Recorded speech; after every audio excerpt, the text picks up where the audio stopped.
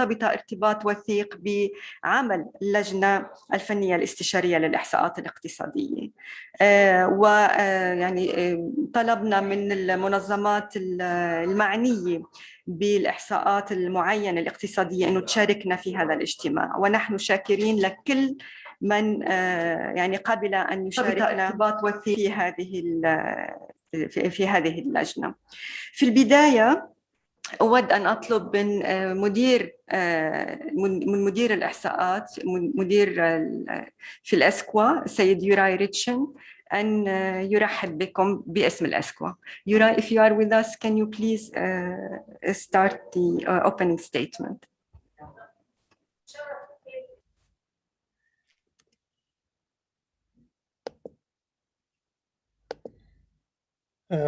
Thank you. I hope you can hear me. I cannot unmute my camera, unfortunately. Yes, Yurai, we can hear you. We can hear you, please. It's somewhere blocked, the camera. Okay. So now. So, the United Nations Economic and Social Commission for Western Asia and its economic statistics team welcome you to the session of the Technical Advisory Group on Economic Statistics. It became a tradition that the senior experts from the Arab countries meet annually to discuss the challenges and priorities in the context of official statistics and the social economic development in the region. The Arab region progresses a lot in the area of economic statistics. All countries have implemented the core framework of the 2008 system of national accounts. But our common ambitions do not stop here, and we want to continue to addressing the emerging topics. We reached important achievements also in the sectoral economic statistics and in the short-term economic indicators. Allow me to bring up that ESCWA has become the main collector of data related to the Arab countries on the external trade. And in this respect, we significantly increased the availability of data according to the 6 digits level of the harmonized system. We also increased availability of data in various transport sectors, as well as data on road traffic accidents. We would like to be able to continue to other statistical areas, and we can list what we do in energy statistics, etc., in industry statistics, and so on. In the coming 2 days, we will address specific issues of the system of national accounts, in particular in the light of a way towards its 2025 update. And I would like to thank those who actively participated in the regional inception webinar of yesterday. We will also discuss the issues of digital economy and how to reflect the digital economy in the supply and use tables. When talking about the digital economy, we should not forget the digital trade and e-commerce. For more than a dozen years, ESCWA works with its member states on measuring non-observed and informal economy in national accounts. We are convinced that this issue has a significance in the Arab region, and therefore we included it also on the agenda of the current session. Allow me to thank you, thank all our colleagues and partners from the UN Statistics Division, UN Conference on Trade and Development, International Labour Organization, the Statistical Center of the GCC, World Trade Organization, International Monetary Fund, and the Organization for Economic Cooperation and Development for their contribution to the preparation of this session, to thank experts from the national statistical offices who will present their experiences and achievements at the present session, and allow me to wish everyone a successful and enjoyable session of the Technical Advisory Group on Economic Statistics in 2021.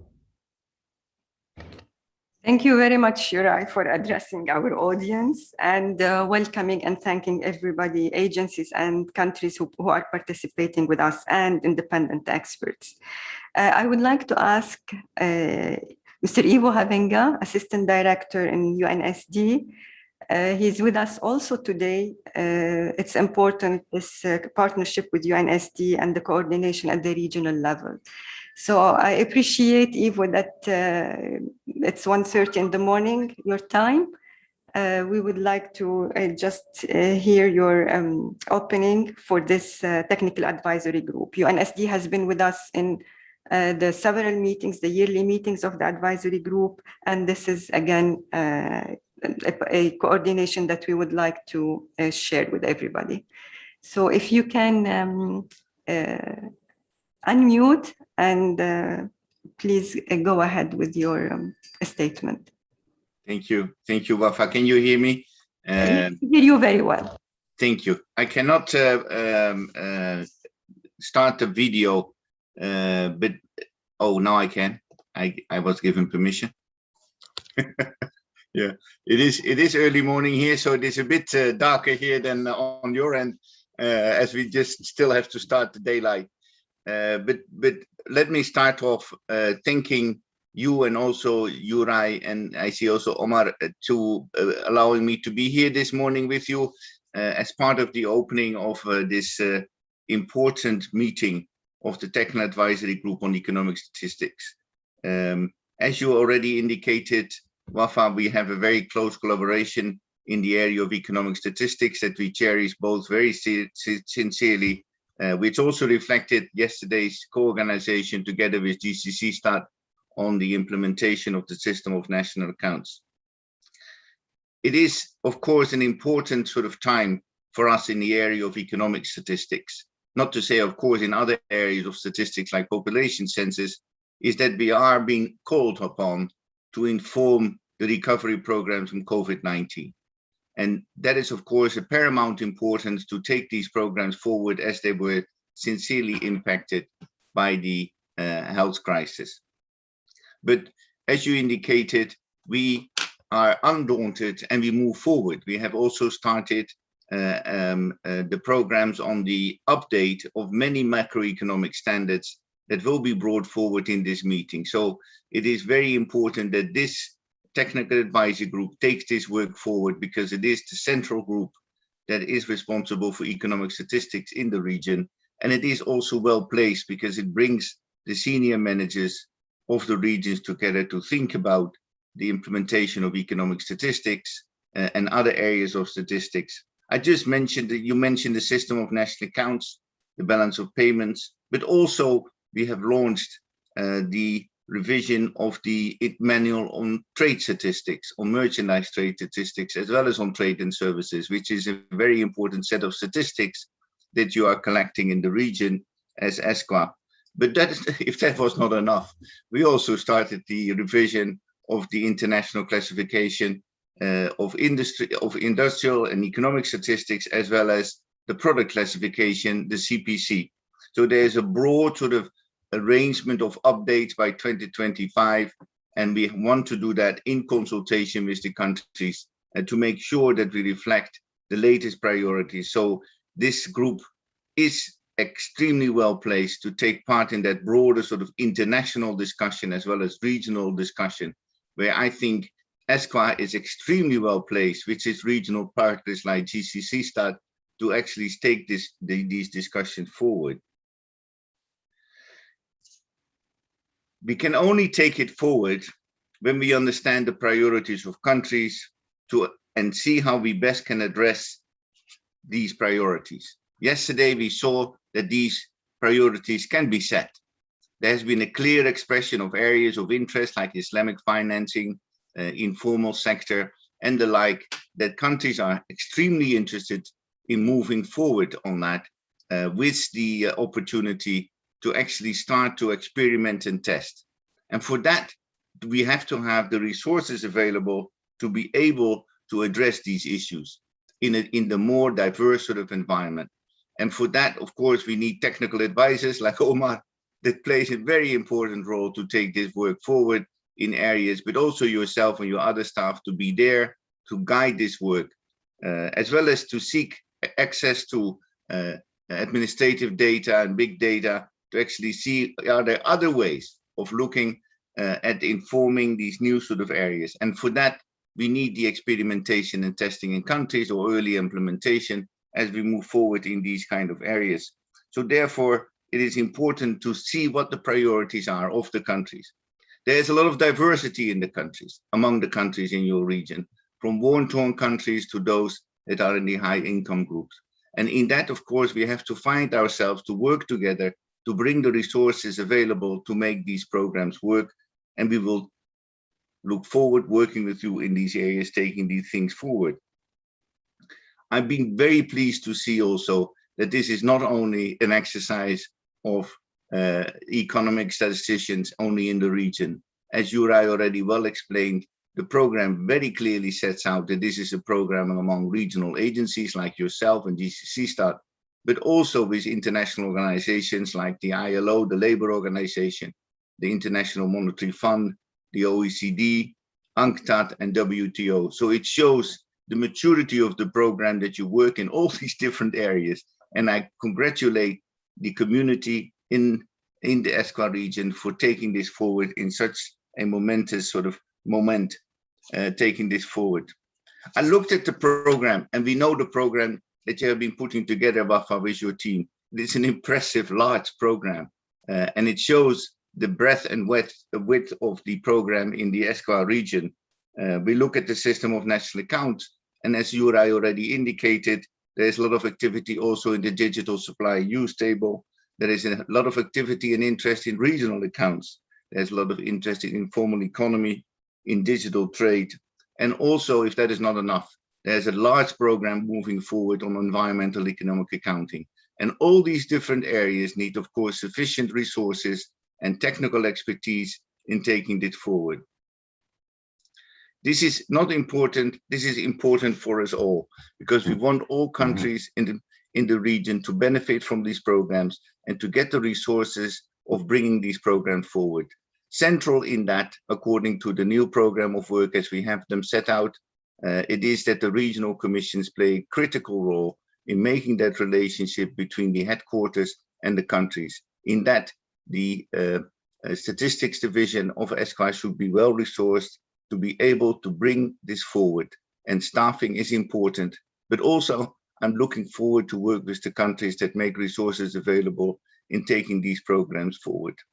I look forward for an interesting conversation about this topic, setting these priorities, and then continue working with you, Wafa, and your team and Juraj's team to actually take the programs forward in economic statistics.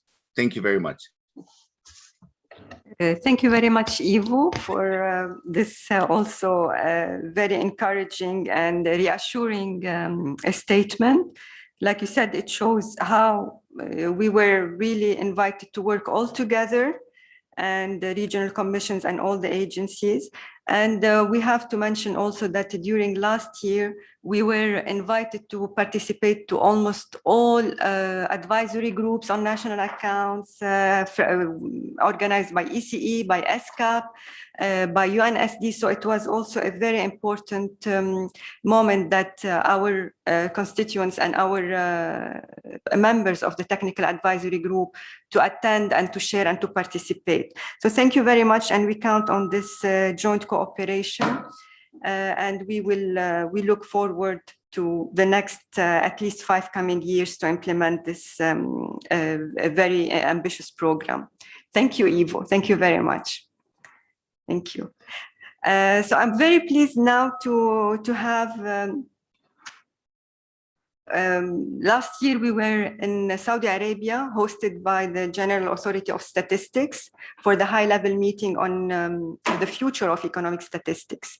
And we are very happy that this round of the technical advisory group, we asked Mr. Conrad, the director of the General Statistics Authority in Saudi, to address our audience with a keynote speech. Saudi Arabia has done tremendous progress in the collection and dissemination of, let's say, economic statistics. This is what we follow. We are able to reach out to on their website to get most of the information that we need on economic statistics, on short-term indicators. And this is very well communicated. We follow on the media, all the main channels on TV, like headlines on what the General Authority of Statistics is producing in main economic indicators. So I'm very happy to have Mr. Konrad Pessendorfer. He will address us shortly. He has been very busy and on media lately. So if you, we're very happy that you address the audience, please, Konrad. Thank you very much for having me. Thank you for the invitation to this technical advisory group on economic statistics. Thank you, Wafa. Thank you, Juraj. It's always nice to see Ivo, even though he's in a different time zone, always awake, always with encouraging words. It's a pleasure to be back in this international community and to share my thoughts and our experience with you. If I may share my screen.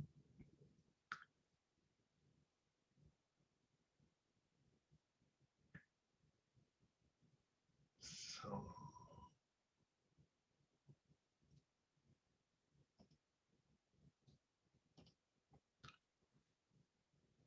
We can see it, yes. Yeah, you can see it.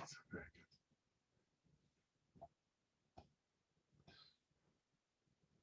So let's just get the... Okay. So the title of my short intervention is Economic Statistics in Saudi Arabia during and post pandemic. Basically, the core topic of your discussions today, yesterday, and I think in many other fora at the moment, because the pandemic is really something that touched everybody and has impact on our lives wherever you live in this world at the moment. So what I will do is I will show you a few numbers reflecting the economic impact of the pandemic in the Kingdom of Saudi Arabia. Then I will come to the way how we try to continue producing economic statistics in a crisis mode. I want to shed light on the changes of user needs in this crisis, because we have seen some changes, some shifts there. And I want to share with you some of our responses to those emerging user needs. I will close my remarks by reflecting on long-term changes and asking the question, how different is the statistical life after the pandemic, so post-pandemic. So with that, let me come to the economic impact of the pandemic in Saudi Arabia. This is real GDP growth on an annual basis, and you see that like many other of your economies, the Saudi economy is very much driven by the energy sector. So I would want to direct your attention to the non-oil sector, so which is the real economic development excluding oil. And there you see that in the second quarter of 2020, we had a sharp decrease of GDP, minus 8.2% on a yearly basis. But over the quarters, the economic development improved, ending up at a plus of 2.9% already in the first quarter of this year, 2021.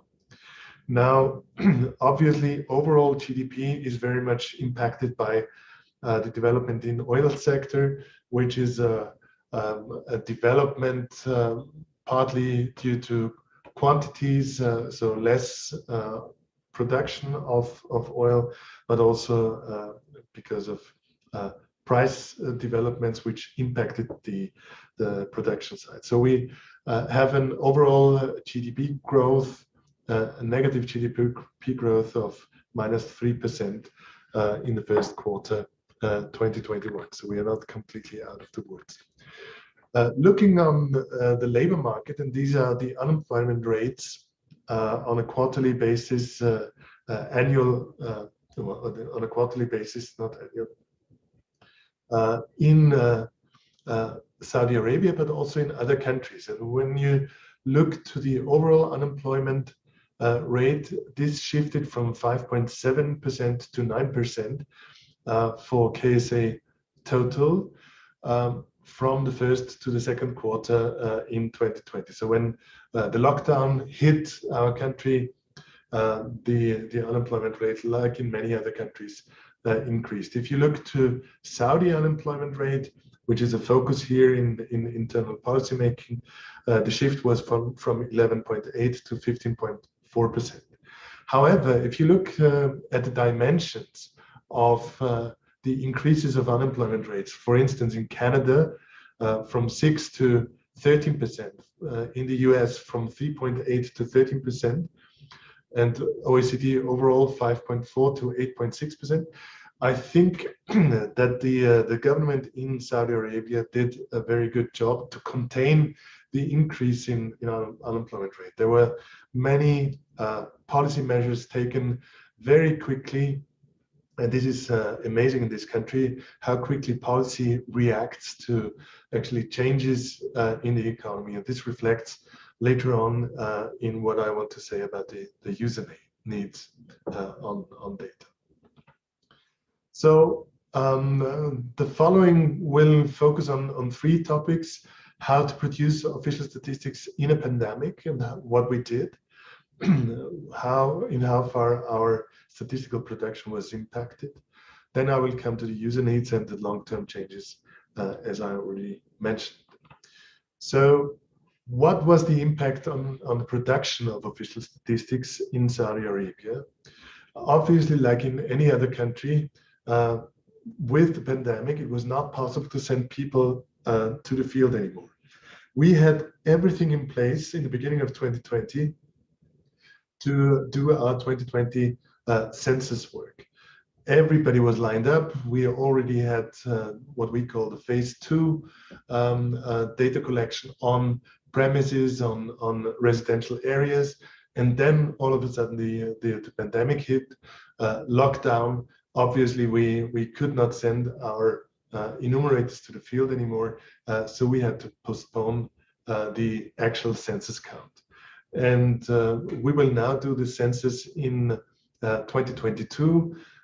There were several discussions of how long to delay, but we used this time to introduce some innovation in the preparation of the census.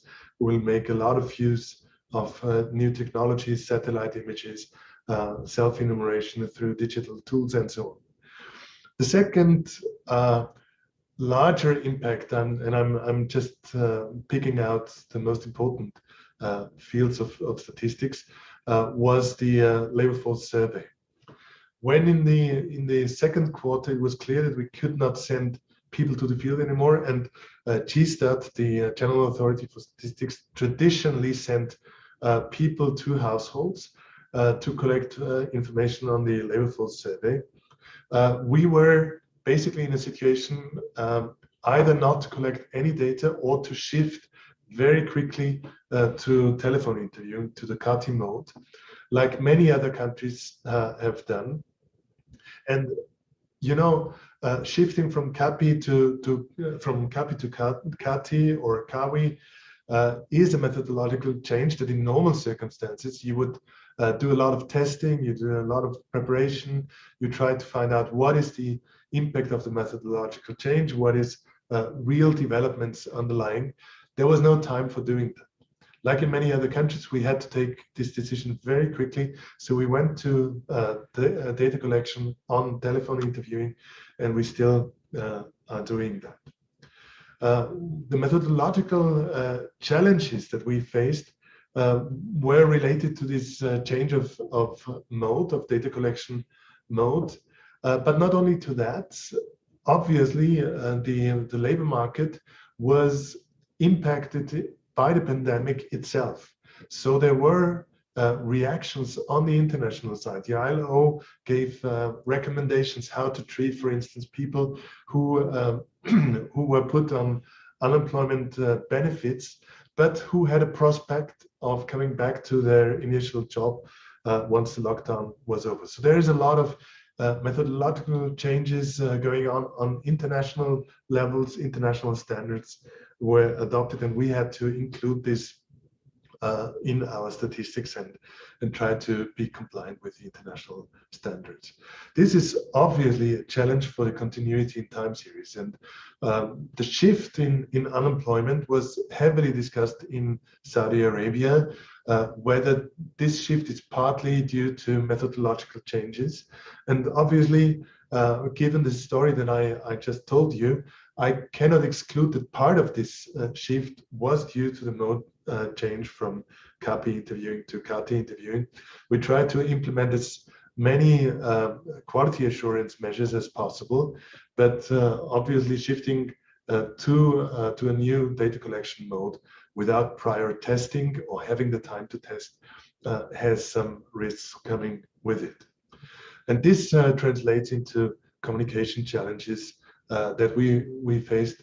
What is actually a real development underlying in the labor market, and what is due to methodological artifacts. The third field of challenges when producing the official statistics in a pandemic, like in all your offices, we had to make sure that we have business continuity running. We had to shift staff very quickly to remote working. We had staff leaving for sick leave. We had to introduce social distance workspaces once people were able to come back to work. And obviously, we had to make sure that even those who were not working from home before, who did not have the devices needed, were equipped with the devices. So both on the data collection side, when you do telephone interviewing from home, you need to have the equipment, but also for those who were remotely working. Now, shifting to user needs in a pandemic environment, as I mentioned, the government in Saudi Arabia tried to address the dire situation very quickly, not only in the health fields, but also in supporting individuals, in supporting people who fell out of their jobs. So labor market support was there. There was a very targeted support for businesses to stay in business given the lockdown situation. And obviously there were a lot of health measures imposed, including the lockdown, curfews, and so on. What I find very encouraging here in Saudi Arabia is that the government is very much trying to analyze the data, to analyze the situation on a factual basis, and then draw conclusions. And this means that data needs were very, very high on the agenda of the government. We had a lot of interaction with government officials, with ministers. They asked for timely information. They need to know what the situation is currently, not a period or 1 year or 2 years ago. They need to have a high level of granularity of information available, because if you impose curfews and you want to do it on a very targeted way in local terms, you need to have very granular information on the population living in certain cities, in certain certain areas, districts of regions or of cities. The third point is frequency of information. Obviously, when you introduce crisis measures, you want to know whether they are effective or not. You cannot wait for the next quarter or for the next year for new data to come in. So the request to speed up and to produce higher frequent information from the statistics office was pronounced very often. And as you all know, this is not an easy task. You cannot shift the frequency of statistics from one day to the next. And then there was an expression for a need for very targeted statistical products. What do I mean by that? For instance, we did a very quick survey on the impact of the pandemic on businesses. So this was a survey which was put in place within a few weeks, and then we did electronic data collection, and this was then a snapshot of how many people do businesses need to lay off, how many people can be kept in employment given the support from government. How do you see the prospect of your business after the pandemic, or as the curfew and lockdown measures fade out? So what did we do in Saudi Arabia? And I give you a few snapshots here. On GDP, we initially had a time lag of T plus 90 days.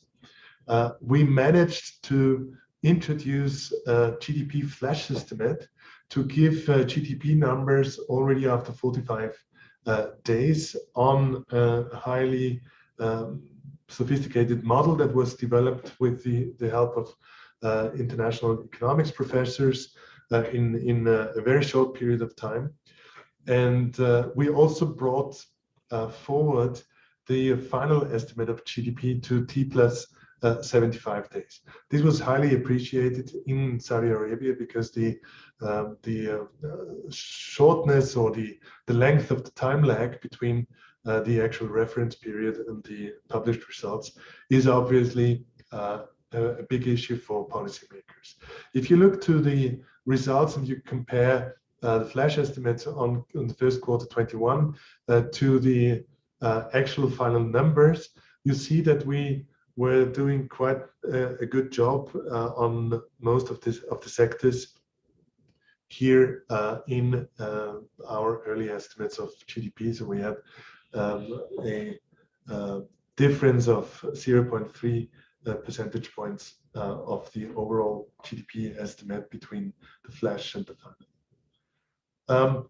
We also shortened the time lag on producing consumer price indices from initially 25 T plus 10, 25 days to T plus 15 days, which is very much in line with international standards. If you look at the graph on the bottom part, and you see a spike between June and July 2020, this was when Saudi Arabia introduced or increased the VAT from initially 5% to 15%, and this obviously translates into our CPI numbers.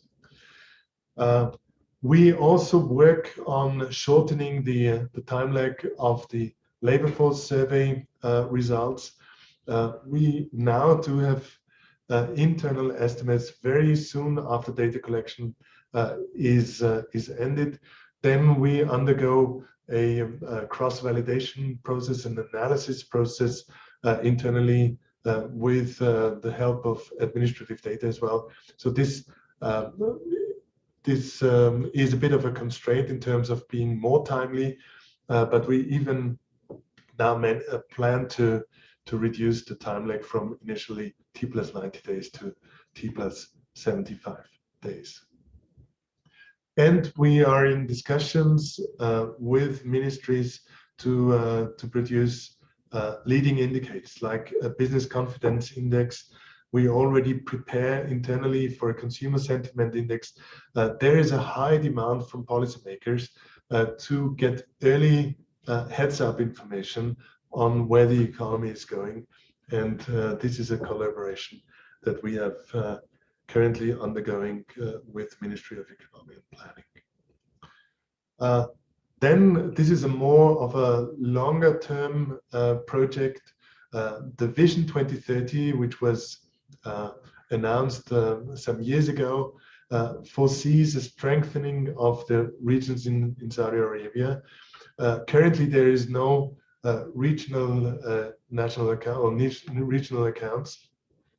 And we are working internally to produce reliable regional GDP numbers, and hopefully we will be able to publish some of it early next year. Now let me come to the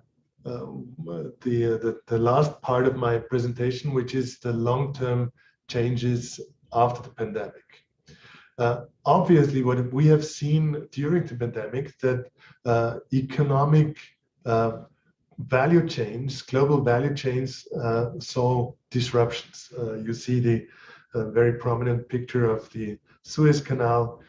This was probably not related to the pandemic, but it is a very nice symbol of how dependent our economies have become in terms of international sourcing. Now, with lockdowns in different areas of the world, we have seen those global supply chains being disrupted, and many economies try to rethink their way of sourcing their economic activities, probably leading to a change and not leading to the pre-pandemic situation of very intensive global value chains or global supply chains. And this is something that we need to capture in our statistics. Secondly, it will be a challenge for us, especially now as the vaccines are available and economies are picking up, to distinguish what is a structural change in the economy and what is a cyclical change in the economy.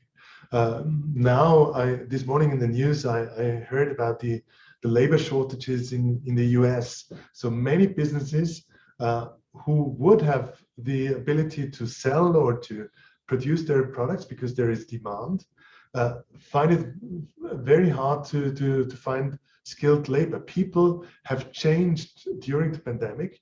They have changed locally. They prefer to work from home sometimes, or they have even looked for other jobs in different industries.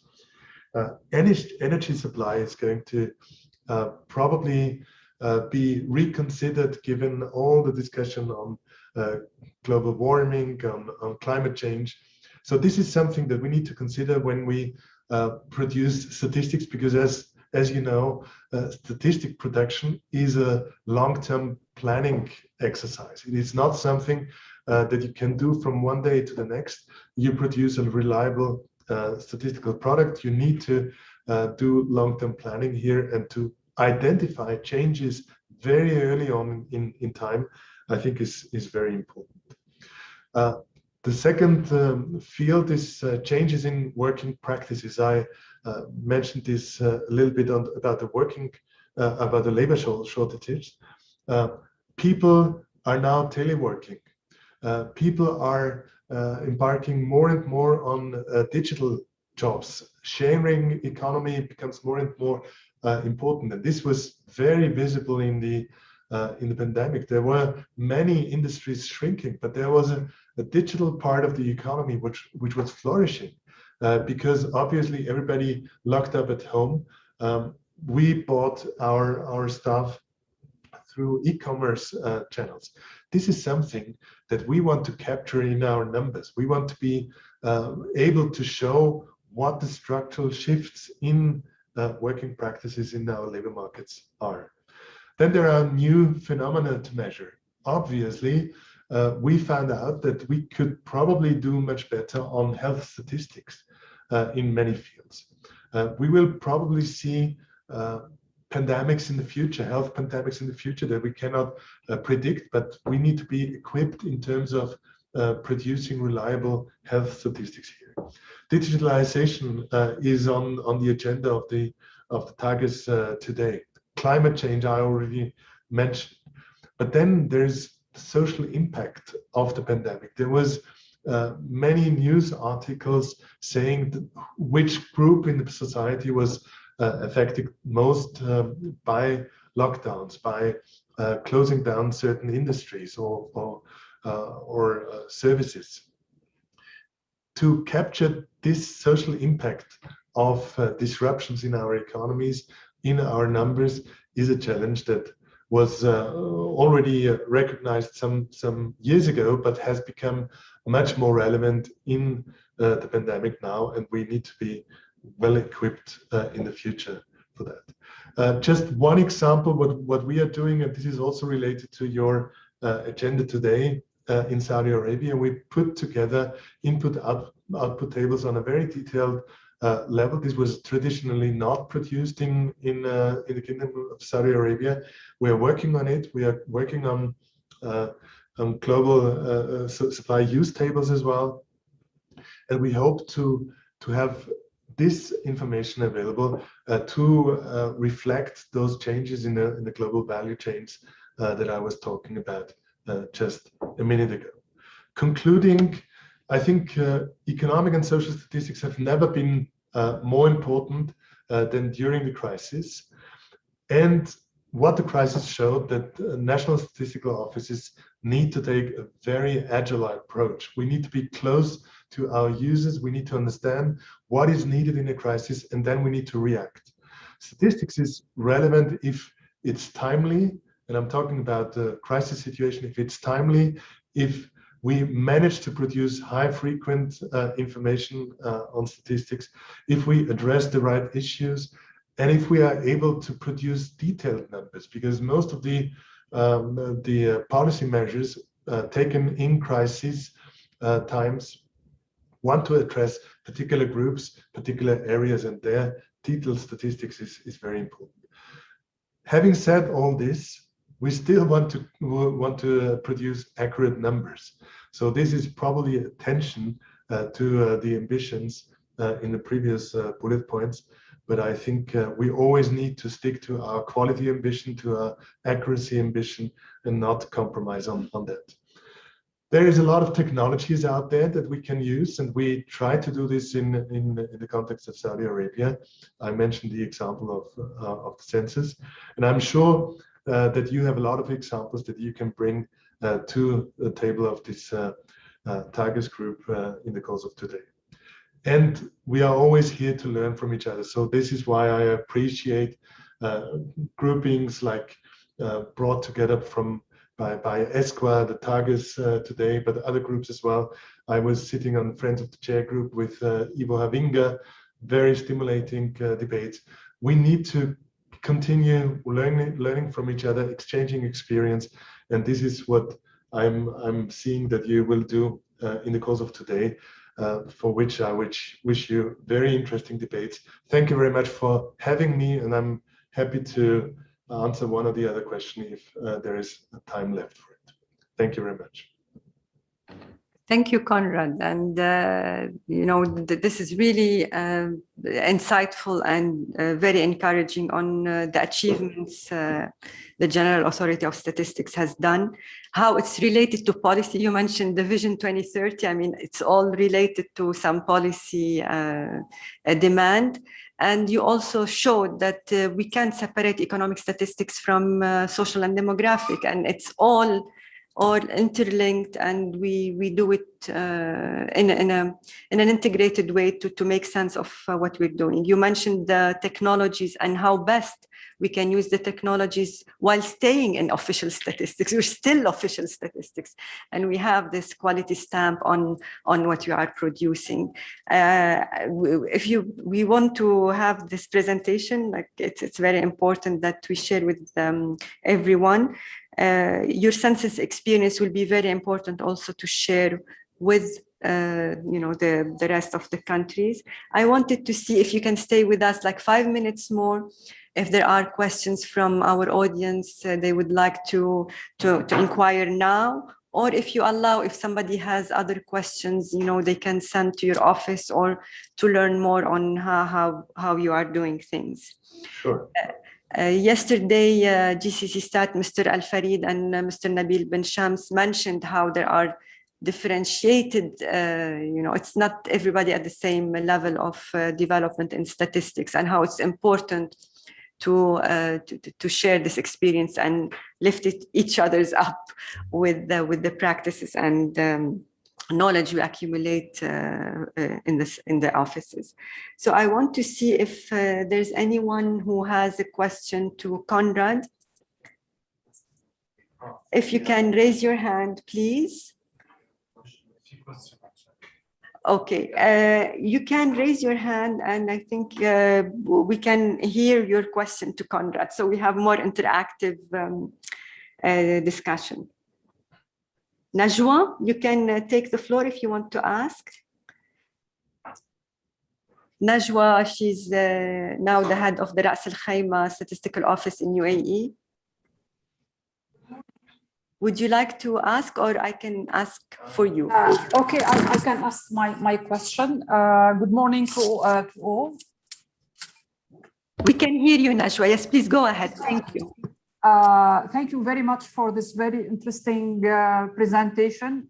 Actually, it addressed all our challenges we're facing. And indeed, the pandemic had put pressure on us to be agile, to start producing new surveys, new results that we weren't planned. We had to provide fast an indication on how the economy has been performing. And we had at the level of Ras Al Khaimah to do the same, to start doing monthly surveys to monitor what's happening in the economic activities. I have two questions. My first question is, how did you manage to shorten the time for the production of quarterly GDP? You mentioned that you work with international experts and building econometric models.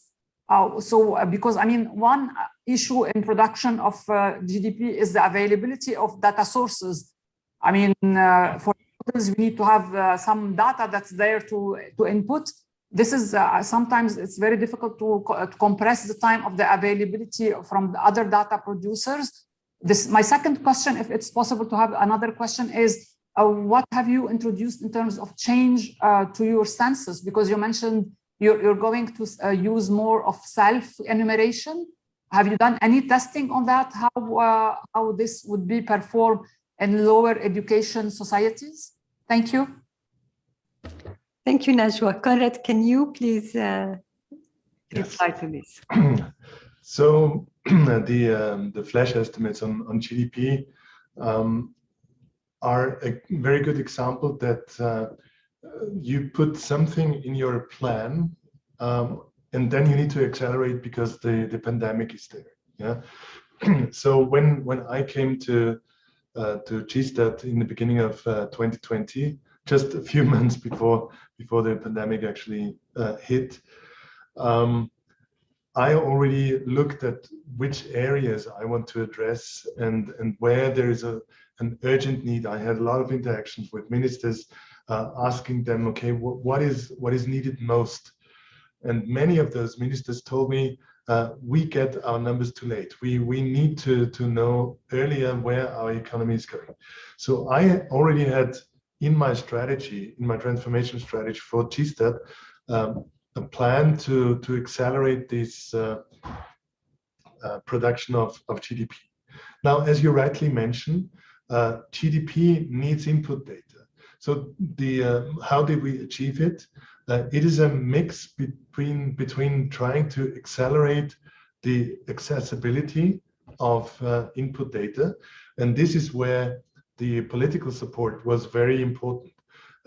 So when I talked to ministers, I told them we will try to do our best on the statistics office side, but you need to help us open the gates for the input data to be available earlier.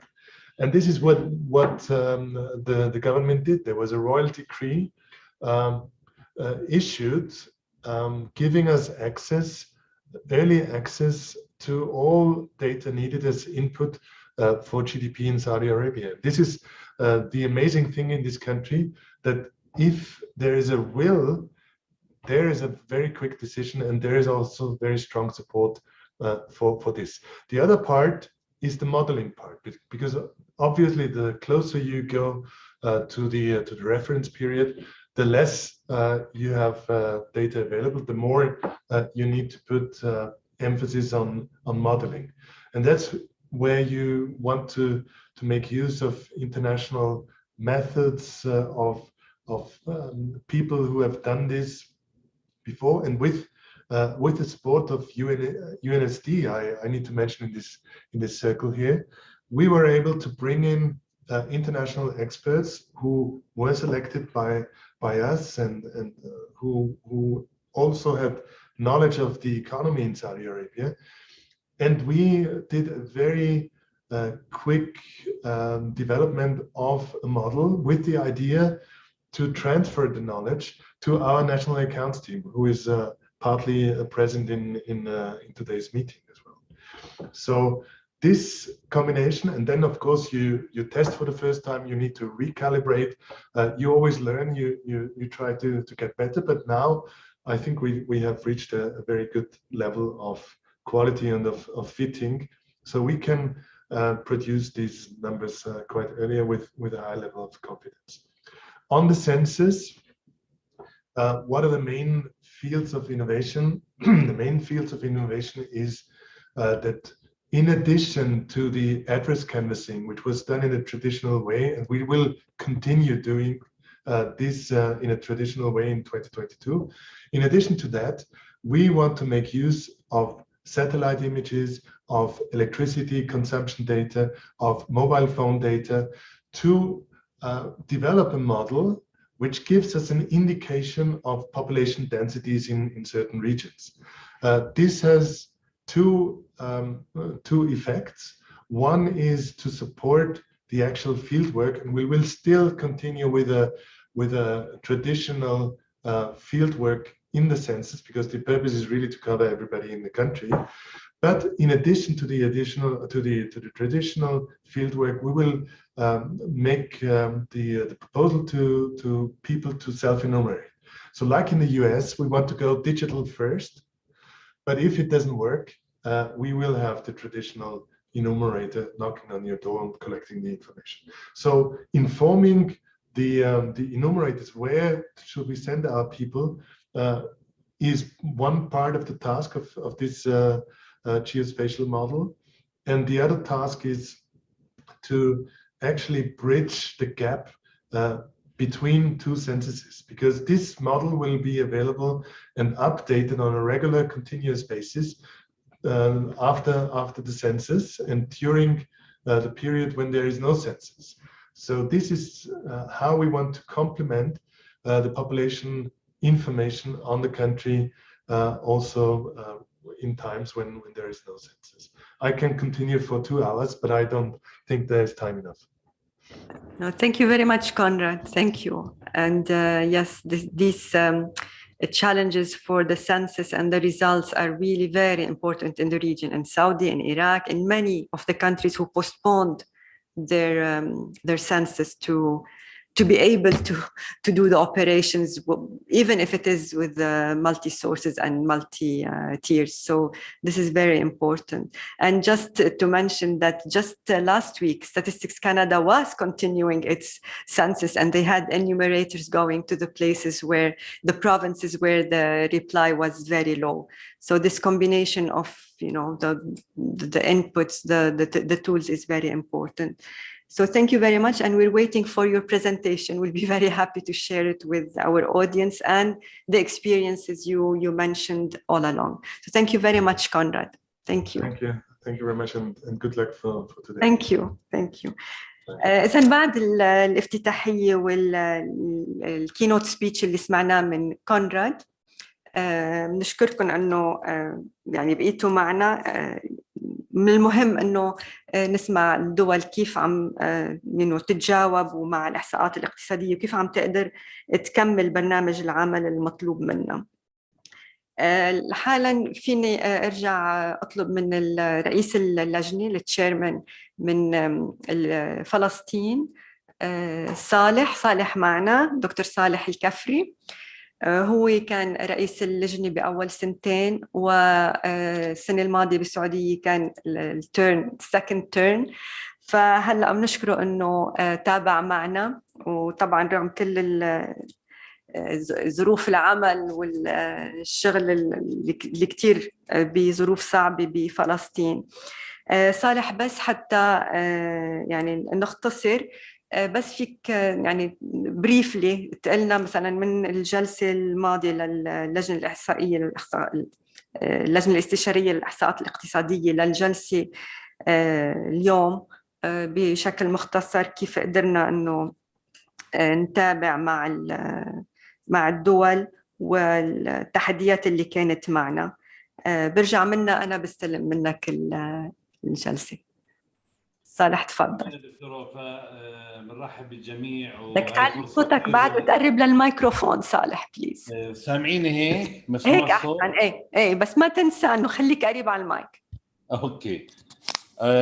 شكرا دكتورة وفاء، وشكرا عمر كمان. ايوه احنا شايفينه على الشاشة. يعني بتعرفوا غيبة طويلة، وبنرحب بجميع الأعضاء.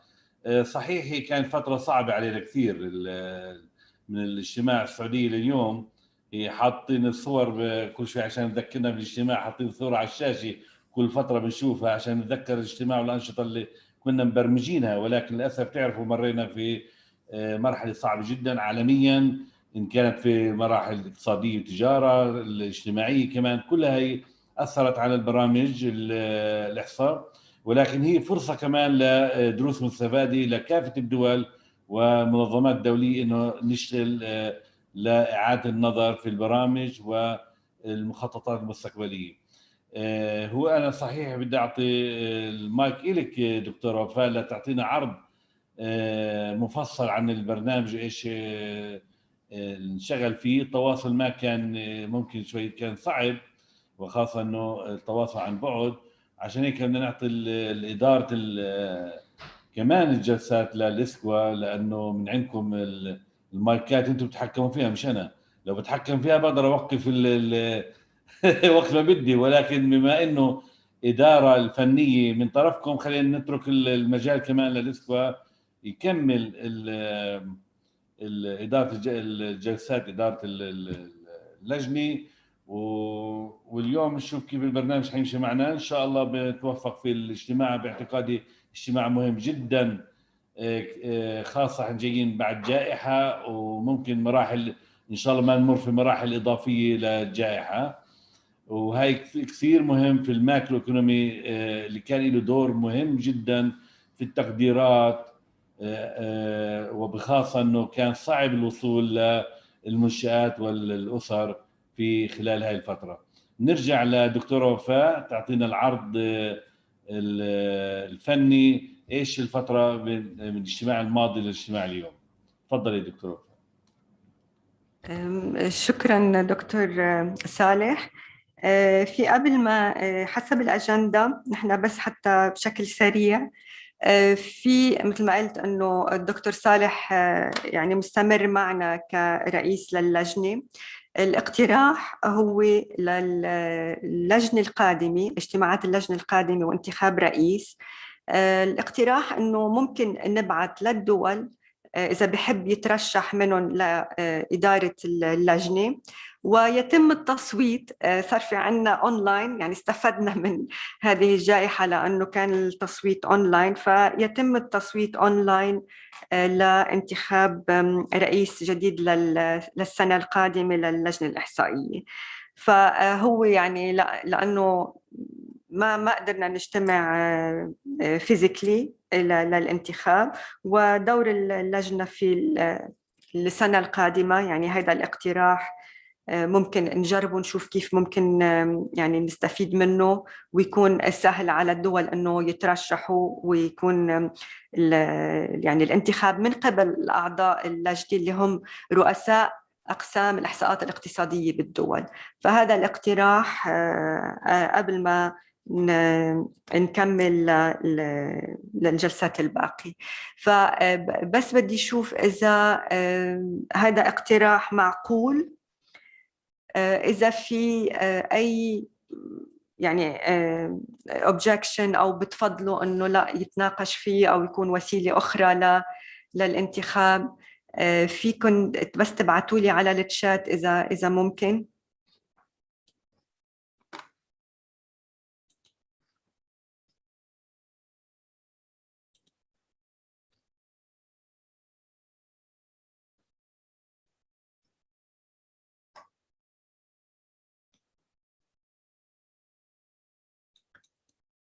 فينا نستنى يعني أي حدا عنده اقتراح آخر ممكن أنه ناخد بالاعتبار لحد بكرة آخر الاجتماع، ناخد اقتراحاتكم بهذا الموضوع.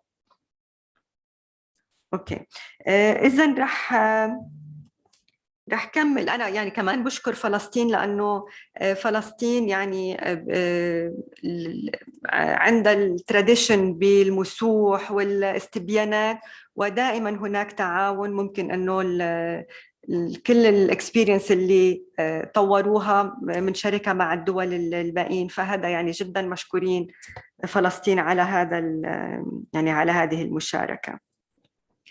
بشكل مختصر أنا في محاضرة قصيرة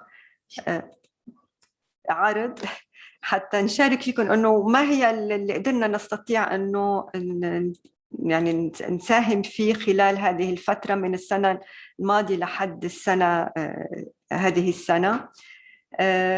تقدم حقيقة الموضوع في اللجنة الإحصائية في اجتماع 14، وهذا بشكل مختصر بس حتى لاقيها، بشوف إذا في إمكانية هون. إذا أنا رح أخذ التوصيات اللي كانت باللجنة اجتماع اللجنة الفنية السنة اللي فاتت في السعودية، وما هي يعني الأنشطة اللي قدرنا نفذناها خلال هذه السنة.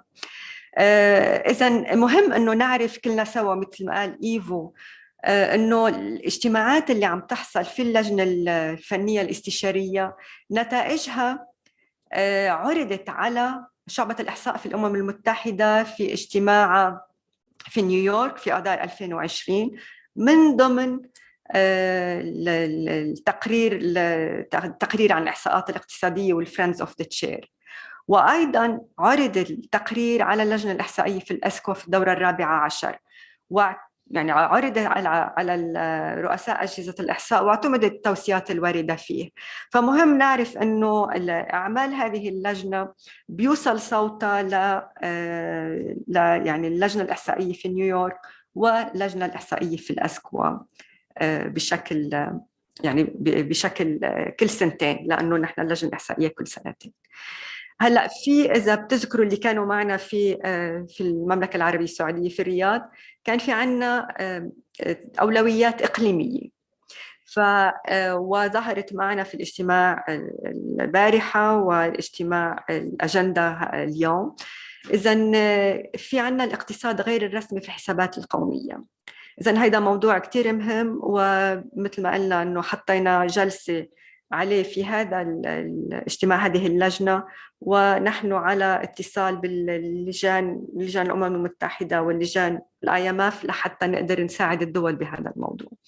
إذن بشكل مختصر في شراكة مع صندوق النقد الدولي على ورشة عمل يعني تنظم في شهر نوفمبر. نحن يعني المستشار الإقليمي عمر هكوز بما أنه على علم يعني عدة دول كيف بيتم فيها الحسابات القومية وما هي المشاكل في القطاع غير المنظم، حضر قائمة بالأنشطة اللي يعني القائمة في الدول المختلفة، وهي أنشطة في عدة مجالات، وهي غير منظورة في يعني في الاستبيانات التي ترسل من قبل صندوق النقد الدولي والمنظمات الأخرى. فيعني هو مهم أنه نحيط بكل هذه الأنشطة التي هي في يعني في الانفورمال سيكتور. أيضاً من خلال جداول العرض والاستخدام والدعم الفني المقدم للدول، هناك عمل على أنه النظر إلى الأنشطة اللي غير منظورة من ضمن جداول العرض والاستخدام، سواء من خلال العرض أو من خلال الاستخدام، كيف يمكن يعني الفهم من أين هذه الأنشطة وكيف يمكن معالجتها. هلا أيضا هناك شراكة مع منظمة العمل الدولية في الموجودة في لبنان من خلال الاستبيان اللي بيعدوه ل الليبر فورس سيرفي وما هي الكلاسيفيكيشنز والديفينيشنز، وراح يصير عندنا عرض في هذه الجلسات من منظمة العمل الدولية في جنيف. في الموضوعين اللي الرفاه الاقتصادي وعدم المساواة، لم يتم عمل أنشطة في هذا المجال ولا في التغير الاجتماعي والديموغرافي، لأنه في يعني متعلق جدا بالإحصاءات الاجتماعية والديموغرافية، ويجب أن تقرر اللجنة أي متى يجب بدء العمل في هذه المواضيع. هلا بما يتعلق بالرقمنة والعولمة مع التركيز على التجارة الإلكترونية والتجارة الخارجية وسلاسل القيم العالمية ودور الشركات المتعددة الجنسيات، إذا حددنا أنه بما يتعلق بالرقمنة والتركيز على التجارة الإلكترونية والتجارة الخارجية هناك شراكة مع الOECD، UNSD، UNCTAD، IMF، WTO، وحاليا مع GCC STAT. هناك أيضا جلستين في هذا الموضوع في هذه اللجنة. والأنشطة الأخرى أنه أقامت الأسكوا والزملاء ب International Trade Statistics Team بتطوير قاعدة بيانات مفصلة عن التجارة الخارجية في الدول العربية، وترجمة الأدلة إلى اللغة العربية، وإعداد دراسة عن قياس التجارة الرقمية في الدول العربية. أيضا هناك دعم فني لاستبيانات الدول لإجراء المسوح وتبادل الخبرات بين الدول. فيما يتعلق بجداول المدخلات والمخرجات الوطنية والأقليمية، كان هناك شراكة مع IMF الميتاك أوفيس من خلال المستشار الإقليمي عمر هكوز وعصام السماك على أنه مساعدة الدول بشكل مشترك على تحسين جداول العرض والاستخدام، واستخدام الاي تي تولز اللي ممكن استخدامها في الكومبيليشن للجداول العرض والاستخدام. وأيضا عملت الأسكوا على يعني إعداد جايد راح نشوفه بشكل مختصر حول جداول العرض والاستخدام في الدول العربية. بما يتعلق بالاستدامة وأهداف التنمية المستدامة والإحصاءات المتعلقة بتغير المناخ والكوارث وحسابات البيئة، أيضا الشراكة مع شعبة الإحصاء بالأمم المتحدة واللجان الإقليمية، وشراكة جديدة مع مكتب الأمم المتحدة للحد من مخاطر، وترجمة المواد التدريبية للتعلم عن بعد للغة العربية، وهناك دعم فني أيضا في هذا المجال. بما يتعلق بمواكبة التكنولوجيا الحديثة في تطوير العمليات الإحصائية وتأهيل البنية التحتية والتجارب الإحصاءات اقتصادية جديدة، يعني جربنا أنه ندخل هذا الموضوع بالأنشطة المختلفة يعني المواضيع المختلفة، سواء في مؤشرات التنمية المستدامة أو في المجالات الأخرى. فقمنا بإعداد كتيبين على الجيوسبيشال انفورميشن والبيج داتا في إنتاج مؤشرات التنمية المستدامة، وطبعاً من ضمن الإحصاء المؤشرات الاقتصادية، واللينكس موجودين عندكم للاطلاع على هذه الكتيبات. أيضاً هناك مثل ما قلنا في تدريب على طرق جديدة لجمع إحصاءات الأسعار سوف يتم عرضها بعد هذه الجلسة. فيما يتعلق بتحديث التشريعات وتطوير أطر ضمان الجودة، كان من الصعب أنه نشتغل كإحصاءات اقتصادية فقط، ولكن باجتماع اللجنة الإحصائية هذه السنة تم عرض وثيقة حول دليل قانون الإحصاءات الرسمية للدول العربية وضرورة تحديث هذه القوانين. أيضاً عندكم اللينك للاطلاع عليه. توزيع الشراكات والتواصل وإنشاء شبكة من الخبراء. هناك الكثير من العمل من قبل شعبة الإحصاء في الأمم المتحدة بنيويورك على جعل يعني كوميونيتي كبيرة من الإيكونوميك ستاتستكس كستاتستيشنز وكإيكونوميك ستاتستكس بالذات على يامر. بعثنا للدول على كيفية تدريب للانضمام لهذه الكوميونيتي، وهناك العديد من يعني من الأعضاء اللي انضموا لهذه الكوميونيتي. إذا أي حدا بحب أيضاً الاطلاع ويعني joining هذه الكوميونيتي، ممكن نبعث بالإيميل كيفية يعني الانضمام لهذه الكوميونيتي. أيضا دعوة الدول للمشاركة في فرق عمل واللجان المعنية بتحديث الإحصاءات الاقتصادية. هناك حاليا 3 لجان مهمة أنه للمتابعة والاطلاع على عملها. هناك المنصة العالمية للأمم المتحدة الجلوبال بلاتفورم، ويعني صار في عندنا منصة إقليمية تدير دولة الإمارات العربية المتحدة، ويعني هم عرضوا على الأسكوا وكمان من خلال جي سي ستات ما هي العمل المشترك اللي ممكن نشتغله سوا لحتى نطور بعض الإحصاءات الاقتصادية في هذا المجال. هناك أيضا لجنة الخبراء عن البيانات الضخمة، وهي سلطنة عمان عضو فيها، ومجموعة عمل إحصاءات العمل والتجارة لفلسطين أيضا عضو فيها. وسنتفق أنه بكل اجتماع للجنة الاستشارية للإحصاءات الاقتصادية يتم بريف عن ماذا تم في هذه اللجان. هلأ بما هو يتعلق بدور الوكالات الإقليمية والدولية في إعداد الأدلة والإرشادات. طبعا كانت السنة مثل ما قلنا سنة صعبة، ولكن هناك تحديث مثل ما قال إيفو بتقريبا كل ما يتعلق بالأدلة والإرشادات في الإحصاءات الاقتصادية، ويعني هذا العمل مستمر من قبل المنظمات المعنية.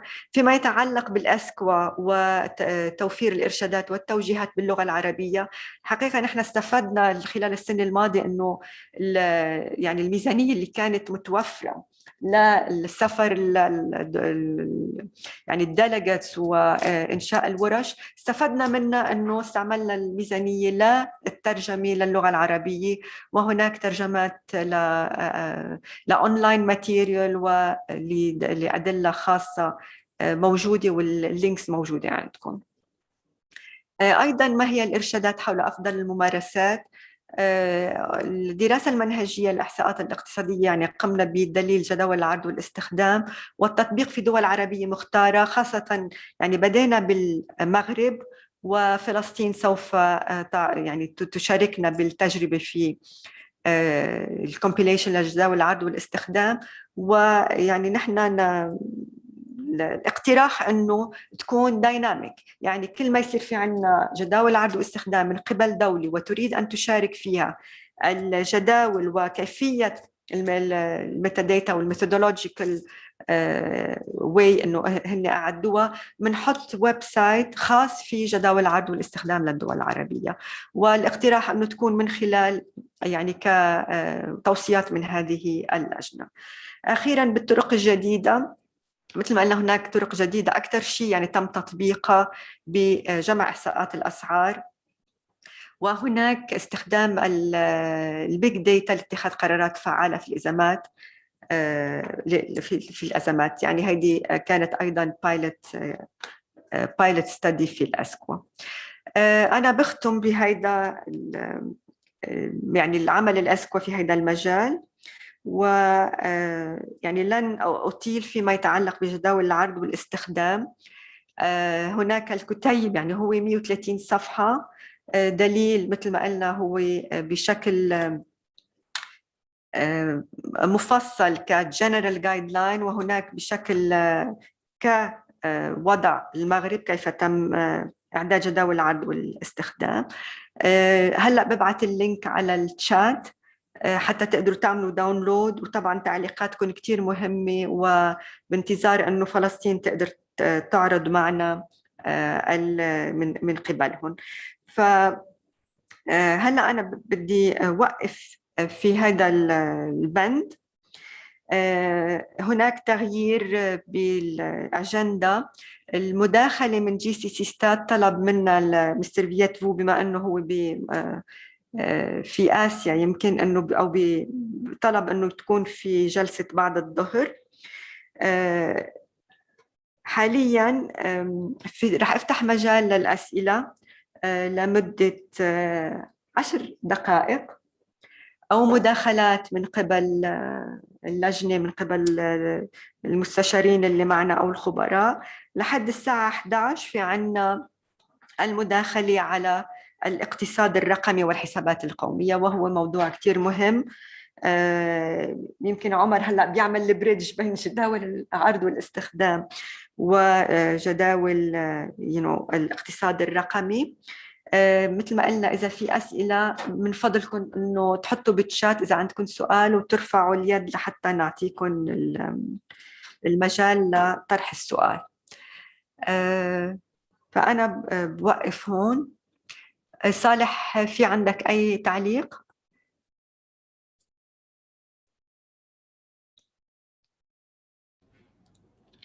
اوكي. تعليق لا، بس حبيت اقول انه اذا بتلاحظوا على العرض اللي عرضتيه انه في اجندتنا قضايا كثير مطروحه اللي الرقميه والانفورمال سيكتور والقضايا اللي حكينا عنها. مهم كثير اذا في مشاركه من الاعضاء في فتره الجائحه من الاجتماع الماضي لليوم. في كثير سجل قضايا، ومهم كثير نحكي في اذا في مجال إعادة النظر ممكن في الأجندة، لأنه أوكي إحنا مشينا فيها وفي تقدم محرز في القضايا زي جداول العرض والاستخدام، وكان قديش دورها في قضية إنه تقدير الخسائر مثلا، وهي كان لها دور كثير. ممكن شوي يتعرج لها الأعضاء إذا ممكن يحكوا فيها، لأنه مثلا إحدى الوسائل الانفورمال سيكتور والسبلاي اند ستيبل كان لهم دور مثلا في فلسطين في تقدير الخسائر جراء جائحة كورونا. هاي التجربة ممكن نحكي فيها في ندوات لاحقة ما بعد الاجتماع، وبالتالي ممكن الأعضاء يساعدونا في كيف نفكر إن البرامج اللي حطيناها من اجتماع السعودية لليوم كيف ممكن نعكس اثر الجائحه وما بعد الجائحه والدروس المستفاده. ممكن شوي نغير، لانه مش برامج ان وضعت وفي هناك ماشي تقدم، ولكن في كمان برنامج حيلحقها من اليوم وبعد. وبالتالي بعتقد اذا في مجال لتغذيه من الاعضاء يساعدونا في كيف نفكر لقدام في انه نغير ممكن في بعض البرامج اللي بناء على التجربة الماضية اللي مرينا فيها الدول. شكرا دكتور. شكرا صالح. طبعا يعني هو لازم يكون حسب الأوضاع، منه برنامج عمل منزل، المفروض أنه يكون في أبديتس وتغيير حسب الأوضاع اللي بتحصل. ونحن بنشكرك على أنه يعني عرض الخبرة بفلسطين بجداول العرض والاستخدام والانفورمال سيكتور خلال الجائحة. إذا أعدينا ويبينارز أو خلال تقديم الانفورمال ايكونومي بالجلسة، ممكن أنه يعني عرض بعد من هذه التجربة كيف تمت. عمر عنده تعليق؟ يعني هي استكمال للي قاله صالح. أنا عمر هاكوز الريجنال أدفايزر للناشونال أكاونتس في الإسكوا. فقط استكمالا للي ذكره دكتور الكفري. يعني أتوقع أنه خلال هذه البانديميك صار في شغلات تضطرنا أنه مثلا نعمل إعادة التفكير في المنهجيات، مرات إعادة التفكير في مصادر البيانات وطريقة جمع البيانات. هلا مثلا لما كان في إغلاقات تامة توتال لوك داون لأنشطة وخاصة مثلا أنشطة الحكومة، صار في مبادرات من جهات مختلفة كيف نقيس مثلا الخدمة، و يعني طلعوا ريكومنديشنز، ولكن احنا في الريجن ما كان لنا دور. فأتوقع انه من خلال اللجنة هذه اللجنة انه ايضا نفكر بطريقة اخرى كيف ممكن انه نتواصل فيما بيننا لما يصير في إشي جديد على الساحة، كيف ممكن إحنا كمجموعة أو كريجن نعطي رأينا فيه ونكون متفقين عليه مع الجهات. مثلا انه كيف نعالج الانتاج الحكومي، مع انه مثلا ما فيش انتاج فعليا، مسكره مثلا عياده حكوميه مسكره، كيف نحسب الانتاج؟ تم اتخاذ قرار انه بالكرنت برايسز نحسب بالكلفه ولكن أيضا هذه نحتاج أنه إحنا نكون مقتنعين فيها. مثلا بدنا ندرس أنه مثلا لما يكون في إغلاق تام بالقطاع الخاص ما فيش إنتاج ويدفع رواتب، هل هي رواتب؟ كيف يحسب الإنتاج؟ أيضا لما يصير في خفض للرواتب لأنه أونلاين مثلا بيشتغلوا، هل هو هذا تغيير بالأسعار بالأجور ولا أنه تغيرت نوعية الخدمة؟ فهذه أيضا أشياء لابد أنه إحنا نناقشها بين بعض مشان نصل لنتيجة ونصير نستطيع أنه ندخل مع الشبكات الخبراء العالمية أو الشبكات الخبراء الثانية، ندخل بمعلومات أكثر واتفاق على المبادئ. شيء ثاني يعني أنا عجبتني العرض اللي قدمه السيد كونر، يعني أظهر أشياء كثيرة وخاصة مثلا في مصادر البيانات. الآن في مثلا عندنا أيضا ممكن نتشارك فيما بيننا نشوف خبرات الدول. يعني خلال هذه الجائحة صدر عندنا مثلا في منصات كثيرة ديجيتالي، وهذه يعني في بعض البلدان كانت فيها بيانات كثيرة ممكن الاستفادة منها. فمن خلال أتوقع إذا صار في نوع جديد من التعاون فيما بين أعضاء الفريق هذا، إنه نستطيع نصل لنتيجة كيف الاستفادة من هذه المنصات. وأيضا مثلا هلا في طريقة المسوح، هل نستطيع أن نرجع للطريقة الاعتيادية؟ ممكن أو ديجيتالي. وهل في كل المسوح مثلا مسح نفقات داخل الأسرة، مسح كثير معقد وبيحتاج أنه معلومات تفصيلية وبإشي شهري، إشي يومي، إشي أسبوعي، 6 أشهر، سنة، وأحيانا قد تحتاج إلى عدة زيارات. وإنه نطلب من الأسرة تعبي، يعني التجربة بيّنت إنه الأسرة مهما عملت مش رح تعبي لك. فكيف ممكن نلاقي الطريقة الأنسب اللي نغطي فيها المسح؟ وأيضا هناك أسئلة جديدة لابد أن تضاف على الاستمارة تتعلق في الخدمات اللي هي الإلكترونية. يعني هذه بس اللي كنت حاب أنه أضيفه. فأتوقع أنه أنا أؤيد كلام صالح، دكتور صالح، أنه لابد من أنه نعيد النظر في طريقة عمل الفريق. ربما يعني نقدم للدول مقترحات أو الأعضاء يقدمون لنا مقترحات كيف ممكن نمشي ويكون في تفعيل للجنة بشكل أكبر. شكراً عمر. إذا متفقين صالحي أكثر أنه يعني إعادة النظر بالبرامج وكيفية يعني معالجة بعض الأمور و يعني المشاركة بالخبرات بين الدول كيف تم معالجتها. شكراً عمر. يس بس عندي خليني بس في عنا أسئلة، بس خلينا نشوف دقيقة صالح. خلينا نشوف في عندي أمينة من فلسطين. تفضلي أمينة.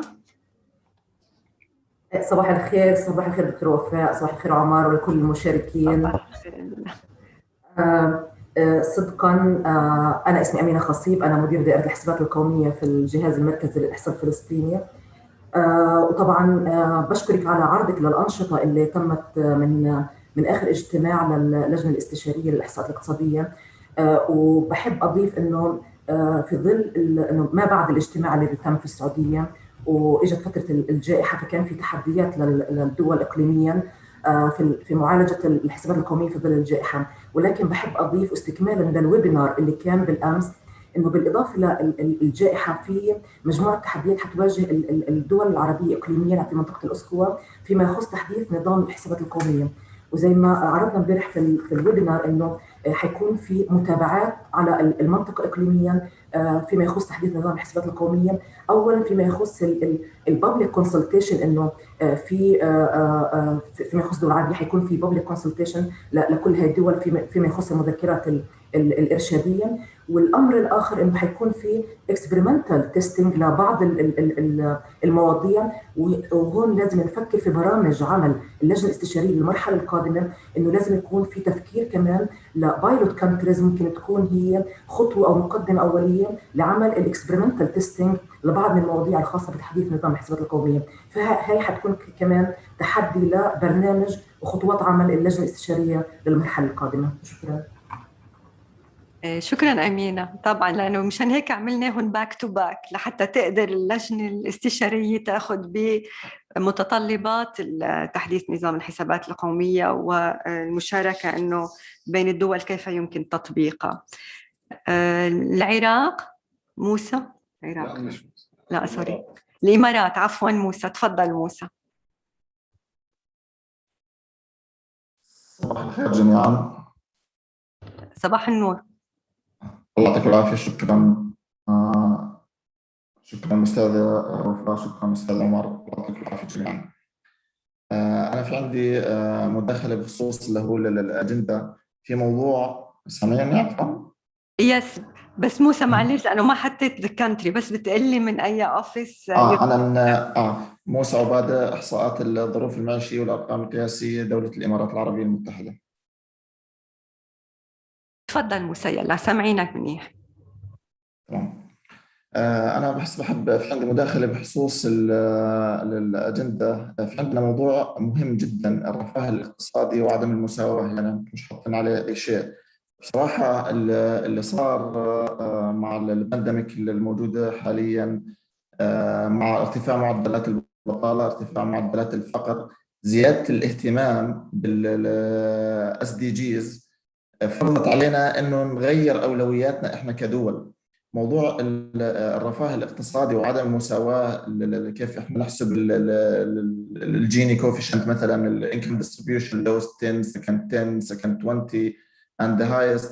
يعني هاي اشياء اصبحت مهمه جدا. البوفرتي لاين، شو اللي انا بناسبني انا كدوله، مثلا كدوله امارات، هل هو الريلاتيف بوفرتي او الابسوليوتلي، او هاي الاشياء فرضت علينا انه نغير اولوياتنا كدول منطقه عربيه، واشياء اصبحت مهمه جدا. حتى اذا رحنا على الاهداف الثانيه المستدامه، انت بتدخلي بالهدف الاول والثاني والثامن والعاشر وال11 في الموضوع هذا.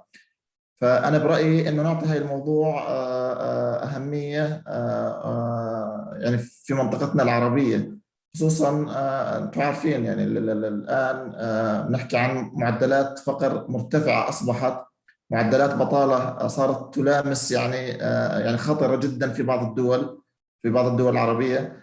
هذا بيستوجب مسؤوليه علينا انه نعيد ترتيب اولوياتنا احنا كاحصائيين. شكرا. شكرا كثير موسى. وهذا عن جد انه امبارح طلع انه التصويت كان اقل شيء على هذا الموضوع، مع انه مثل ما عم بتقول انه مفروض يصير في عمل اكثر عليه. بس انه انا بحب شير انه كاحصاءات اقتصاديه من ضمن نظام الحسابات القوميه هناك موضوع الانكم ديستريبيوشن، يعني هي كاحصاءات اقتصاديه وجي دي بي يعني ديستريبيوشن. فاللي انت قلت فيه على البوفرتي طبعا هو كمان لازم يكون متلازم مع الانكم ديستريبيوشن وكيفيه يعني هي المنهجيات كيف يمكن تطبيقها. وطبعا لازم تكون موجوده. يعني نحن حتى مع حديثنا مع IMF الريجنال اوفيس هذا الموضوع من اولوياتهم. عندهم 3 اولويات بالمنطقه، منها الانيكواليتي والانكم ديستريبيوشن والكلايمت فاينانسينج، وثالث وحده كانت الاسلاميك فاينانسينج. ف يعني كمان اقتراحك هيدا يمكن كمان نحطه من خلال يعني التجديد او برنامج العمل، انه يجب العمل على الانيكواليتي والويل بينج بامور معينه، مش كل يعني الامور، ولكن الانكم ديستريبيوشن اللي عم نحكي عنه مهم. ايه عمر تفضل. يعني شكرا موسى على العرض. اتفق معك انه هذا الشيء مهم، ولكن احيانا يعني زي ما شفنا امس انه كان التقييم انه يعني مش بمستوى مواضيع اخرى. اتوقع انه في بعض الامور زي هذا الموضوع انه بحاجه لابرازه بشكل اكثر. يعني احنا ممكن نشتغل من اعضاء اللجنه المهتمين بالموضوع انه نعمل زي ريسيرش او سب جروب نشتغل على هذا الموضوع، نبرز اهميته. يعني ما يكون انه لمصم، يعني انه هذا الموضوع كله، لا، زي ما حكت الدكتوره وفاء، انه وين اهم النقاط اللي لازم نشتغل عليها. يعني مش كل الموضوع، نشتغل على هذه النقاط ونحددها ونحاول انه نجد حلول إلها ضمن الموارد المتاحة والإمكانيات.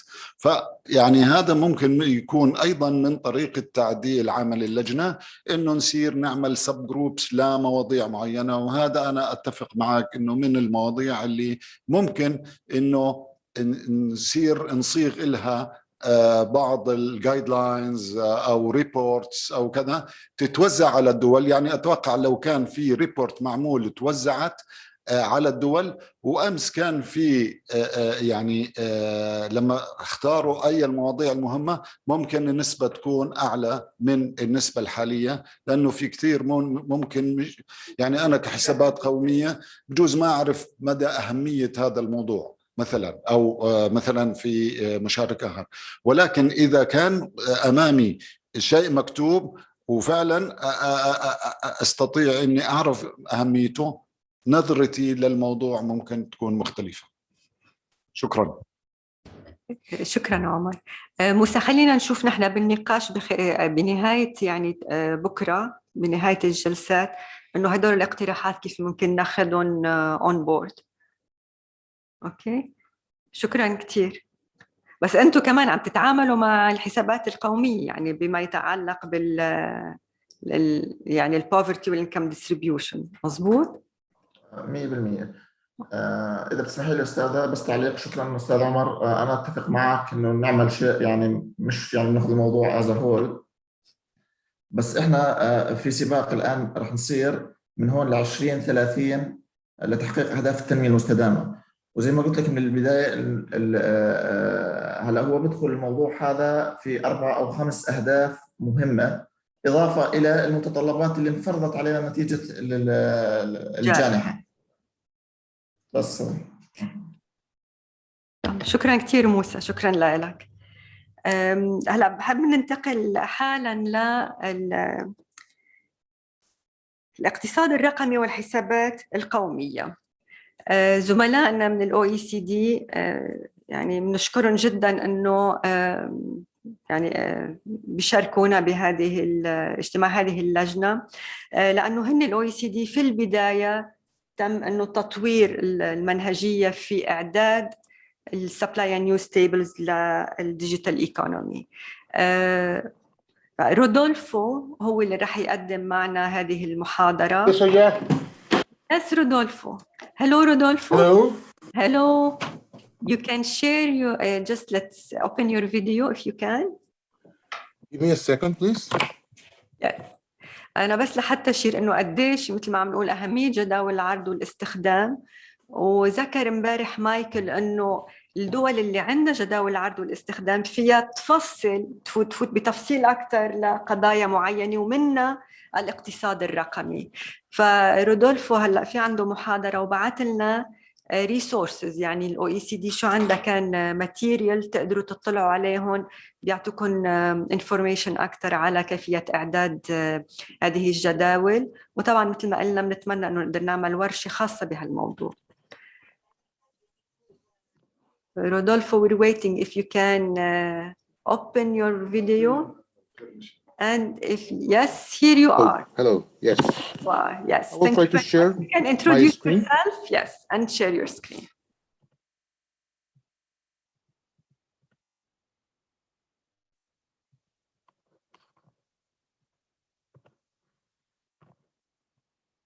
Is it correct for you?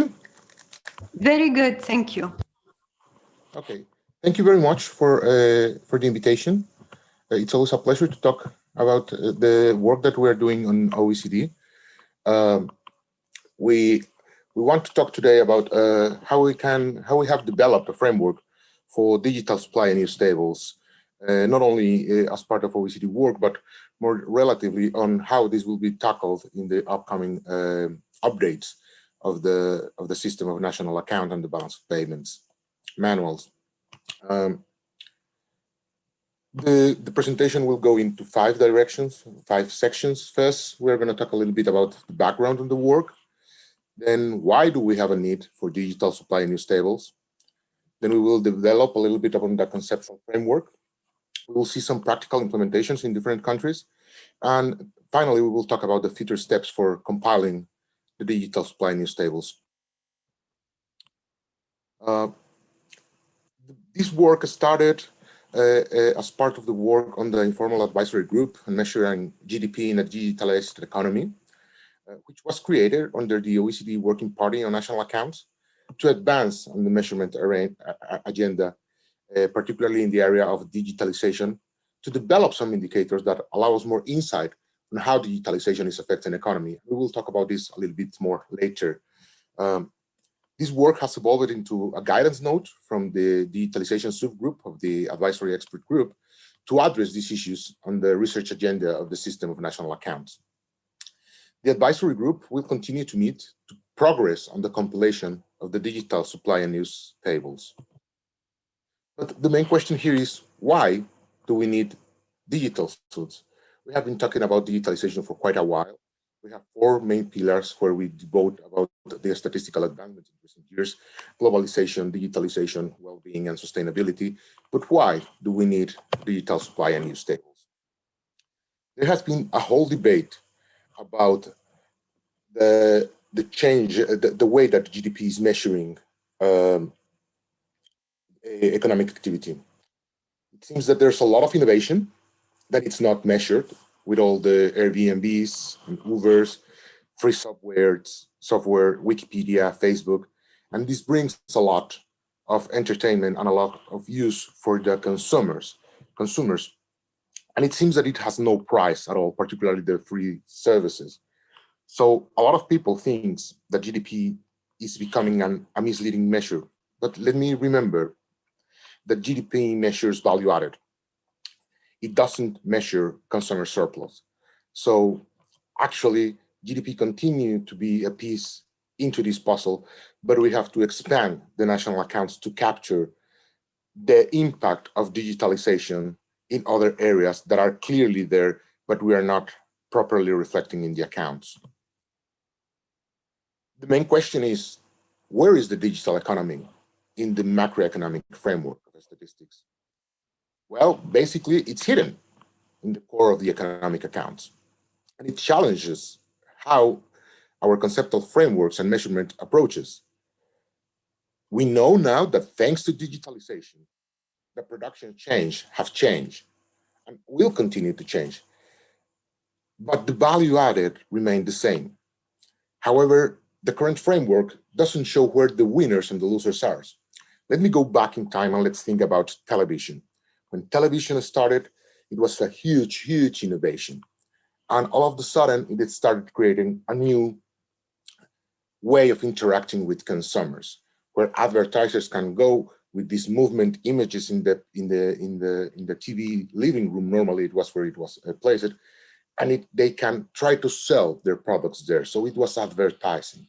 It's not that advertising was not considered in the national accounts or in the economic accounts of that time. It was, but it was mostly on the newspaper, on what we used to saw on the streets. Now it's the same thing. Instead of going to the TV, all this advertising is generated, personalized directly to your inbox or to your feed line. So is this the value of advertising has changed? No, it's already inside our macroeconomic statistics, but we cannot clearly see it. And this is just one example. What we have seen with digitalization is that it can remove players, like for example, with Airbnb. You no longer need to go to your travel agency to get some place to stay during your holidays, but it can also add additional players. And these are called digital intermediation platforms. You know, all the Ubers out there that matches supply and demand.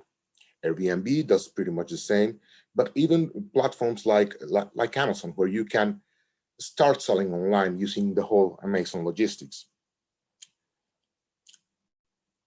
There's also another challenge here, and it's related to the use of data. because data as it is currently conceived goes beyond the production boundary of the national accounts. And this is because consumers play a role producing data. In that sense, digitalization just blurs the boundaries between produced and non-produced. And we also have this problem of free or zero cost or freemium or whatever you want to like services provided by private companies. How should we measure that? And what should we be measuring on that? And there's this clear confusion over what is production, reflected in GDP, and what is the consumer surplus. So what's the idea behind these digital supply and use tables? The macroeconomic statistics capture what is produced, and we're talking here about goods and services, and how, and who are the actors, who are the actors that buy and sell these ones? And these are normally firms, governments, and households. But the digital includes a new dimension, and this is how these products were either ordered or delivered. And here we can talk about digitally ordered goods and digitally ordered service. When we go to Amazon and we ask for, let's say, a mug of tea, we are digitally ordering a good. By the nature of goods, goods cannot be digitally delivered. But when we have our subscription to Netflix, then we have a service and a streaming service, and that we can, and that we can receive it digitally delivered.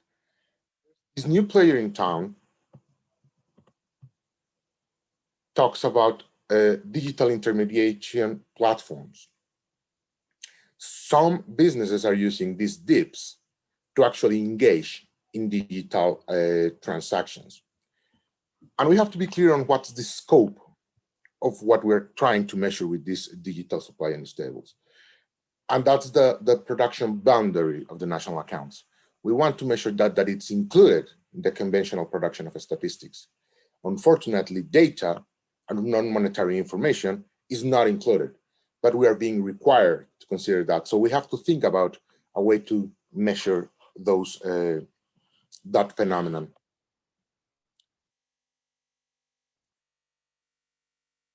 As we can consider digital supply and use tables as an extension of the more conventional supply and use tables, where we will have additional rows or products separating the different transactions that we have there. We will see an example just ahead. But we also have additional digital product aggregations to assist answering a specific question. These additional rows can also consider products currently outside of the core of the system of national accounts. And the additional columns will allow us to represent new digital industries that are aggregated based on their shared characteristics, for example, ITC industries. Additional columns will also allow us for representing the services that have been digitally delivered. And this is important because when we're talking about digitalization, we are not just talking about e-commerce, but we have to consider all other activities that are related with digitalizations, and that includes the delivery via digital means of services. Let's talk about a little bit about transactions. And here we have the example of accommodation services. The whole, let's say for the whole year, the accommodation services will be everything that is here. But the idea is to split these transactions in insignificant products that should be considered digital. For example, if they were digitally ordered. And this could be opened further into those digitally ordered directly from a counterparty via a resident via DIP or via non-resident DIP. Certainly, the sources required to get this information open could be based on household surveys or actually asking the digital platforms how they are working. Currently, this kind of split would be requested only for aggregates, digital products, and products that have been heavily impacted by digitalization. Here we're talking about accommodation services, food services, transportation, education, and the like. However, the idea on the really long term is to open all those services that are not heavily impacted, but impacted at some point. Now, these new products, these digital supply news tables have additional product aggregations and lower level products to answer specific questions. For example, we have ICT goods. This has 4 types of goods included in the alternative classification of ICT products as in the CPC 2.1. Then we have all the digital services which are included in the alternative classification of ICT products as in CPC 2. But we have, for example, cloud computing services, which are computing services based on a set of computing resources that can be accessed in a flexible, elastic, on-demand way with low management efforts. Cloud computing services are becoming increasingly important in current days, as the pandemic has shown. And then we have digitally intermediary services, the platforms. They provide information between matching 2 independent parties to a transaction in return for an explicit fee. And this is important. We have some platforms that charge an explicit fee, like Uber or Airbnb, but we also have some platforms that do not charge an explicit fee, okay? Like, for example, Facebook. They don't charge an explicit fee to their consumers, just to the producers or the advertisers. So that's something that we have to keep in mind. These digital supply news tables also include product roles to incorporate products outside of the production boundary of the system of national account.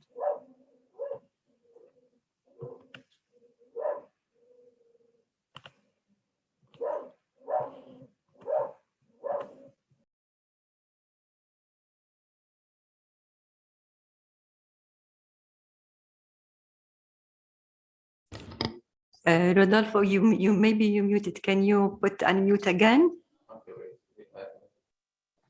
Yes, thanks. I have been unmuted. Thank you very much. I appreciate that. So we are at the outside the core. Yeah, outside the core of SNA. Yes. You are still seeing the presentation, I think. Yeah, okay. I assume that the PPT is on. So what's outside the core of the system of national accounts? Everything that is related to data and everything that is digital services provided by enterprises or by communities. We're thinking here, for example, about Wikipedia or Facebook. Now, let's talk about industries, about columns. What these columns will represent. First, digitally enabling industries. Those industries engaging in production that primarily intend to fulfill or enable the function of information processing and communication by electronic means, including transmission and displays. So all that we determine as ICT sector, that should be the digitally enabling industries. Then we will have another industry called digital-only firms providing financial and insurance services, the so-called fintech sector. We should be clear that what we include in that industry, in that column, should consider no interaction with consumers physically. Then we will have the digital intermediation platforms charging a fee, the DIPs. They charge an explicit fee and they facilitate interaction between 2 or more set of users. Here we have said already some examples.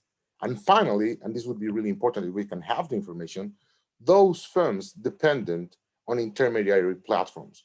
These are units for which the largest part of the demand comes via a DIP. And this would consider large international corporations like hotels to small independent contractors like delivery couriers for food orders. Another important industry should be the data and advertising driven by digital platforms. This will include social platforms, search engines, etc., as well as providers of free phone applications. Then another industry would consider e-tailers, which includes retailers and wholesalers engaged in purchasing and reselling goods and services who receive the majority of their orders digitally. Here we can think about Amazon, for example. And other producers that only operate digitally. Here we can think about online gaming or streaming platforms like Netflix. They just produce, via digitally. The idea is that the units will be reclassified from the existing ICIC industry classification based on these shared characteristics. ICIC is expected to have an update by March next year, and digitalization should be part of that. Another important point that we should consider here is the role of households. Households are normally considered in the national accounts just as consumers. Digitalization has allowed to consider households not only as consumers but also as producers. Let me take the example of an Uber ride. There, the digital intermediation platform provides a service between two households, one that is consuming the transport service and the other that it's producing it or willing to sell it. And the platform just matches. And what we will have is at the national accounts level, we will see just a transfer between households as a consumer and households as a producers. So the whole households will have no real impact there. However, there will be an import of services from the rest of the world, as most likely the platform is located outside of the country. This is relevant because we have to start thinking of consumers not only as that, of households not only as consumers, but we have to start considering the production role that households have. Another unrelated part, but that it's going to be tackled into this event, is also the non-observed economy. A lot of households also produce goods and services. Now, what are we talking about when we say about digitally delivered? According to the handbook on digital trade, digitally delivered means that all transactions that are delivered remotely in an electronic format using computer networks. We can think about streaming, e-books, that kind of stuff. But also, for example, when you go abroad and your cell phone, your smartphone gets into roaming, that's a digitally delivered service. When we include these columns in the digital supply news tables, we want to identify those transactions and actually have a link between the digital supply news tables and the digital trade framework. What we want to show here is the total output, the total consumption, total exports, and total imports. And for example, Canada has done some experimental work providing and actually publishing digital supply news tables. And we can see that on average, Canadians spend $400 on digital products. Now, what are the outputs of the digital supply news tables? It gives us a suite of indicators on digital activity. For example, we will see total e-commerce in the economy, total expenditure on ICT goods, total imports and exports of digital services or digital trade, but it does not provide one whole number as a digital economy estimate, because digitalization is not just one number. We can see on the picture on the top panel a place where you can get orange juice, and it's, let's say, a traditional orange juice producer. And we can see on the lower image a really automated facility for producing orange juice. One is heavily tackled by digitalization, the lower one, but the other one is a quite traditional place. We cannot say that one or the other make the country more digital, because probably the first one allows for the use of digital intermediation platforms, Uber, to provide the orange juice to households as a delivery. We should be clear about what we want to measure when we talk about digitalization. But it provides the digital supply news table framework allocation for products that are outside of the production boundary. We can think of it as a satellite account in some sort. The methodology for data is still being discussed, but it revolves around observable phenomenon. Every time that we go and create a new Facebook profile, they have data of us, and we provide the data, our name, our address, our cell phone, some preferences, and we are producing observable phenomenon. This observed phenomenon is worthless if it's not aggregated, and that's what Facebook does. They transform observed phenomenon into data by aggregating and managing all this information. Another important caveat of the digital supply and use tables is that it does not quantify the contribution of digitalization to the output of a specific industry, as the orange juice example here, because it's unable to explicitly measure digitalization impact on the production of orange juice. Now, this is completely related to digital trade, which is also going to be tackled into this event. And the frameworks are completely aligned. We have defined a digital trade as all trade that is digitally ordered and or delivered. The current version of the handbook was available in January of the past year, and it has been there for a while. And you will have more information of this in the upcoming sessions. But what is important is that it's a living document. We're already thinking about a version 2 that will include more information on how to start doing estimates of digital trade. What are the practical implementation of this framework? How can this be done? Well, OECD has recently published the Going Digital Toolkit that outlines many examples of countries working compiling digital related estimates that can be used to create the digital supply and use tables. For example, where they define digital economy by delineating digital products, how we can use business and household surveys to actually make some estimates of the digital supply and use tables, how we can generate a specific outputs from publicly available data, and some initial, and then arrive to the initial estimates of digital supply and use tables. I encourage you to visit the goingdigital.oecd.org webpage. Particularly, there's one section that deals on the different sources that we can use to start developing estimates on digitalization. There are some statistical offices have started doing this. For example, the United States has an average annual growth rate of the digital economy of around 5.2% from 1998 to 2008, while at the same period, the total economy just grew at around 1.5%. Australia also has a similar estimate where the digital economy grew at 7.5%, while the total economy just grew at 2.5%. And this work aligns perfectly with the 2008 SNA. This is important. And here what we are seeing is, okay, the total economy has includes the rhythm of growth of the digital economy, but certainly the digital economy is outgrowing the, so to speak, non-digital economy. This work that I just presented has taken the supply and use tables and labeled certain products to make them digital. In this example, here we're talking about a supply table, and here we're talking, okay, of all these products, those in yellow are considered digital, and they go across all industry. So the sum of the totals is the so-called digital economy in the previous slide. And something as simple as that, something with our currently available supply and use table, can give us an idea of the role of the digital economy. This is an excellent start, and we encourage this type of measurement. But we have to consider some caveats there. First, here digitalization is limited to only the product dimension. Goods and services delivered by platforms are not included, and that can be done if you consider additional columns.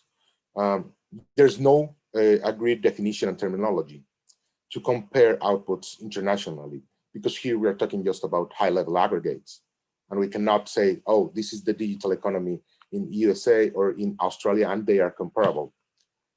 These are also compiled using only the production approach. So we have limited information on consumption and trade.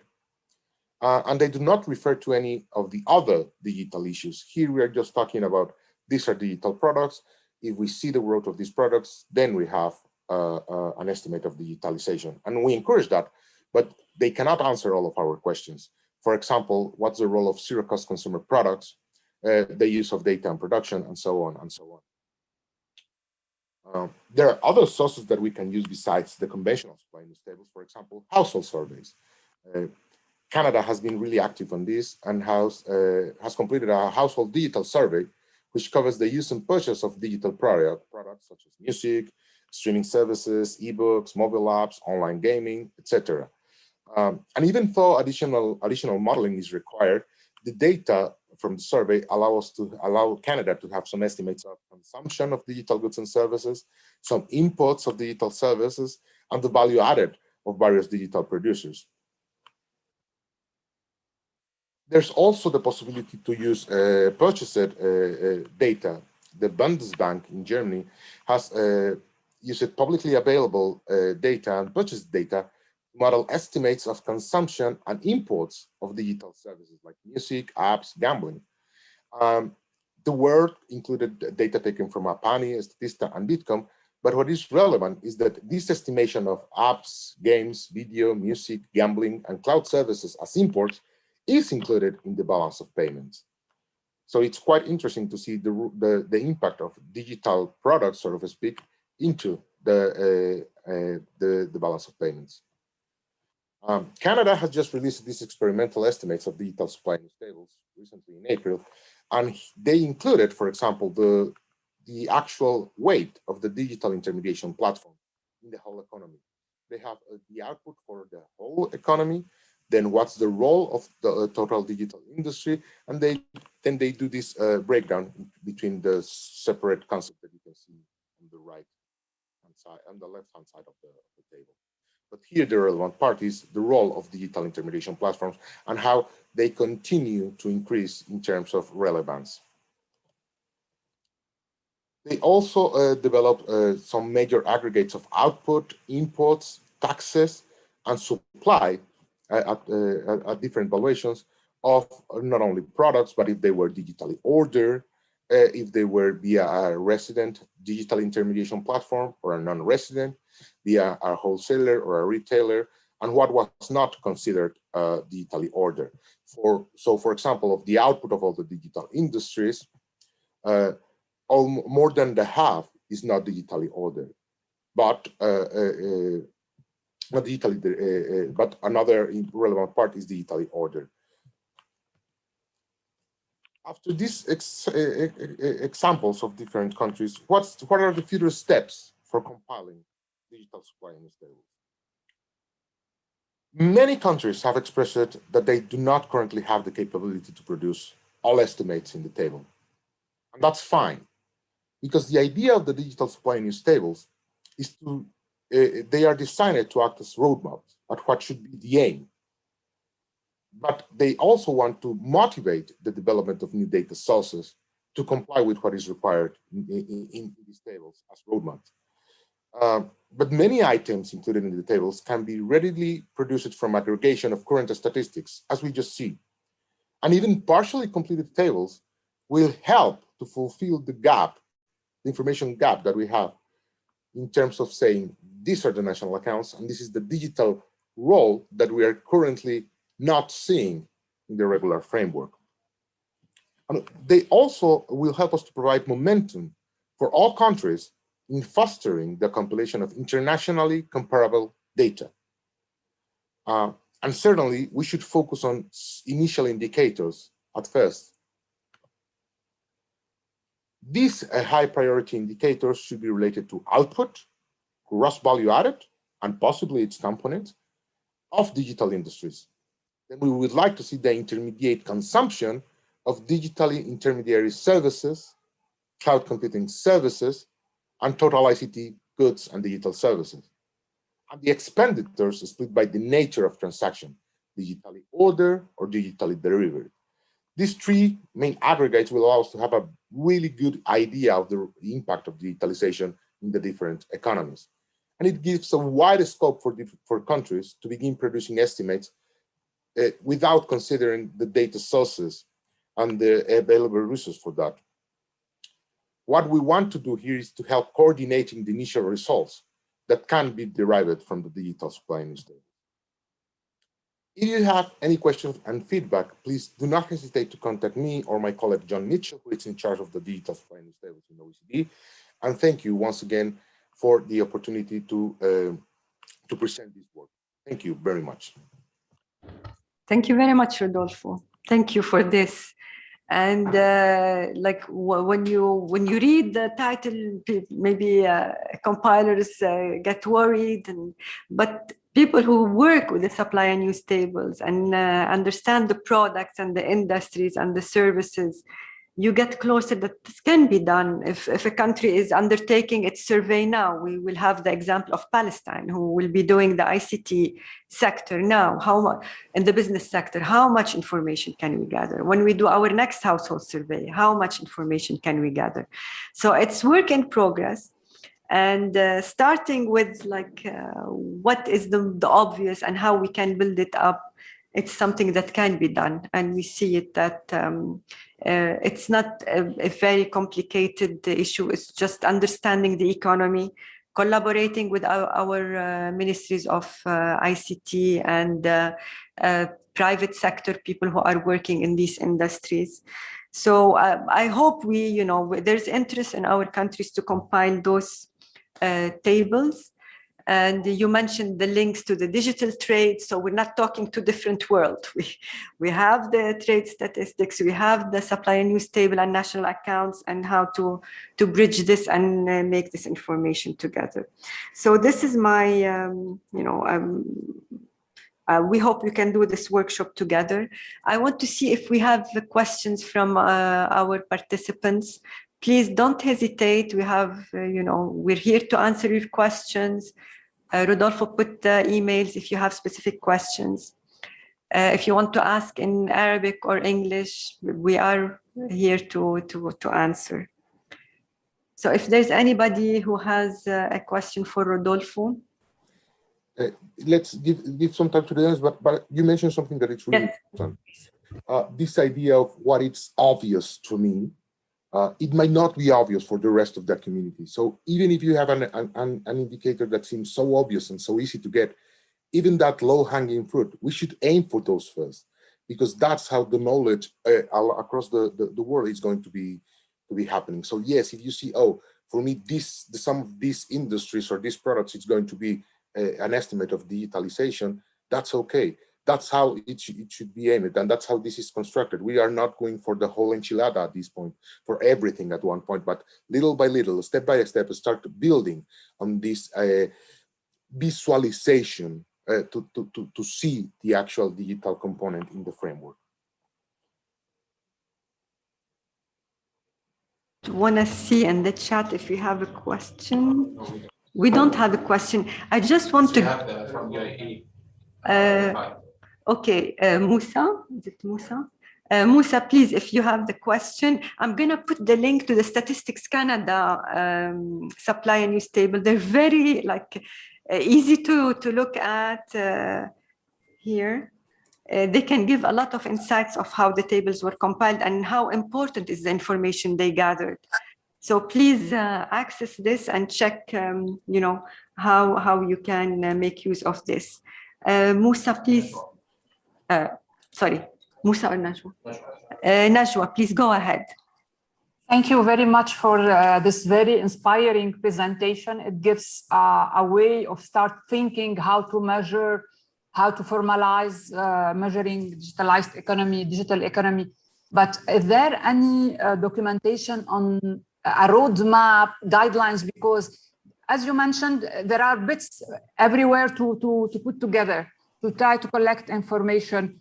There is part would come from surveys, usual economic surveys, part would come buying data, part would come with household surveys to see how they are buying, to try to build these estimates. It will be, there is no ready-made formula, ready-made recipe for this. There are many, many ways. Is there any guidelines or kind of roadmap for statistical center to start building for the long term the data that they need to do this? Or it's still only experimental countries, wherever they found data, they start building these figures? There is no guidelines available?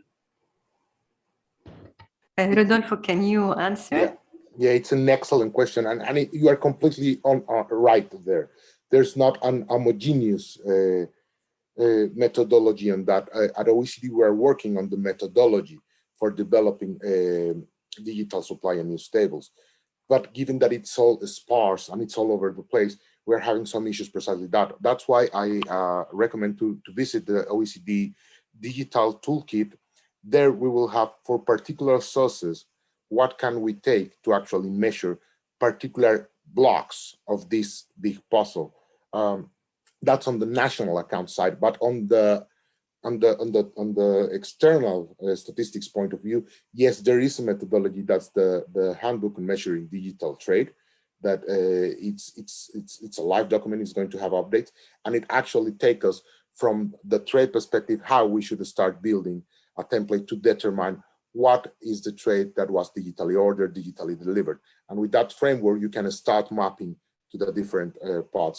The working party on the national accounts of the OECD is currently working on that, and we expect that digitalization will be covered more appropriately in the upcoming version of the system of national account that it's due for 2025. But yes, you're totally on. We currently don't have a whole integrated methodology, but we have bits of this and bits of that, and it's kind of a challenge. And I will take that as something that we have to keep streamlining on that matter. Thank you, Rodolfo. Maybe also I can suggest to Najwa, maybe like looking at the ICT surveys and the households and the business and education. You have previously, most of the countries did such surveys just to have like some information on what are the results on those surveys and how can we use them? How did the pandemic change, the whole way of ordering and consuming the services? I would like, if we need to move on. Yeah, we need to move on. Thank you, Rodolfo, and thank you for sharing your email. If you are with us also on this digital trades, also we appreciate this. We'll continue to support if there are specific questions on this. I would like to move on. We have just a feedback from the countries who are participating on working groups.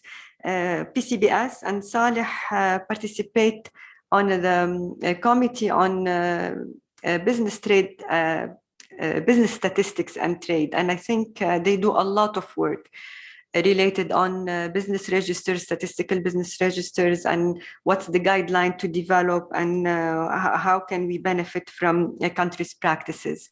So Saleh, if you can briefly, please, just share with us. The presentation is on the website, but you can talk to us quickly on the progress of work in the committee or the working group.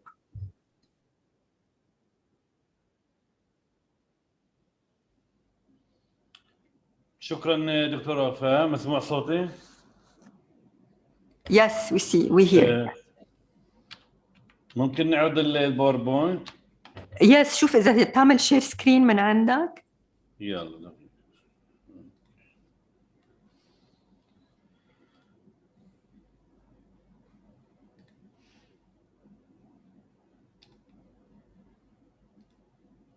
Yes, وحطها بالبرزنتيشن مود. واضحة هيك؟ Yes, it is. اوكي. اللي بنحكي عنه اليوم احنا في لجنة تابعة للأمم المتحدة، هي لجنة خبراء الأعمال والتجارة، إحصاءات الأعمال والتجارة. فيها نحكي لكم بشكل مختصر عنها. بتهدف اللجنة لتعزيز الاحتياجات، تعزيز الدول في ما يتعلق بإحصاءات التجارة والأعمال، واللي هي في المراحل اللي كانت تربط بين هاي القضيتين بشكل أساسي على المستوى العالمي، وخاصة الاستجابة للاحتياجات الطارئة اللي نشأت في السنوات الماضية، وبخاصة في الدول النامية كمان. وإذا بنلاحظ كمان في أعضاء اللجنة، في هناك دول نامية كانت لها دور كبير في إنها تجسد القضايا اللي في الغالب كان في تهميش لها نوعا ما على مستوى الأدلة العالمية. اليوم إذا بنلاحظ في ريفيجن جديدة، في تنقيح لكثير لقضايا بلش أو أدلة بلشت تأخذ بعين الاعتبار الدول النامية ومن وجهات نظرها كمان. لتحقيق هذه البرامج قامت اللجنة بالتركيز على عدة قضايا، ناحية التنسيق وبخاصة التنسيق بين المنظمات الدولية وبين الدول مكاتب الإحصاء. كان هناك فعلا في خطوات جدية في التنسيق بين هاي المنظمات وفرق العمل المتناثرة، خلينا نقول بلشت تجمع فيها، وعملنا في لقاءات كثيرة، شاركناهم في لقاءات كثيرة مع هاي اللجان أو المنظمات الدولية، لهم كمان مشاركة فعالة اللي كمان يكون لها دور في أي توصيات أو مخرجات لهاي اللجنة. طلعنا كمان على المنهجيات والمفاهيم وكان لنا دور كبير فيها من خلال الأدلة اللي تم تنقيحها أو اللي بنعمل على تنقيحها حاليا، وركزنا على بعض القضايا المهمة واللي هسه بحكي عنها، شو القضايا اللي تم التركيز عليها خلال السنتين الماضيات. كمان ركزنا على ما يسمى بناء القدرات، لأنه سميناه no one behind، إنه في واضح فجوة كبيرة بين الدول، في فجوة بين الدول في القدرات، وبالتالي أسسنا لتاسك تيم شغلته أو التركيز تاعه إنه no one behind، نشوف شو الفجوة بين هاي الدول، ويبقى قدر الإمكان اللجنة تكون بمساعدة الدول اللي ما زالت في المستويات الدنيا من التقدم الإحصائي. كمان البيانات وتنسيق البيانات نشتغل عليها كثير، في إنه نشتغل على المؤشرات ونشتغل على إنه كيف آليات ممكن نوفر بيانات على المستوى العالمي، ونشتغل على موضوع إنه فكرنا في المؤشرات أولاً، بعدين فكرنا في إنه كيف تكون بيانات ذات مفهوم واحد في داتا قاعدة بيانات واحدة، وبالتالي هاي نشتغل عليها كيف الآليات ممكن تساعدنا في الوصول لهذا الهدف، واللي بيعزز لنا الرؤية العامة للمقارنات الدولية كمان.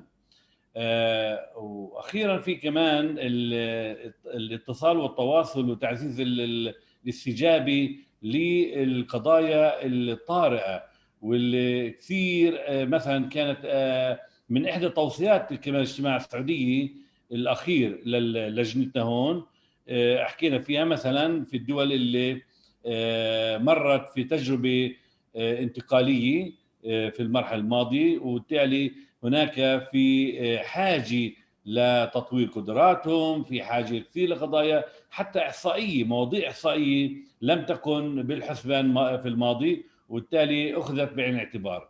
هاي القضايا كلها نشتغل عليها وتركز عليها في اللجنة الاقتصادية الحالية، خبراء الاقتصاد.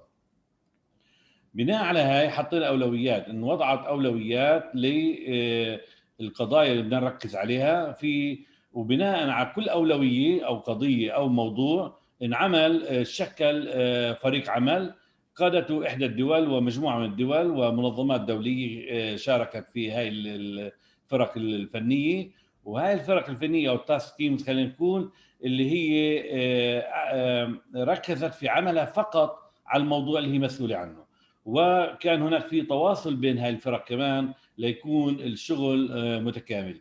الفريق الأول أو الموضوع الأول اللي شكل له فريق اللي هو اسمه العولمي والرقمني، الجلوباليزيشن ديجيتاليزيشن، واللي قادته الإحصاء الكندي، ومعها أعضاء كمان دول أخرى ومنظمات دولية أخرى ومجموعات كمان المدن اللي كانت كمان ضمن الفريق. في كمان شكلنا فريق لديموغرافية الأعمال والانتربرونورشيب، وهاي انعملها كمان كان رئيس الفريق مكسيك، وكمان اشتغلوا على قضايا كثير مهمة وبخاصة في المؤشرات وأدلة المؤشرات، وحاليا في عندهم تجربة قبلية لجمع هاي المؤشرات بعض الدول. في كمان نشتغل على الويل بينج اند سستينابيليتي اللي كان مسؤول عنها الدنمارك، الاحصاء الدنماركي اللي هو بقود هاي الفريق، وكمان نفس الشيء اشتغلوا على مؤشرات ايش المؤشرات ممكن تكون في هذا الموضوع، وايش الفجوه الموجوده في العالم في هاي الموضوع. في كمان عمل تسكيم كيف الرؤيه ليكون عندنا سجل اعمال شامل متكامل، واللي قادته الاحصاء الهولندي. وهاي الفريق اشتغل بالتوازي مع فريق اللي بترأسه الاحصاء الفلسطيني اللي برأسه اللي هو التسكيم البناء القدرات. لانه بناء القدرات شو بيعمل؟ الشغل على البناء القدرات انه زي ما حكيت اول انه نو ون بيهايند، ما فيش حدا بالخلف بعده من الدول الموجوده في العالم.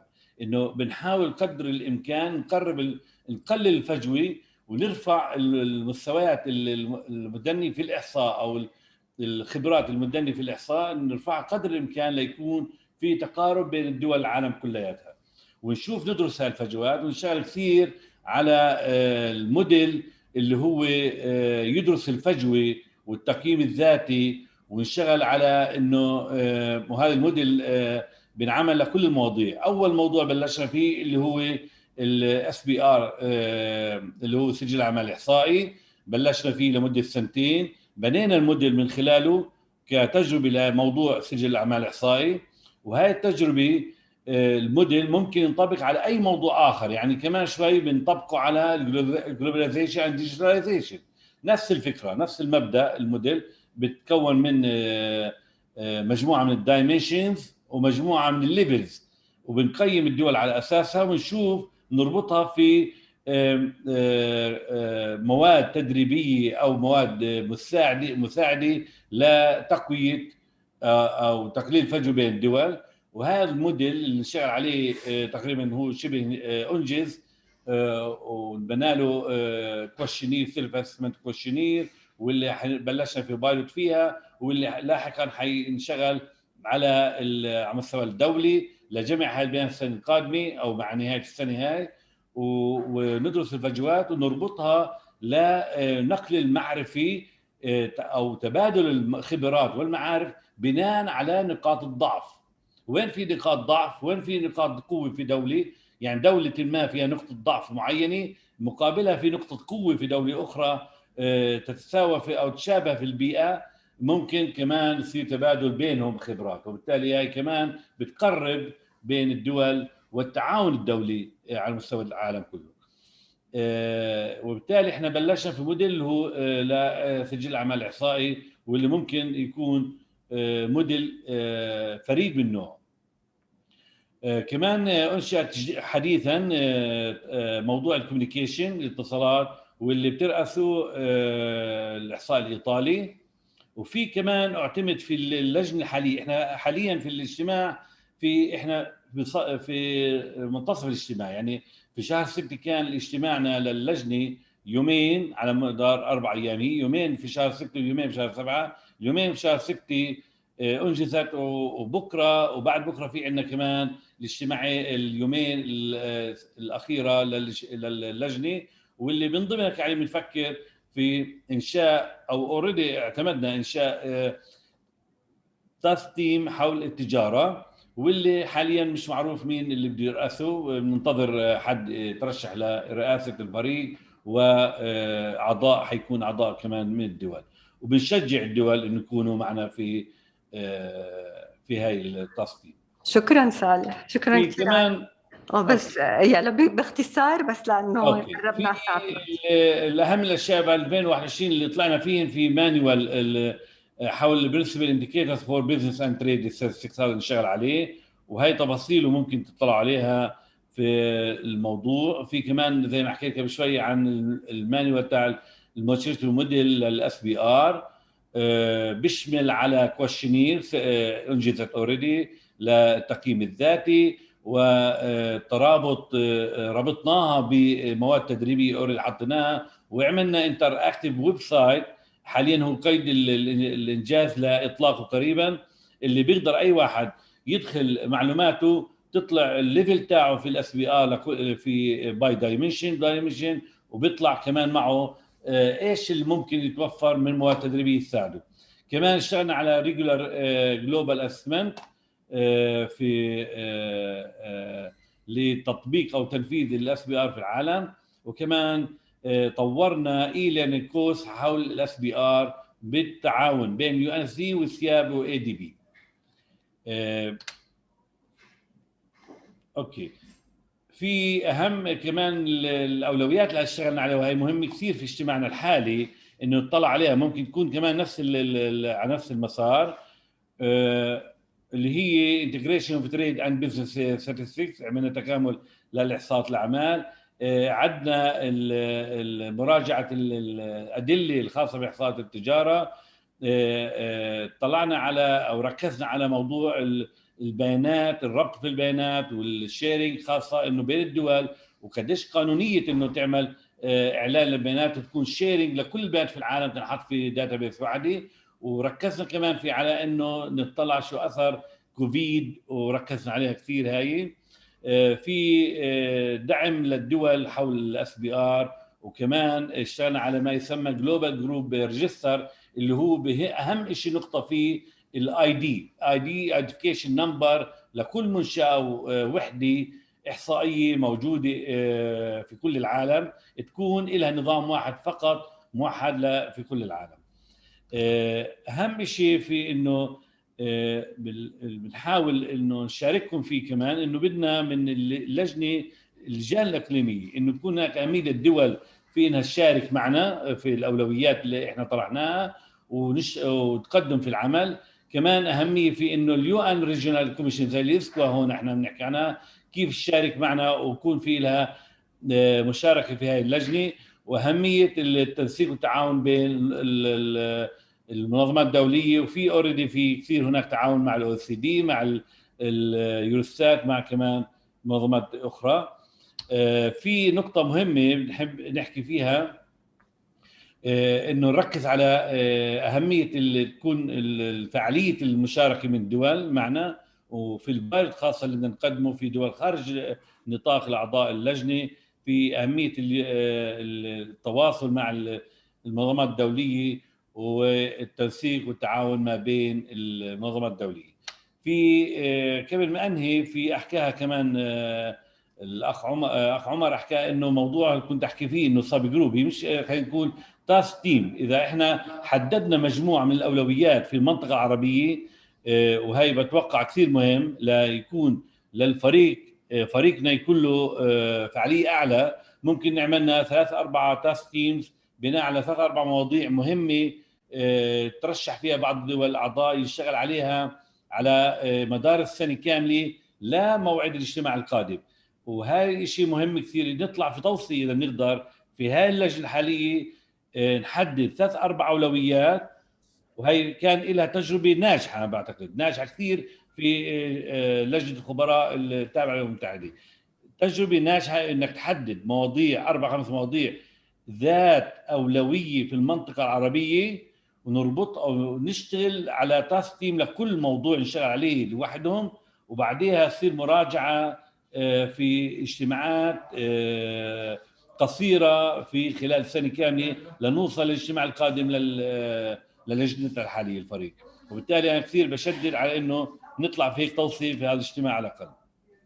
شكرا جميل. شكرا كثير صالح. وطبعا نحن مع فلسطين كمان عملنا بتذكر الجلوسري على statistical business register، ويعني بنشوف انه قد ايه مهم انه يكون في statistical business register حتى يسهل عمليه المسوح ويعني كل ما يتعلق بالاحصاءات الاقتصاديه. فهيدا عمل مهم ويعطيكم العافيه. والهيدا والتوصية بنشوفها يعني كمان مهمة بآخر الاجتماع. يعني احنا قربنا على آخر الجلسة، بعد في عنا يعني مداخلات على الجروبس ومداخلة من الأسكوا، بما أنه عم نحكي عن الديجيتاليزيشن والميثودولوجيز اللي التكنولوجيا استخدامها بجمع البيانات. ماجد سكيني من فريقنا رح يقدم محاضرة قصيرة. الدول طبعا بتعرف على هذا الموضوع لأنه عمل عدة اجتماعات حول الإحصاءات، كيفية جمع إحصاءات الأسعار. فماجد if you can log in وتعطينا تشاركنا بالمحاضرة. أنا بالمقابل في عنا لأنه عمان والإمارات هم أعضاء في البيج داتا بلاتفورم، رح أعطي الويب سايت اللي فيه المعلومات عن الكوميتي على البيج داتا والبلاتفورم، رح أعطيكم إياها على اللينك الموجود معنا. مرحبا، هاي وفاء. هلو ماجد. بس شايفين البرزنتيشن؟ You can share your presentation. I shared بس I don't know إذا عندي access. بلكي بتاخد شوي وقت.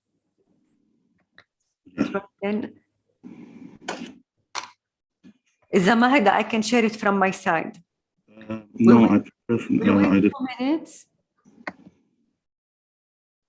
Okay, I think it's starting. Yeah, okay. It worked. Okay, good.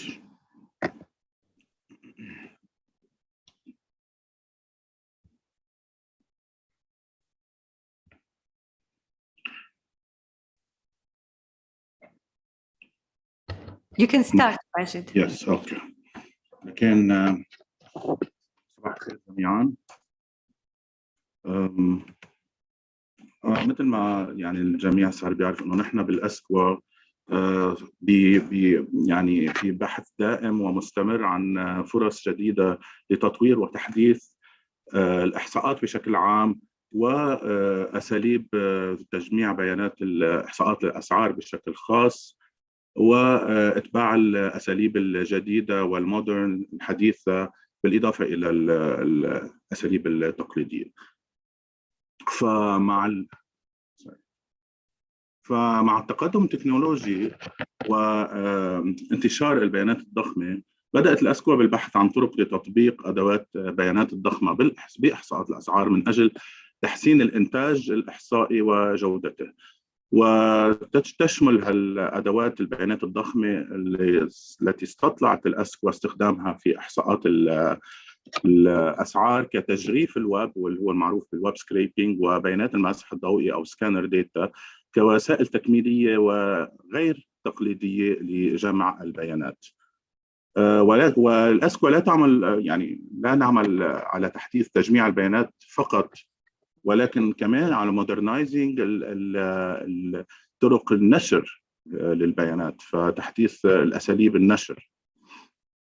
رح نبدأ بالحديث عن الويب سكريبينج أو ما يعرف بتجريف البيانات. تجريف البيانات أو تجريف الويب بالأحرى هو طريقة لتجميع البيانات بشكل تلقائي عبر استخراج كميات كبيرة من البيانات من مواقع إلكترونية تلقائياً، وتحفيظ هذه البيانات في ملف محلي أو قاعدة بيانات بشكل منظم.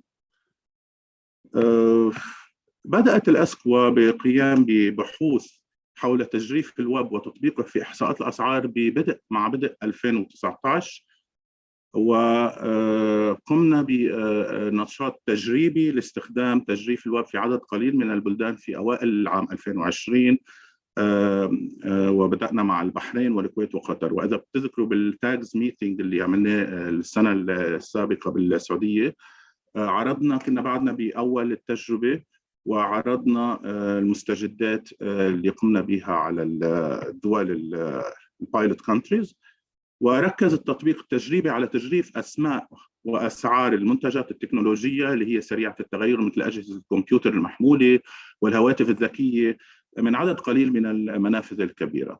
وبعد نجاح المرحلة التجريبية قمنا بتوسيع نطاق تطبيق تجريف الويب أو الويب سكريبينج ليشمل جزء كبير من سلة الاستهلاك الأسري. هذا الأمر اللي إجا بالتوازي مع انتشار الجائحة والحاجة إلى تجميع بيانات بطريقة مركزية وغير تقليدية وعن بعد. فمع انتشار الكوفيد أو انتشار الكورونا، ما معروف الكورونا كوفيد 19، طورت الأسكوا نماذج تجريف جديدة للبحرين ولبنان وقطر لمختلف فئات الاستهلاك الأسري لتسهيل تجميع بيانات الأسعار عن بعد، مع إدخال بعض الإضافات. وتضمن الإضافات تجريف إضافات اللي تم تحديثها على عملية التجريف تتضمن عدة تحسينات أبرزها وصف المنتج، رمز المنتج اللي هو المعروف بالSKU، وتوفر المنتج. وتم عقد ورش عمل تدريبية لكل من الأردن ومصر خلال شهر حزيران يونيو من السنة الحالية لنقل المعرفة وإعداد موظفي مكاتب الإحصاء الوطنية لكتابة أدوات التجريف بأنفسهم، فمش مش بس نعطي الأدوات التجريف ولكن التعليم على كيفية كتابة الأدوات. كما تم تطوير نماذج تجريف لعدة دول إضافية وهي المملكة العربية السعودية وعمان وتونس والإمارات العربية المتحدة، وسيتم إجراء دورات تدريبية لكل من هذه البلدان. هلا كيف تطور الأسكو نماذج تجريف أو الويب سكريبينج تولز اللي عم نحكي عنهم؟ بنطلب من البلدان الأعضاء تزويدنا بروابط مواقع إلكترونية لمنافذ بيع موثوقة وكبيرة لجمع البيانات منها. فتقوم الأسكو بتطوير نماذج التجريف من الصفر، فتكتب السكريبت أو السكريبر يعني باستخدام لغة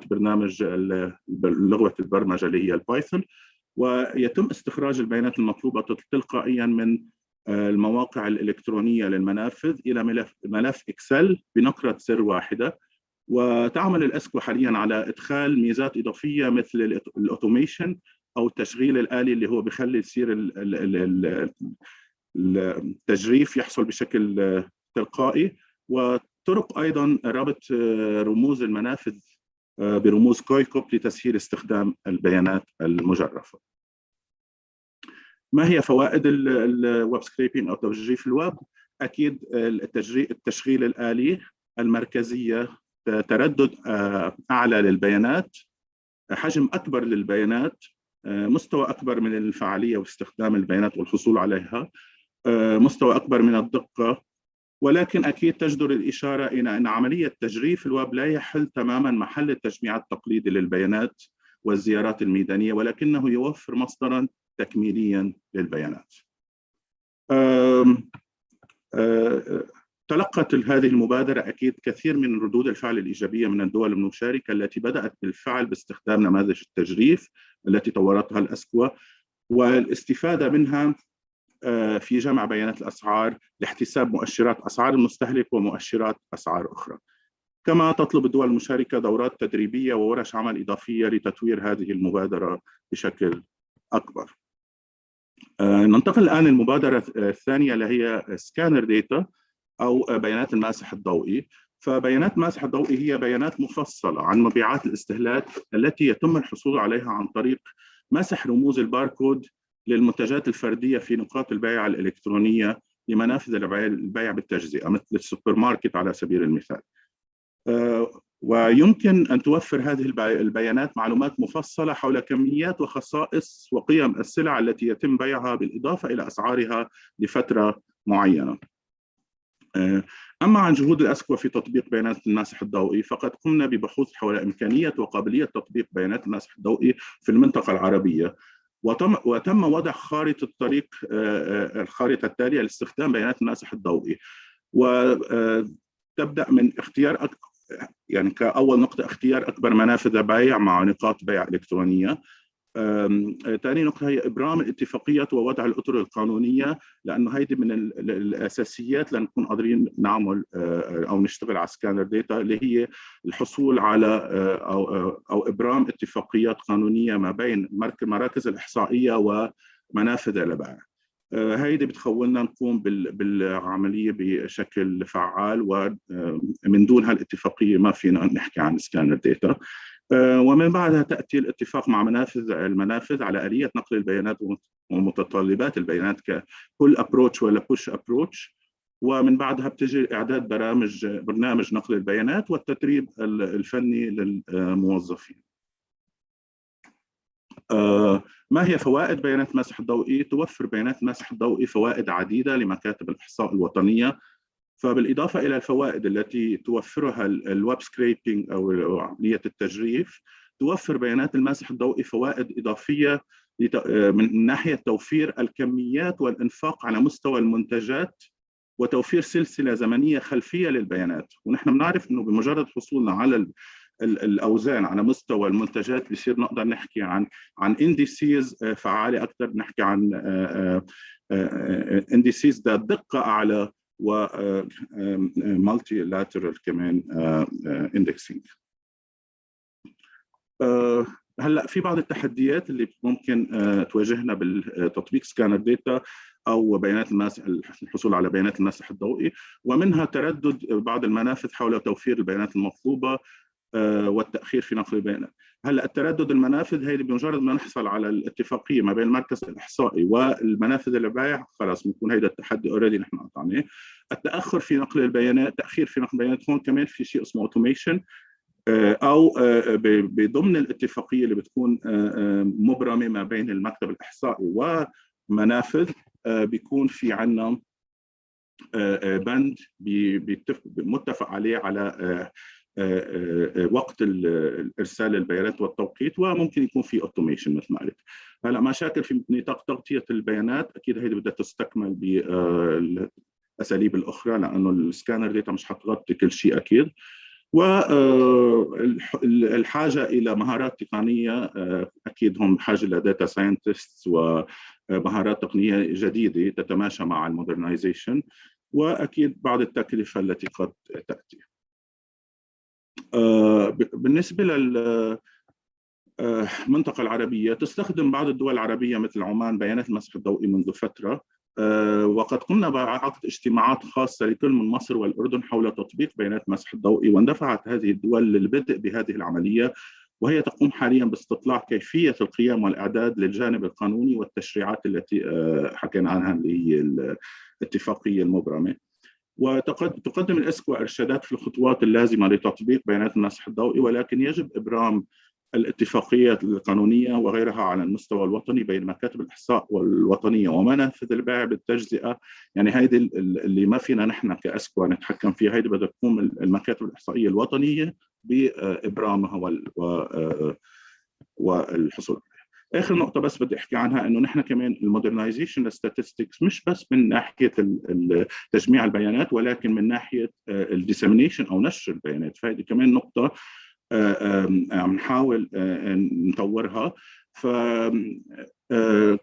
يعني ذهبت الأسكو أبعد من الطرق التقليدية لنشر البيانات كالتقارير التقليدية وغيرها، وبدأت بتحديث طرق نشر البيانات لجذب انتباه المستخدمين ورفع مستوى الوعي، وذلك لتسهيل إمكانية الوصول إلى البيانات وفهمها بهدف استخدامها لوضع السياسات.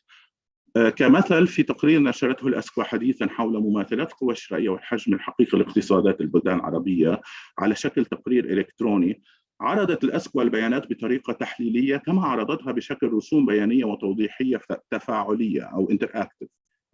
وكمان يعني بالإضافة إلى ذلك شمل التقرير فيديوهات توضيحية وتفسيرية مع رابط إلى قاعدة بيانات الأسكو، بالإضافة إلى كمان إضافة جديدة وهي محول إلكتروني، محول مماثلات قوى شرائية إلكتروني مبتكر وتفاعلي، ويسهل استخدام البيانات ويسمح للمستخدمين بفهم البيانات المنشورة وتوظيفها مباشرة. شكرا جميعا. شكرا وفاء. شكرا كثير ماجد. البرزنتيشن هي على الويب سايت، بس في ناقص few slides هن على dissemination. So yes, please send us this updated one so we can put it on the website. والمشاركين في عندهم اللينكس حتى يشوفوا البرودكتس تبع الكونفرترز والريبورتس. Right. Thank you very much ماجد. ونقول انه في كثير ويبينارز ماجد وفريقه عم بيعملوها مع الدول، بس طبعا ماجد بيقول انه لما بيكونوا يعني مع المكاتب الاحصاء بفيزيكال ميتينجز طبعا التواصل افضل، وخاصه انه في كودينج ويعني بيكون في صعوبه لما بتكون اونلاين. فان شاء الله انه يرجع يصير في هذا التواصل وال يعني الزيارات المتبادله بما يتعلق باحصاءات الاسعار. إذا في أسئلة أيضاً ممكن تاخدوها على الشات، وبتسمحوا لي بس قبل ما ننهي الجلسة الصباحية معنا السيد يوسف الريامي اللي هو مدير الإحصاءات الاقتصادية بعمان، وعمان هي ممبر بالبيج داتا ووركينج جروب تبع UNSD. كانوا نشيطين جداً بالمحاضرات وتقديم التجربة تبع عمان. فيوسف بس بده يشاركنا ب 2 minutes شفهيا، واذا عندك اي برزنتيشن فيك ترجع تبعت لنا اياها اونلاين. انا في احط على التشات الانبوت تبع عمان على الوركينج جروب تبع البيج داتا، سو المشاركين فيهم يطلعوا عليها. يوسف بتحب تشاركنا شفهيا for 2 minutes please؟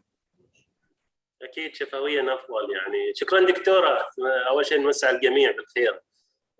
اظن دقيقتين كثيره، بس انا بختصر الموضوع. هو انه فعلا موضوع البيج داتا اللي وتجربه عمان تقريبا نحن توجه يعني انه نستخدم هذا النوع من المنهجيه في جمع البيانات. وبدأنا طبعا في جزئيتين، الاسعار مثل ما تفضل زميلنا استاذ ماجد. طبعا عملنا اللي هو الويب سكاربينج كاول خطوه، وهنا غطينا السي بي اي تقريبا. معظم الهايبر ماركتس والمولات اللي معتمدين فيها الاسعار، فاصبحت يعني مربوطه بقاعده بيانات المركز، وهاي سهل علينا في الظروف الحاليه في وجود كوفيد حقيقه. يعني ما كان عندنا اي مشكله في جمع البيانات، واصبحت البيانات تتدفق بطريقه سلسه وجميله جدا. ايضا حاولنا انه في بعض يعني المصادر التي ما فيها يعني قواعد بيانات ثابته، عملنا معاهم ربط بطريقه اخرى يعني. الجانب الاخر اللي هو موضوع البيج داتا، طبعا بدأنا نستخدم عن طريق يعني الموبايل، وهذا ساعد علينا ايضا في توفير معلومات عن التحرك بين المناطق بين المحافظات والزوار، وايضا راح نستخدمه كمؤشر للسياحه. وبدأنا الان في مراجعه البيانات ومقارنتها بالبيانات الاداريه، وتعطي حقيقه مؤشرات جميله جدا. ان شاء الله على المرحله القادمه نحن في صدد نشر هذه المعلومات على الموقع، وان شاء الله تكون اضافه نتامل ان شاء الله ان نشارك فيها زملائنا. فهذا هو بما يخص موضوع تجربه سلطنه عمان، يعني باختصار الجوانب اللي غطيناها باستخدام. لكن يبقى سؤال نطرحه امام الخبراء الموجودين، نحن في حاجه الى تطوير ايضا منهجيه الاعتماد على هذه المصادر. اليوم مثلا نحن لما نتكلم انه لما تربط يكون في السي بي اي او المؤشرات الاخرى المعنيه بالاسعار، طبعا راح تعتمد على الهايبر ماركت على سبيل المثال، لكن تبقى عندك الاسواق التقليديه هي كمصدر من مصادر البيانات. فاذا نحن محتاجين ايضا لمراجعه طريقه اختيار المصادر والتمثيل الجغرافي.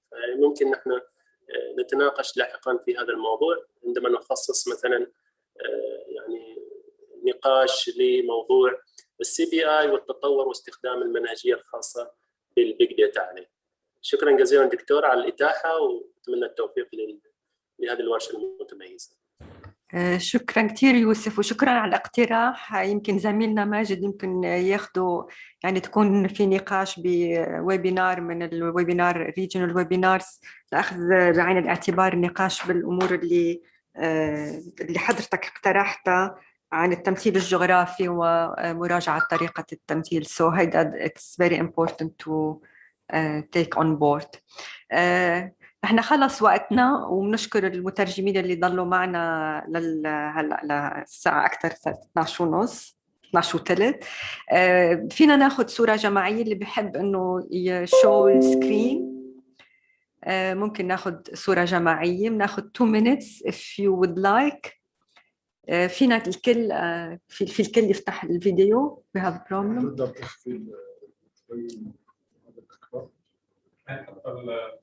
كيف يعمل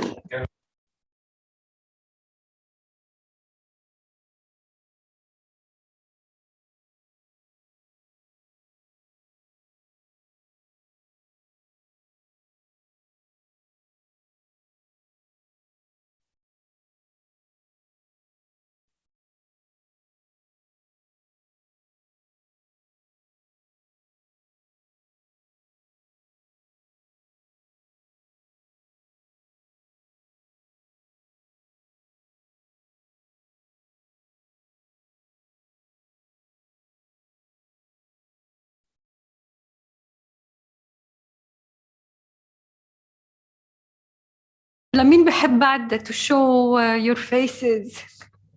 ذكرى مثل ما عم بيقول صالح، ذكرى من وقت السعودية. هيدي another souvenir. Oh, very nice. يلا.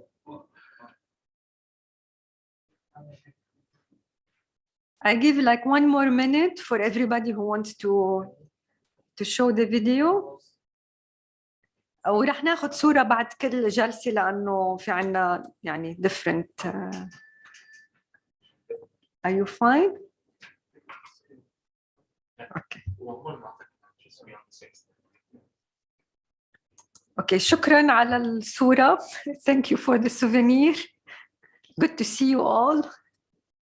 وبنرجع منتابع 1:30 بعد الظهر إن شاء الله. شكراً.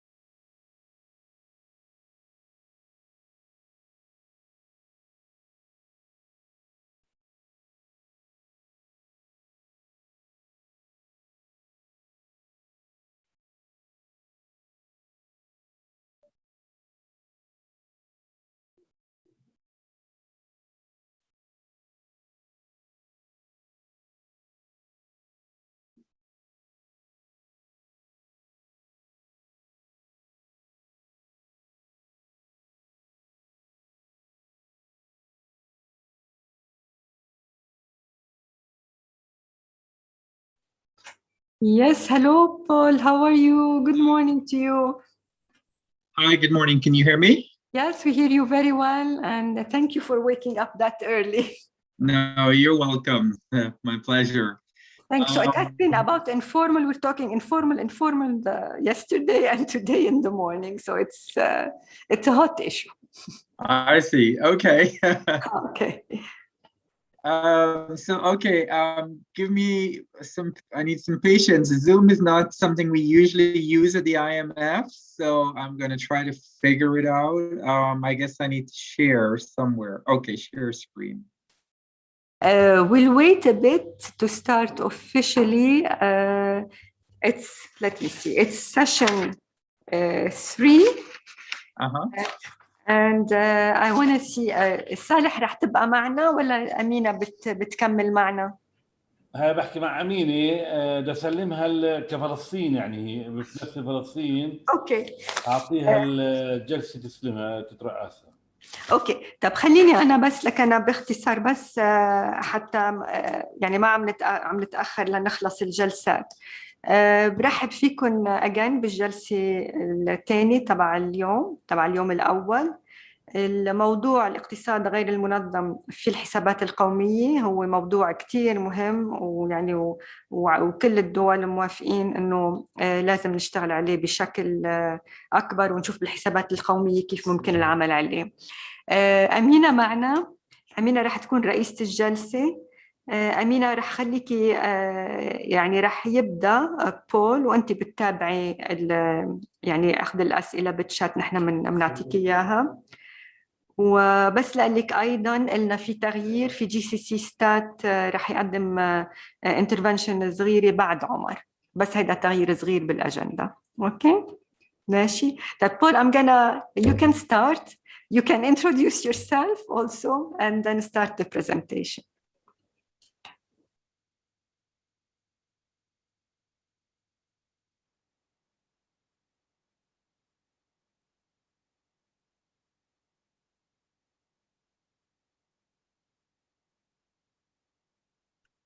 Hi, can you hear me? We can hear you, but you can share your presentation. Just we can. Okay. No. I guess I lost the translator. She says there is a small, and then I don't know what she said after. There was a small change in the agenda. Yes. Now I can hear you. Yes. Okay. So you can start, please. Okay. Great. Thank you.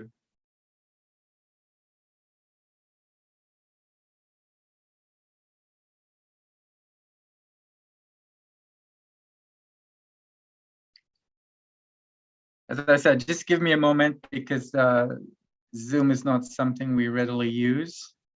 Okay. Can you see the presentation on the screen? It takes a few minutes. We have to wait.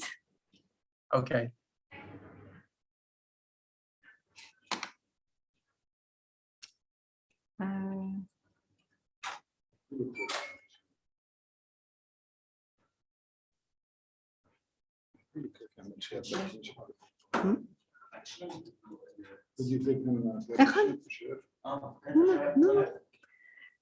We don't see yet. Maybe can you try again? Yeah, I'm trying. Yeah, let me see. Share screen. And select the window you want to share. Otherwise, I have your presentation, but let's see. It's easier if you share it from your side. Yeah. Okay. I tried again. Is it going now?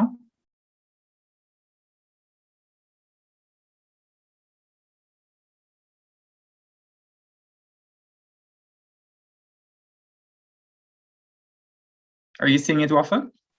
Not yet. Ah, okay.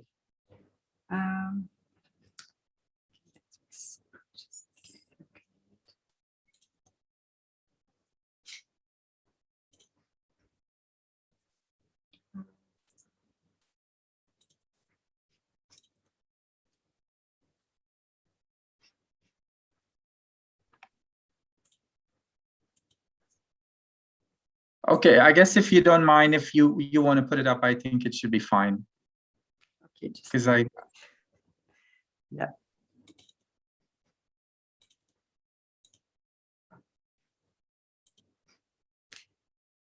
taking a few seconds also from my side.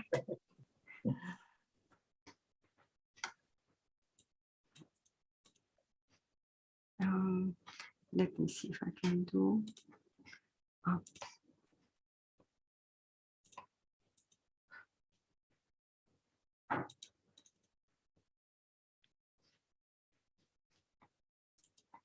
So we can see it on the screen. Can you see it from your side? No, I cannot. Anyway, let's proceed. I can open it on my screen without sharing, and then you can move along if that works. When I'm not seeing it on my screen now, the one that you're sharing. Okay. But we can begin if you're sharing, then okay, that's okay. fine. So I'll follow whenever you finish. You have yours and on your laptop, and then I can go slide by slide. Thank you so much.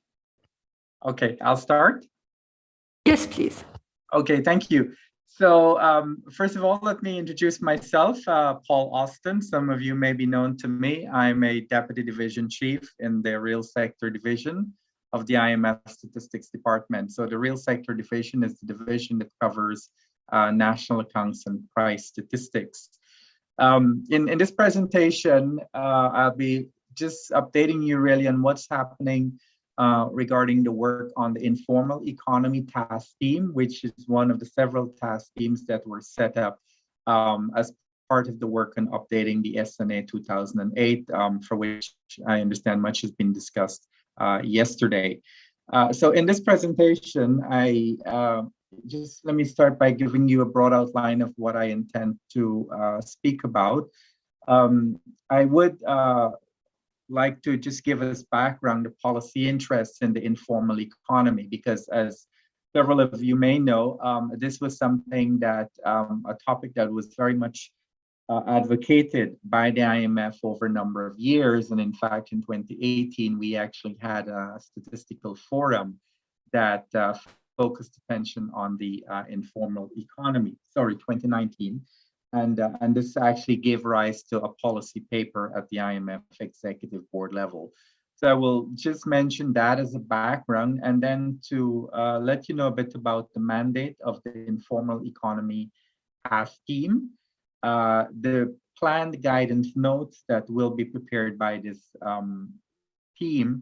And then finally, as this is a regional seminar, I also wanted to mention a bit about METAC's work on the informal economy. And at this juncture also to mention that here I'm sort of wearing two hats, both the headquarters and Isam, who is our long-term expert at METAC, could not join us today. He's actually on a technical assistance mission. So I would close just by saying a bit about what METAC has been doing in the region with regard to the informal economy.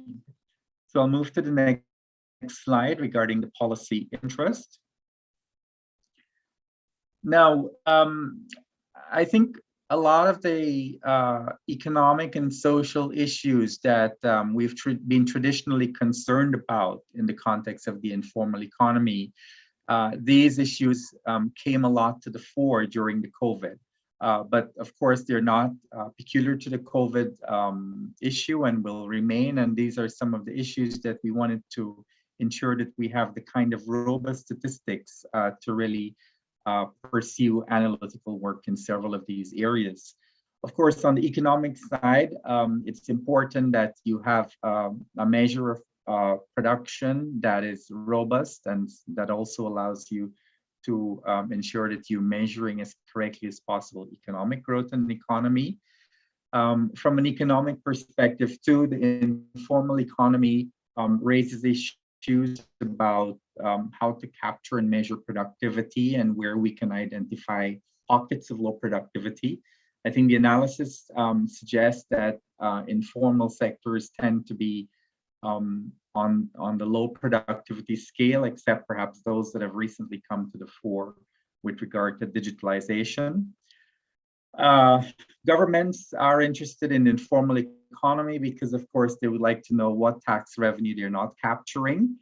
But also it really, as we again saw during COVID, our ability as a government to spend on social programs and to know whether those social programs are targeting the right kind of populations is really important. And this, of course, has large connections to the informal economy. And finally, on the economic side, the last couple of years have seen a really big growth in households providing goods and services through digitalization and the gig economy. We have the Airbnbs and the Uber, etc. And this has really brought on the radar the whole role of independent contractors, or are they providing goods and services, and whether this is really captured in our existing national accounts measures, or how better could we do so, particularly for developing countries that may not have the kind of statistical infrastructure to support such collections. On the social side, of course, and I know the ILO has been doing a lot of work on this area, they do provide employment for those who might have otherwise been unemployed, and so evidently capturing this information provides a very good metric of what's happening with regard to labor employment in any country. Nonetheless, we do know that the informal economies where they occur, or sectors, are also subject to lower and uncertain income, again manifested by the COVID pandemic, as well as they're subject to exclusion from social protections, which also heightens inequality and poverty. So these are some of the issues. As an international organization, we have had a growing interest in the last couple of years. And I think these issues have really pushed us to more strongly advocate the importance of having robust statistical measures of the informal economy. Next slide. Now, this is not to say, of course, that the informal economy is not addressed in the SNA 2008, or this is not to say that it's a new concept altogether. In fact, it has been around for quite a long time. And as mentioned in the handbook on measuring the non-observed economies, one can find in the literature at least about 30 different terms which seek to identify one or more aspects of what we are aiming to capture in the informal economy. We know it variously as the shadow economy, the unrecorded economy, the gray economy, etc. But there are some common themes that pervade these different concepts. Among those being, it's the part of the economy that is missing or not easily covered in official statistics, production that is taking place outside the regulated economy, and the production of households. And much of these discussions, of course, and the measurements vary, and those broad definitions which exist within the conceptual realm have not always been supported by a strong statistical framework to allow us to be able to consistently measure that phenomenon in an internationally comparable way. So what we're trying to address in the update of the SNA is that, first of all, recognizing that as an analytical concept, much work has been done on the informal economy. We have the work of the ILO, for example, but it has not really been developed as a statistical framework or as a concept. And the aim of having a task team on the informal economy to support the work on the SNA update is with an overarching goal of really developing a statistical concept that would take account of frameworks of informal sector, informal employment, and establish the necessary link between the statistical measurement of informality and the policy purpose of measuring it. And in this way, it also ensure that we capture relationships, work relationships, that are not formally recognized. Now, at this point, maybe I should just highlight the difference between when we talk about the non-observed economy and the informal economy. And so the next slide, as you well know, the non-observed economy is defined in the handbook of the 2002 non-observed economy, and it's not synonymous with what we term the informal economy. However, we do recognize that there is significant overlap because the factors that give rise to informality may also result in units being non-observed. And one example, for example, is that of collection with regard to activities that are not coming through administrative data or any kind of data collection systems for which they may fall in the category of being both non-observed as well as informal. Now, as I said, the fund has been particularly interested in this topic for a long while, and following the forum, we had a policy paper that went to the IMF board and for which there was broad agreement. And essentially it advocated the need for an internationally agreed statistical framework for measuring the informal economy. Given the fact that, as I said earlier, we have had diverse kind of criteria that depends pretty much on the research or policy motivations of the researcher. And so the paper actually proposes a framework for measuring the formal economy, which comprises production of informal sector units, production of goods for own final use, production of domestic workers, and production generated by informal employment, informal enterprises. Now, I would like to say here that I'm wearing the hat of the IMF, and this is a proposal in the policy paper. This is not to say that this is necessarily the proposal that will be advanced in the SNA 2008 rewrite, but what I just wanted to bring to you is the initial framework that we have suggested, and which we will certainly seek to have the IETT, that's the task team, consider as part of its deliberations in the work on the guidance notes, which I will talk about in a little while. So next slide. Now, coming to the task team itself, so this is the Informal Economy Task Team, which is jointly chaired by the IMF and Uganda. So we have a country chair and an international organization chair, and is represented by a broad cross-section of UN membership, both at the country level, both at the level of organizations, international and regional as well. The process for putting together the guidance notes is expected to be all done during in phase 1 of the update process, which is going to be until March 2022. And during this time, the Informal Economy Task Team is expected to undertake thorough research on the informal economy issues. They will discuss and reach conclusions with proposals that will be presented to the AEG and the Intersecretariat Working Group, the BOPCOM, and the ILO Working Group for the revision of standards for statistics on informality. And as necessary, they will also propose a testing and experimentation strategy for the guidance notes.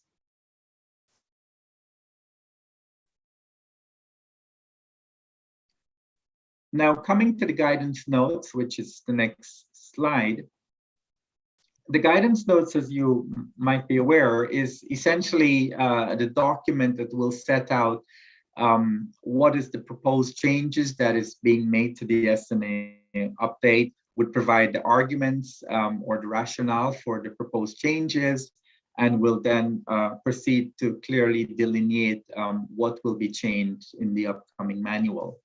And these guidance notes will be going through the process, as said earlier, of review and, of course, international consultation, of which all regions will be a part.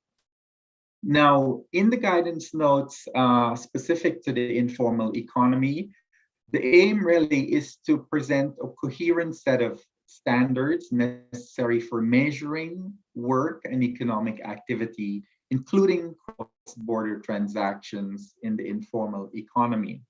Now, I just wanted to mention here the importance of cross-border transactions, because this was also something that much work has been done on at the level of the IMF Balance of Payments Statistics Committee, where this has traditionally been an issue in developing countries, where you find that there are gaps in the data in the balance of payments that result from a lot of transactions cross-border wise not being captured in those accounts, what we know more formally in the national accounts as the rest of world accounts. And so we wanted to ensure that this focus is integrated into the work of the IETT, so as to ensure that in particular we will have more consistency between the national accounts and the international accounts at the country level, the regional level, and at the international level. We also wanted to ensure that we identify those statistical issues that needed to be addressed as part of the overall update, because of course changing one part of the manual will have implications for the other. And as I will touch upon in a moment, the work on the digitalization work stream is evidently going to impact what we might be changing with regard to, or how we present the work on the informal economy. Now, in these guidance notes, we have always aimed to ensure that we would like to take account of country practices and to ensure harmonization. So these have been very important underpinnings of the guidance notes, if you like, guidance on how to develop these guidance notes across all task teams. And in that regard, the task team intends, first of all, not to duplicate what has already been done in this area. As I said, we've had a lot of work being done by the ILO, and several research across the globe have also tackled this topic. And the second thing is that we want to ensure that we coordinate with all other task teams or working groups that have some links to the work on the informal economy. Now, just to give the frame in terms of where we are at this point in time, what does the 2008 SNA tell us? Now, the current manual basically outlines two broad approaches to the informal economy, but really they're not the same, okay? On the first level, what the SNA aims to capture is what we may term exhaustiveness. That is, it speaks about the need to include all activities that may be described as either hidden or on the ground, but that are encompassed in measures of total activity. And so this is more the concept of the non-observed economy. At the second level, the SNA 2008 defines also what is meant by a subset of economic units that could be considered informal. In other words, it recognizes the analytical importance of measuring that part of the economy that reflects the contribution of people who do not have formal jobs, and to seek to integrate that activity into the measure of GDP. So that's what exists now. Now, in terms of where we want to go, we feel that to address this issue of the informal economy, we are aiming to come up with 4 broad guidance notes, 3 of which are we aim to deliver in October 2021. So this will coincide with the AGISWGNA as well as the BOPCOM meetings due in the fall of this year. And then to have the final and 4th guidance note presented in February 2022. So I will just walk you through quickly, what's the main aim of each of these guidance notes. The 3 to be delivered in October are 1, first of all, to deliver an overarching guidance note, to give you the statistical definition and scope. A second, to look at the informal economy and cross-border flows, and a third to look at informal economy and digitalization.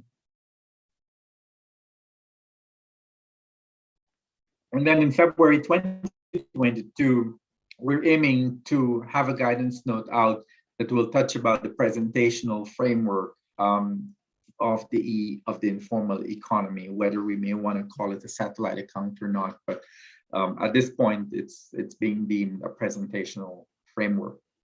Now, to take each of those in turn, the overarching guidance note is one in which we will seek to delineate the statistical framework and to present a common set of integrated concepts and operational definitions, taking account of various concepts of informality. And this, of course, will build on the ongoing work of the ILO working group. And in this regard, I also encourage you to look at the concept note, which is posted on the IETT task team webpage, for which I have a link later on in the slides. But there, I think it will give a very broad idea of what we're aiming to really do in terms of improving or enhancing the statistical definition, as well as the scope of the work going forward on the informal economy. The second guidance note will aim to address issues specific to cross-border transactions, mainly in the current account. I think these issues vary across countries. For example, remittances are probably an area where it's very important for the Middle East and South Asia. And so this is something that we hope that in particular this region can contribute to in terms of not only the consultative phase, but also possible testing if we are going to come to that or experimentation stage, should the results indicate the need to do so. The third guidance note, which pretty much links with the work of the digitalization task team, is really aimed at addressing production activities that have been facilitated by digitalization. And here, specifically, we're talking about things like the rideshare services, the Uber accommodation services, such as Airbnb, which in some developed economies have already been integrated, but very much for a large part of the developing world, data sources remains inaccessible or expensive, and this has really precluded the possibility of ensuring that these activities are really captured in the measures of national production. So here we want to look at, as part of the guidance note, to see not only how we capture it now in the developed world, but also to see whether we can explore other possibilities of how we may need to be transforming our conventional collection systems to ensure that we collect this comprehensive information on household production. And the final guidance note, which, as I said earlier, is really trying to present alternative presentations of the underlying accounting frameworks. The aim is not to change the frameworks. We believe that they are underlyingly sound and internally consistent, but really to present a better integrated approach, such that we are able to address in a very robust way the issue that we generally face, where we see some inconsistencies in the actual numbers that come out. For example, on the balance of payment side versus what comes out on the GDP side. Now, I recognize that this is a compilation issues. There are several issues here, vintages, the approach of statistical offices versus that of central banks, etc. But we hope that by having a very unified presentational framework, it will really force countries to adopt a more cohesive set of indicators so that we can better measure or capture the informal economy. So that was my update on what's happening on the work on the informal economy task team. As I mentioned to Wafa, there are no drafts that are ready yet in terms of the guidance notes. So I guess it's not the time really to be able to have an in-depth consultation because we have not yet seen the preliminary deliberations and outcomes of those guidance notes. But I'm confident that there will be future opportunities to do so. And I think just over the weekend, I saw some interaction with some possibility of a meeting that is taking place WAF in November, I believe, at which ISAM will be presenting. But let me now just in closing mention a bit about the work of METAC. So we do recognize, of course, that among the 14 countries that are served by METAC, the informal economy represents a significant proportion of the total economy. According to the estimates that we've seen, it could be as high as 20%. But even if you look at the fragile states, probably over 45%. And in some cases, these pockets of informality are more predominant in areas such as construction, retail, and transport. Now, since 2018, METAC has provided 48 missions on national accounts to 12 of its 14 members, and we estimate that about a quarter of these activities directly or indirectly address the measurement of the non-observed economy. And this, of course, was primarily done through the compilation of supply and use tables, including for its use in benchmarking and for rebasing GDP statistics. In terms of what's coming up, well, actually one has happened already. The fiscal year of the IMF started in May, and we had already in the work plan for this fiscal year two particular things that were going to be focused on the non-observed economy measurement. Back in April and overlapping into May, we had some work being done with Egypt's Ministry of Planning and Economic Development to improve the measurement of the non-observed economy. And then coming up in November is going to be a regional workshop in collaboration with the Center for Economics and Finance in Kuwait. This workshop will actually target the non-observed economy, in which we hope to broaden participants' understanding of the framework, concepts, and the definitions. And I believe this is the one WAFA that we are aiming to have some collaboration with ESQA. So I'll stop there. Thank you, and I'm happy to hear your feedback. Thank you, Paul. Amina, you're on for the... We can take questions on this. Yes, Wafa. Can you hear me well? We can't hear you, Amina. And now, can you hear me? Yes. We still can't hear.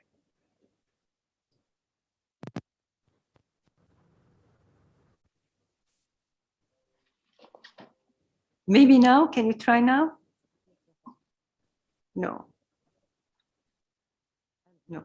Let me see, just we can't hear. Let's see. نحن بالchat انطلب منا انه نحط البرزنتيشن على الويب سايت. روي هلا راح يحطها على الويب سايت للميتينج و you have the link to the meeting. بس نحن حطينا وقت للأسئلة للIMF لبول.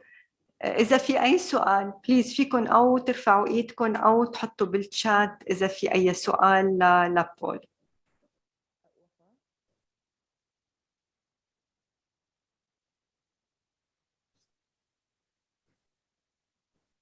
أمينة فيكي تجربي بعد؟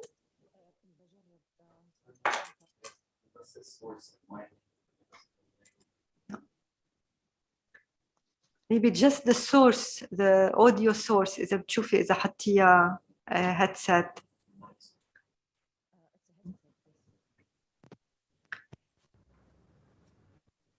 أوكي إذا نحن يعني ما شفنا إنه في أسئلة على على التشات. ما حدا عنده أي سؤال. أنا بس ممكن أنه بالقطاعات اللي بول حكى عنها ما ذكر قطاع زراعي ما بيستخدمه. يعني نحن بالانسبشن ويبينار للإيكا بعض الدول مثل المغرب حكوا أنه أهم شيء عندهم بالانفورمال هو القطاع الزراعي. فmaybe it's one of the things اللي ممكن ناخذها بعين الاعتبار. ويمكن عمر بالمحاضرة تبعه في عنده كمان كثير من الأنشطة اللي تتعلق بالنشاط الزراعي بالقطاع الزراعي إنه يعني يجب الحديث عنها.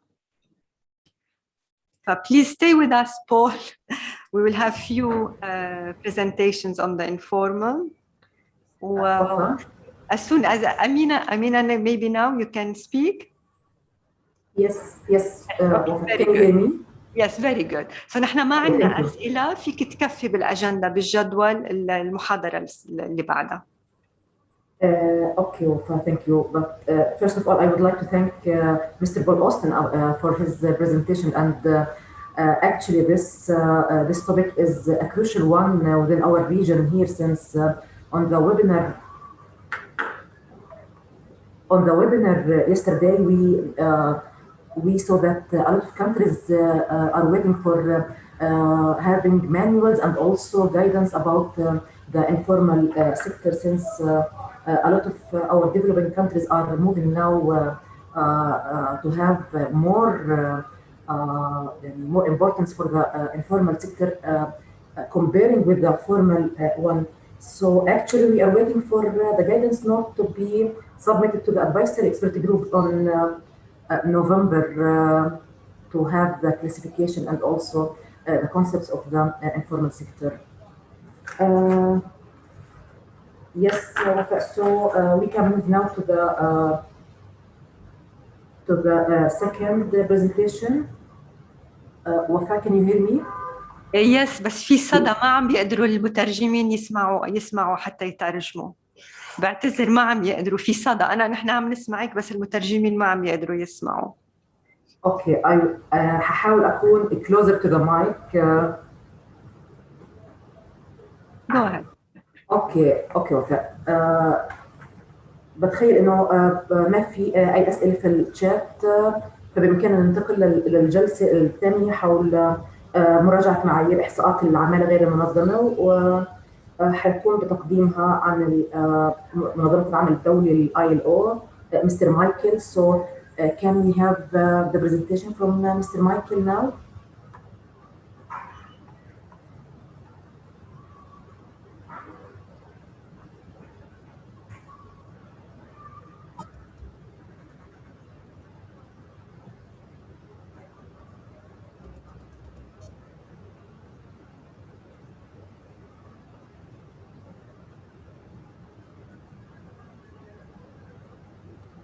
Michael, can you test your... we need to hear your voice.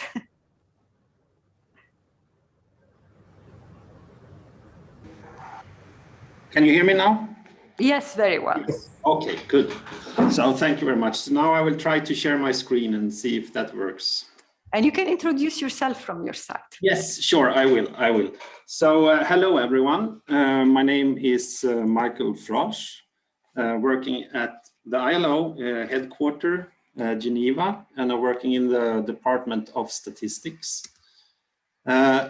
Working with different things, but one of my focus area is informality.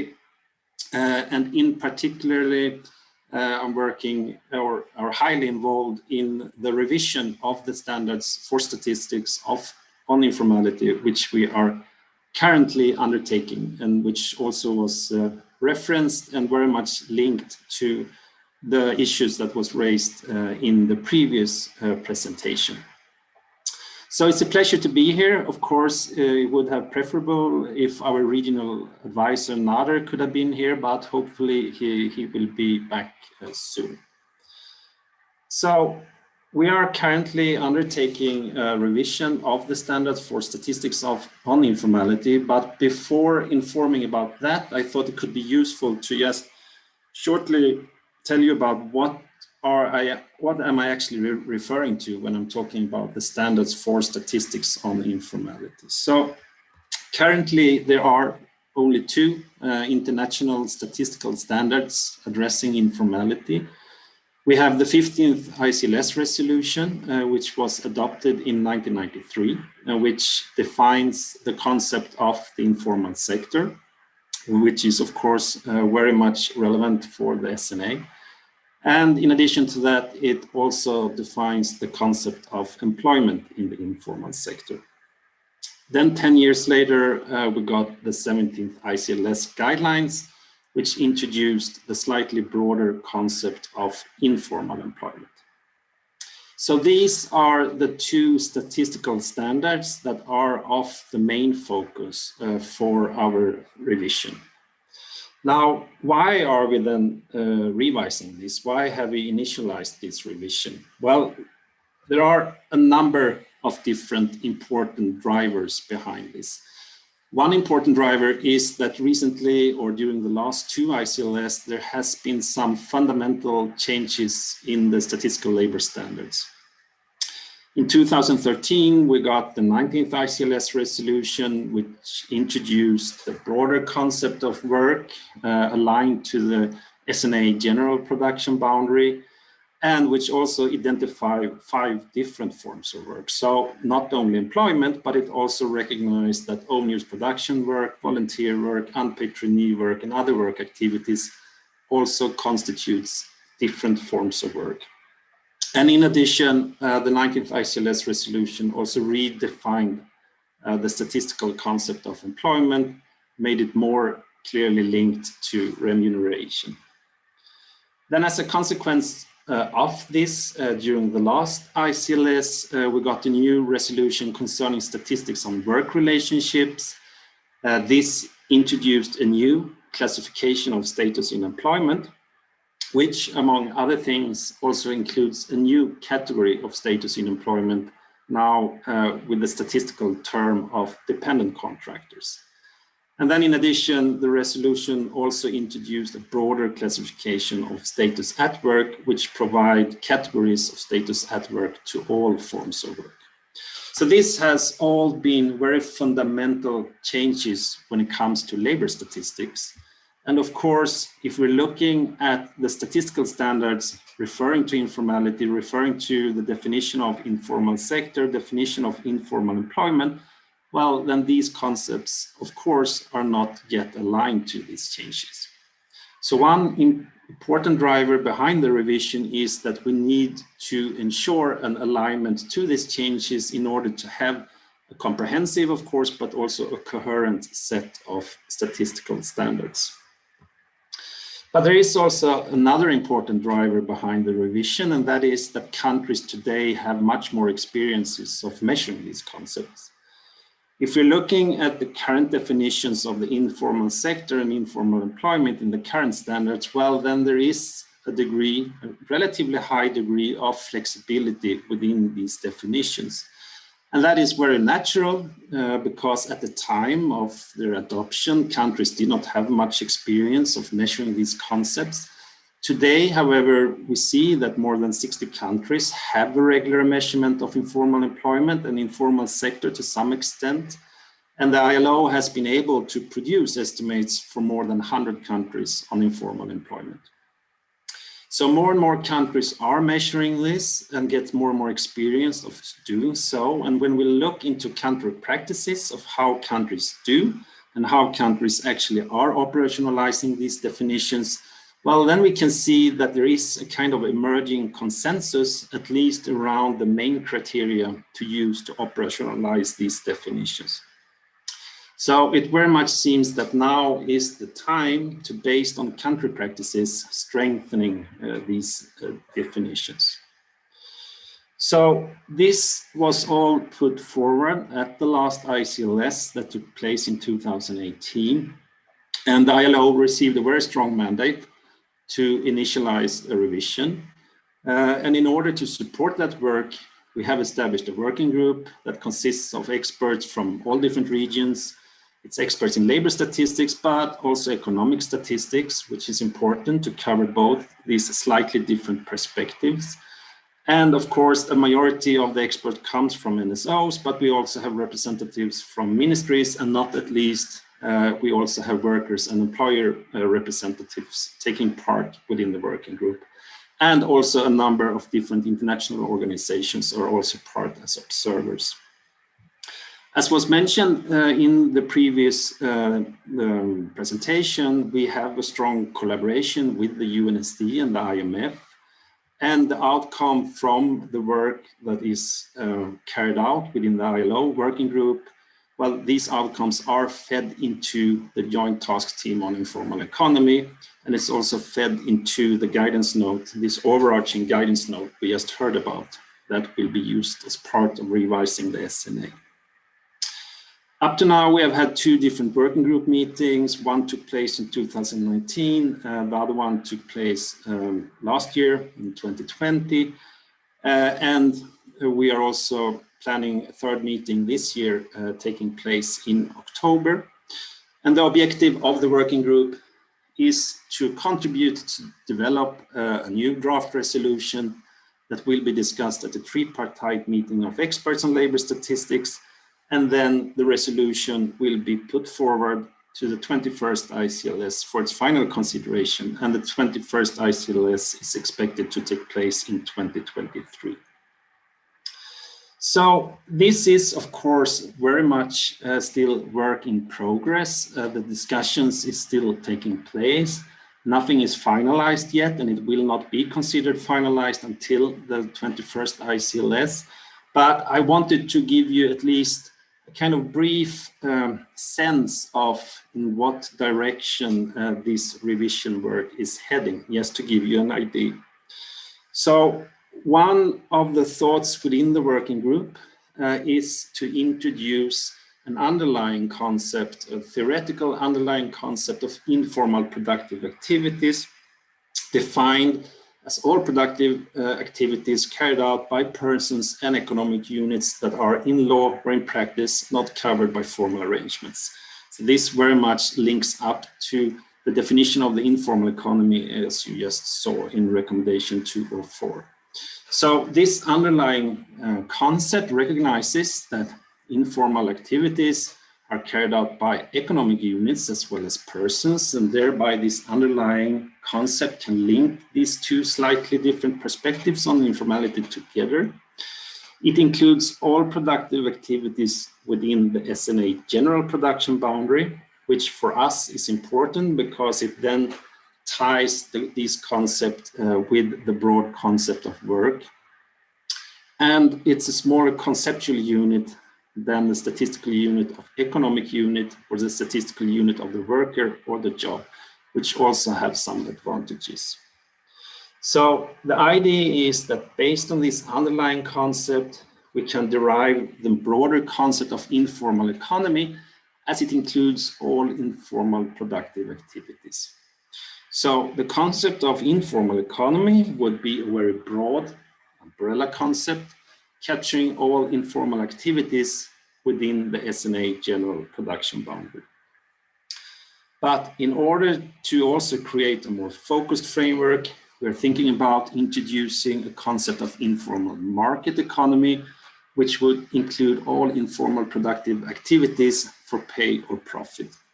So the idea is that this would be a more focused concept that would include the core statistical concepts of informal sector, informal employment, and partly informal productive activities. So in other words, what we're trying to create is a broad but focused statistical framework that allows countries and users to compile and produce data from different perspectives. We have the informal market economy that can be viewed from the perspective of the economic unit with the core concept of informal sector, but it can also be viewed from the perspective of the worker with the core concept of informal employment. And this can be complemented with partly informal productive activities carried out by formal enterprises and workers with formal jobs, if they are carrying out some parts of the activities that can be considered informal. However, the broader concept of informal economy would still be essential because it recognizes that informal production is also carried out by households. This is, of course, an important aspect. And it also recognizes that forms of work other than employment can also be informal. And from a labor statistical point of view, the key aspect is to identify what we can call essential categories of informal work that takes place outside the informal market economy, but would still be within the boundaries of the informal economy, such as, for example, unpaid trainee work and subsistence work. But the broad concept of informal economy would also allow different types of sectorial analysis that include different forms of work that goes across different forms of work or production, such as, for example, care work or agriculture. So how could such a framework look like? Well, here at the top, we have the underlying concept of informal productive activities. Some are carried out for pay or profit, others are not carried out for pay or profit. And we have the overarching concept of informal economy here at the bottom. And if we look at it from the perspective of the worker, well, then we would talk about it in terms of informal work. And informal work carried out for pay or profit would be informal employment. And in addition, we might also have formal employment with partly informal activities. And this would be within the concept of informal market economy. But at the same time, there's also informal work carried out not for pay or profit. That would be the different forms of work other than employment. And here again, the essential aspect would be to identify the categories within these forms of work where it would be a user need to compile in order to support the core concepts of informal employment. And this would be outside the informal market economy, but still within the boundaries of informal economy. We can also look at it from the perspective of economic units. Here we would have informal activities or informal production. And if it's carried out for pay or profit, we would have the core concept of informal sector. But there might also exist partly informal production for pay or profit within the formal sector, which also could be identified in order to support the concept of informal sector. And this would be within the boundaries of the informal market economy. But again, similar as when we looked at it from the perspective of workers, there will also be economic units outside the informal sector that are carrying out informal production. It could be typically household producing for own final use, but it could also be issues such as direct volunteer work or non-formal profit institutions.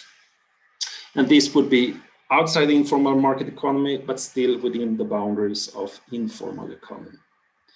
And if we look at it from the perspective of the SNA 2008 boundaries, well, then the informal market economy would be embedded in the SNA production boundary, but the SNA production boundary stretches further because it also, among other things, includes household producing goods for own final use.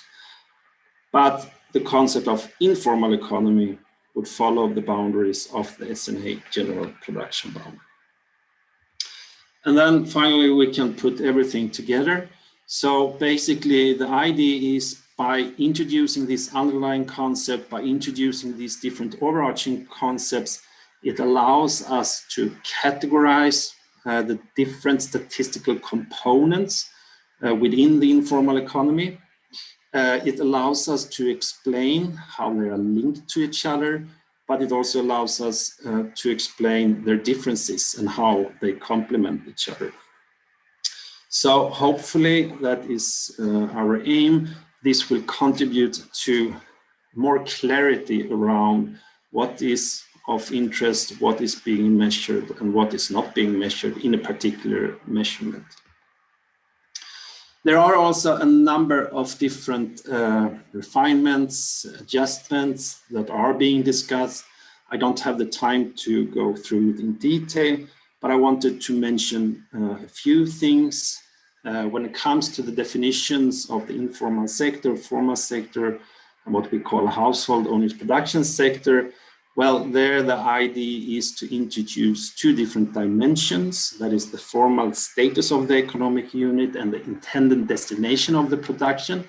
And based on these two different dimensions, we are able to derive the different definitions of these three domains. We also likely going to propose to strengthening the operational definition of the informal sector.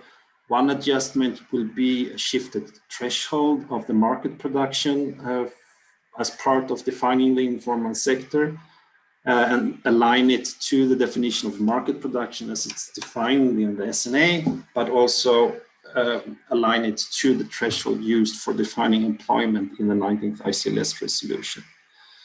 It's also being discussed of excluding this current option, removing the current option of excluding agriculture from the informal sector.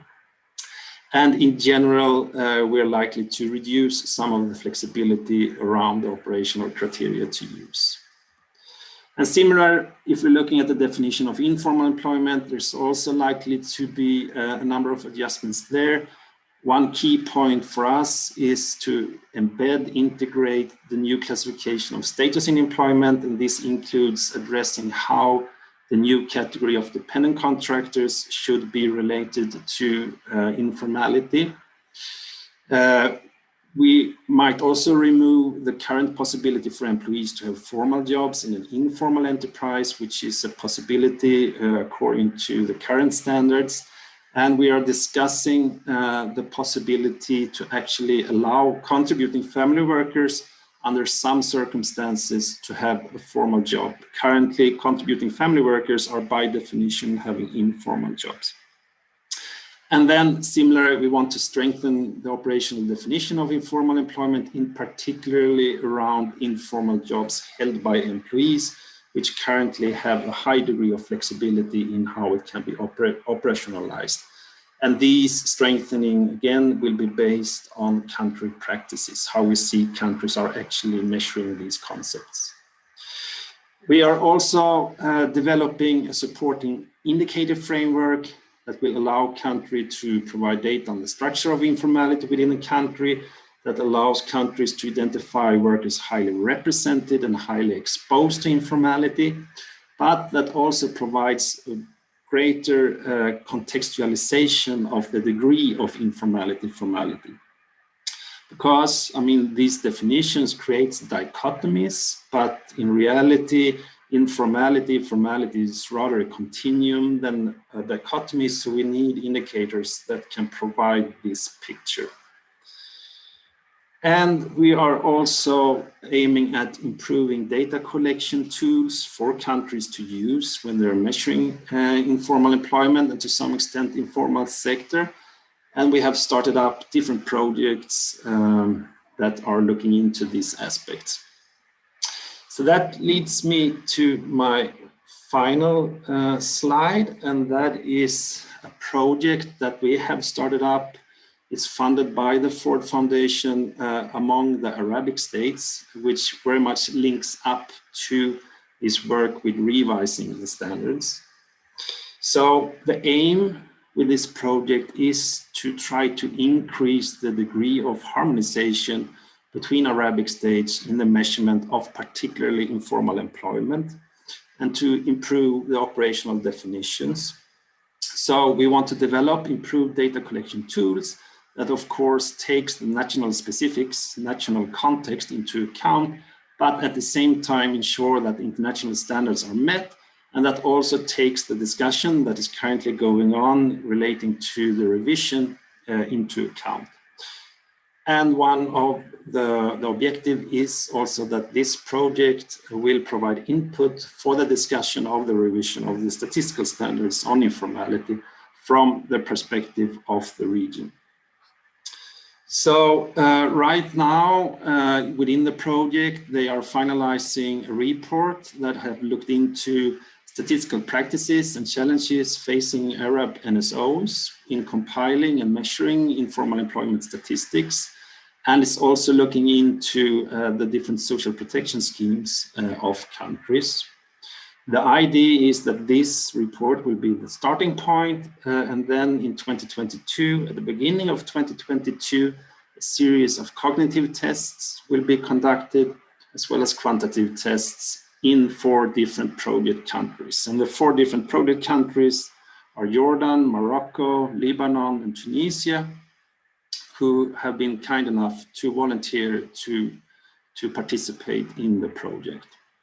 Now, the idea again is that the products that will come out of these tests should have relevance beyond these 4 project countries. That is our hope. And in line with that, we very much encourage all of you to take actively part of this work, to follow it closely, but also provide your inputs to the different steps and the development that is taking place within the project, because we really want as many countries as possible engaged and to provide their input in order to ensure that these tools also can be used by as many countries as possible in the region. So thank you very much for that. I will stop sharing my screen.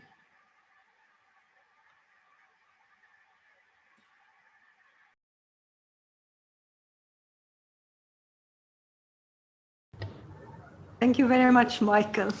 I'm waiting for Amina, but yes, yes, Amina, you're here. So yes, you can go ahead. Yes, I'm here, Wafa. Thank you, Michael, for the presentation. And actually, we have 2 questions on the chat. The first one is about drafting the guidance note for the informal sector for the advisory expert group meeting in October. And there is a question that if it will include some issues about the intermediate consumption. And I think that Mr. Austin respond to these questions about drafting the guidance note to October meeting. But my question here is when it will be available for the public consultation, this guidance note that will be drafted to the advisory expert group meeting on October.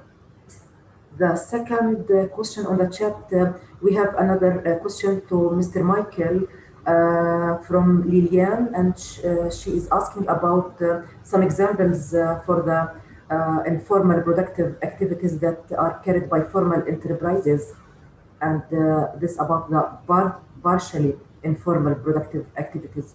So we have 2 questions, one for Mr. Paul Austin and the other one for Mr. Michael. Thank you.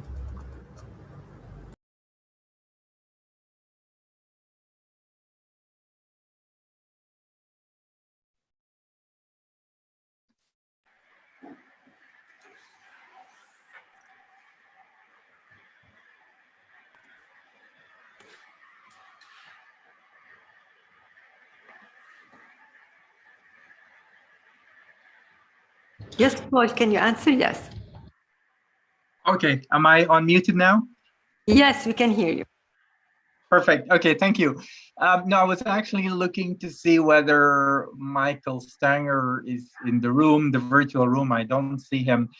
On the specific question about the timeline as to exactly when these guidance notes go for consultation vis-a-vis the timeline for the October meetings, let me get back to you on this. Maybe I can provide an answer tomorrow, but I don't have in front of me the exact timelines. On the question about intermediate consumption, I think it's good that we're receiving this kind of feedback, because these are exactly the kinds of things that on the ground we would like to hear about. What are some of the issues to be considered? I did see, for example, some countries waiting on giving their own examples on how they measure intermediate consumption in the informal sector. But as I said, the guidance notes are still under construction. I can't say now that this topic is already being addressed in one of these guidance notes, but certainly it is a measurement issue, and I see no reason why it's something that cannot be addressed. So I would be happy to convey this and ensure that it's something that is captured. Thank you. Yes, and then maybe I can address the second question regarding partly informal productive activities by formal enterprises.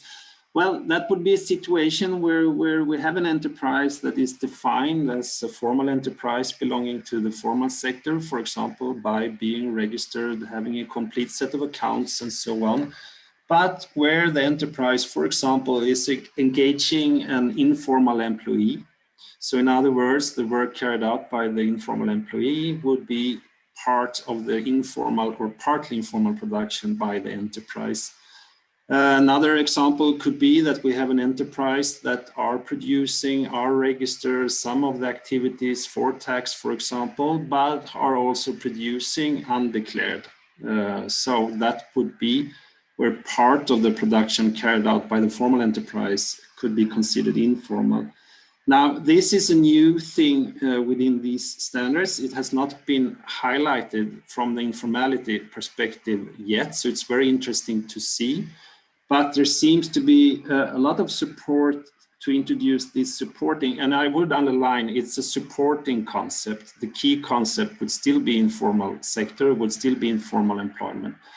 But one of the issues or objectives that was part of our mandate was also to try to get the standards of informality to have a bit more relevance also for developed countries, high income countries. And in particularly in these type of countries, this supporting concept of partly informal activities could be of interest. So that's what we are aiming at, but the focus is still clear. The focus is on the informal sector, informal employment. That would still be key concepts.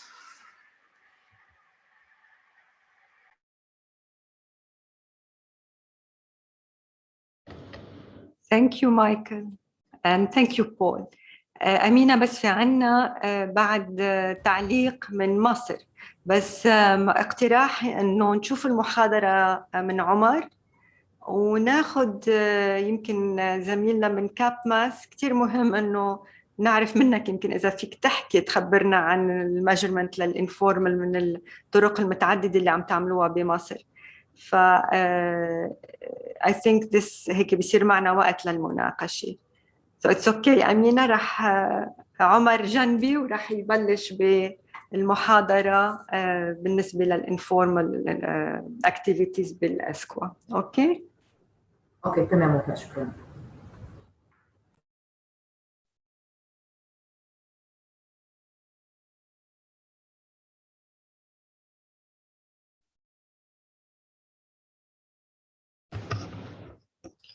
السلام عليكم جميعا.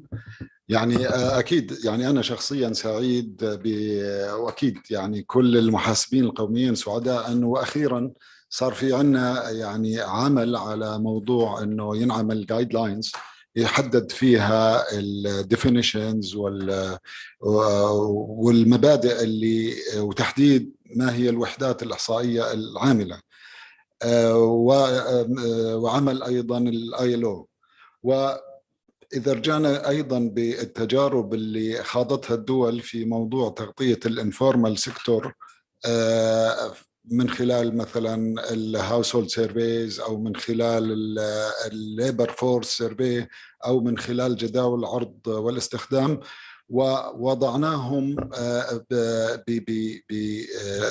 بإطار منظم ممكن احنا يعني نخرج بأفكار جديدة. وأتوقع أنه الأشياء اللي راح أطرحها الآن يعني أنه ممكن تساهم لو مساهمة بسيطة في موضوع أنه نحصل على تغطية أفضل للأنشطة الاقتصادية. فراح يكون التركيز يعني على نقطتين أساسيات. ما هي الأشياء اللي لازم نأخذها بعين الاعتبار أثناء تغطية الأنشطة الغير رسمية، أوكي؟ وهذا يعني ناتج عن الدروس اللي استفدناها من تجارب الدول في مجال تغطية الأنشطة الاقتصادية الغير رسمية. والأمر الآخر أيضا ما هي الأنشطة اللي وجدنا إنه لم يتم تغطيتها في العديد من الدول إن لم يكن معظم الدول. فنبدأ بهذا الموضوع. يعني احنا كان في مشكلة اللي هي، والآن إن شاء الله أنه تنحل، ما فيش تعريف محدد للأنشطة غير الرسمية، وقد تتقاطع مثلا من دولة لدولة مع القطاع، مع الاقتصاد غير المنظور، أو حتى في تعريفات أخرى مع الانفورمال اكتيفيتيز، زي مثلا احنا في بعض الدول تسمي قطاع منظم وقطاع غير منظم، وأحيانا القطاع هم بيفترضوا أنه القطاع الغير منظم غير رسمي، وأحيانا بيكون القطاع الغير منظم هو رسمي. ولكن ما أعرف من أصل هذا التعريف من وين جاء. ربما تعريف الوحدة المنظمة والوحدة الغير منظمة قديما في ILO، يعني تعبيرات ILO.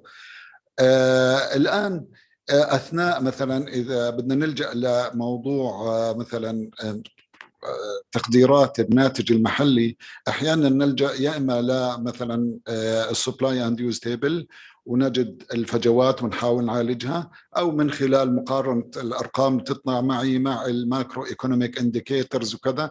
من خلال هذه المقاربات أحيانا يتم تقدير إنه حجم الانفورمال اكتيفيتيز، وأحيانا جزء منها يقدر وجزء آخر يعني يؤخذ كريزيدوال.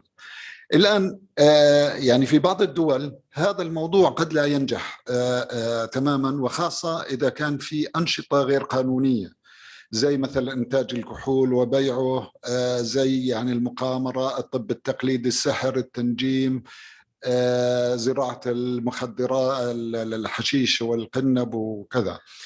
فهون هذه أيضا لابد أنه نأخذها بشكل منفصل، ونحاول أنه إذا كانت مهمة وتأثر على الاقتصاد، لأنه راح تأثر فعليا على الماكرو ايكونوميك انديكيتورز وإلها تأثير. وأحيانا ممكن يكون تأثير على الانبوتس. لما نعمل سبلاي اند يوز تيبل ممكن تأخذ مي، ممكن تأخذ مثلا أسمدة، مبيدات، كل هذه الأمور، ممكن مواد كيماوية تأخذ في صناعة الكحول.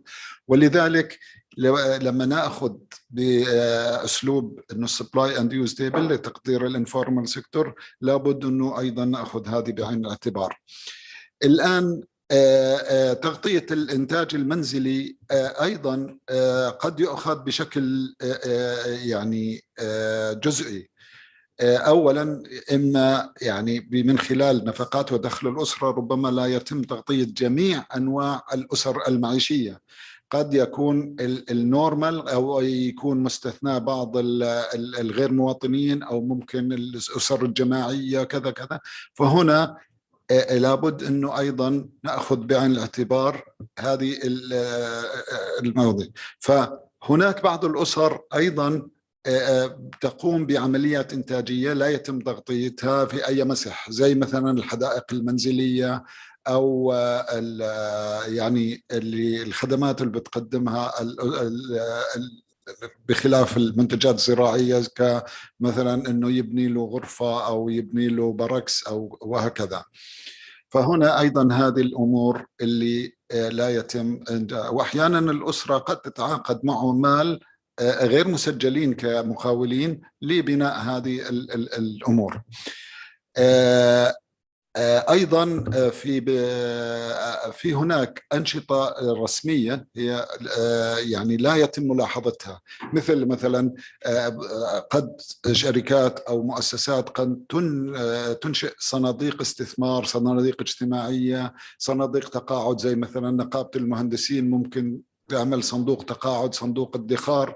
فالجهات الإحصائية ممكن تسألهم عن حساباتهم، فهذه الصناديق تكون اوف بالانس شيت، فيعني لا يتم، ما بتكونش ضمن الميزانيات، فهنا لا تغطى. وهناك أيضا مثلا جهات رسمية زي مثلا المساجد، في عندها كثير من الصناديق، صناديق رعاية الأيتام، تحفيظ القرآن كذا، بتكون يعني تقدم خدمات تعليمية أو خدمات مثلا للأيتام، وبتعين موظفين، ولكن جزء كبير من هذه الأنشطة لا يتم تقديرها. فهنا أيضا لابد أن نأخذ بعين الاعتبار أنه أحيانا قد أحصل على البالانس شيتس والحسابات المؤسسات، ولكن أتأكد هل تغطي أيضا ما يلحق بها أو ما يرتبط بها من صناديق، وأحيانا قد تكون هناك بعض الوحدات المرتبطة فيها وتقوم بإنتاج معين. فهنا في هذه النقطة يعني ممكن يكون في عندي أنشطة غير سوقية أيضا لا يتم تغطية من ضمن الأنشطة الغير رسمية. هذه حكينا فيها أنه ما فيش اتفاق حاليا يعني على تعريف الغير رسمي في المنطقة، وفي بعض البلدان تقوم يعني هاي تقريبا غطيت هالجزء. يعني هناك يعني أيضا من النقاط اللي بتذكرها نأخذها بعين الاعتبار، أحيانا المعلومات لا تتوفر عن النشاط لا من جانب الاستخدام ولا من جانب العرض. فهنا أيضا هذه الأنشطة نتيجة لذلك ربما لا يتم تغطيتها، أوكي، أو يتوفر جزء بسيط منها، يعني ممكن بيان واحد يتوفر عنها في جانب الاستخدام ولكن لا يتم الاهتمام له أو ملاحظته والبناء عليه. فمشان هيك يعني ممكن احنا بعض المقترحات فيما بعد يعني انه ننظر لها في التغطية. هلا من خلال يعني تجارب الدول، من خلال الاجتماعات اللي تمت خلال الفترات السابقة وتم بحث موضوع الانفورمال اكتيفيتيز، ربما لم تكن كثيرة أو لم تعطى الوقت الكافي لمناقشتها بشكل كثير. لاحظنا إنه يعني في بعض الدول عندها أنشطة وهي مهمة، ولكن مع أنه منظورة أمام يعني أمامك تنظرها وتراها، ولكن عندما تنظر إلى الإحصاءات لن ترى أنها مغطاة.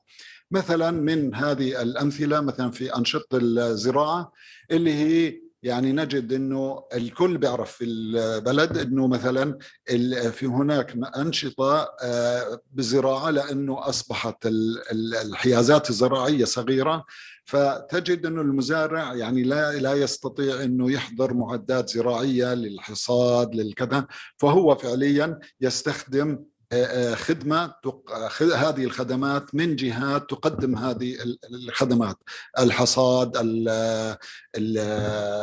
يعني القطاف وهكذا. وفي أيضا في بعض يعني نرى بيوت بلاستيكية. الآن هذه البيوت البلاستيكية تم بنائها، فما دام تم بنائها معناها لابد أن تظهر كإنتاج تم خلال الفترة. يعني في الآن نجد أنه في دول كثيرة عندها بيوت بلاستيكية، ولكن لما ننظر إلى الإنتاج أو البيانات لا نراها كإنتاج ولا نراها كتكوين رأسمالي. أحيانا نراها كتكوين رأسمالي ولكن لا نراها كإنتاج.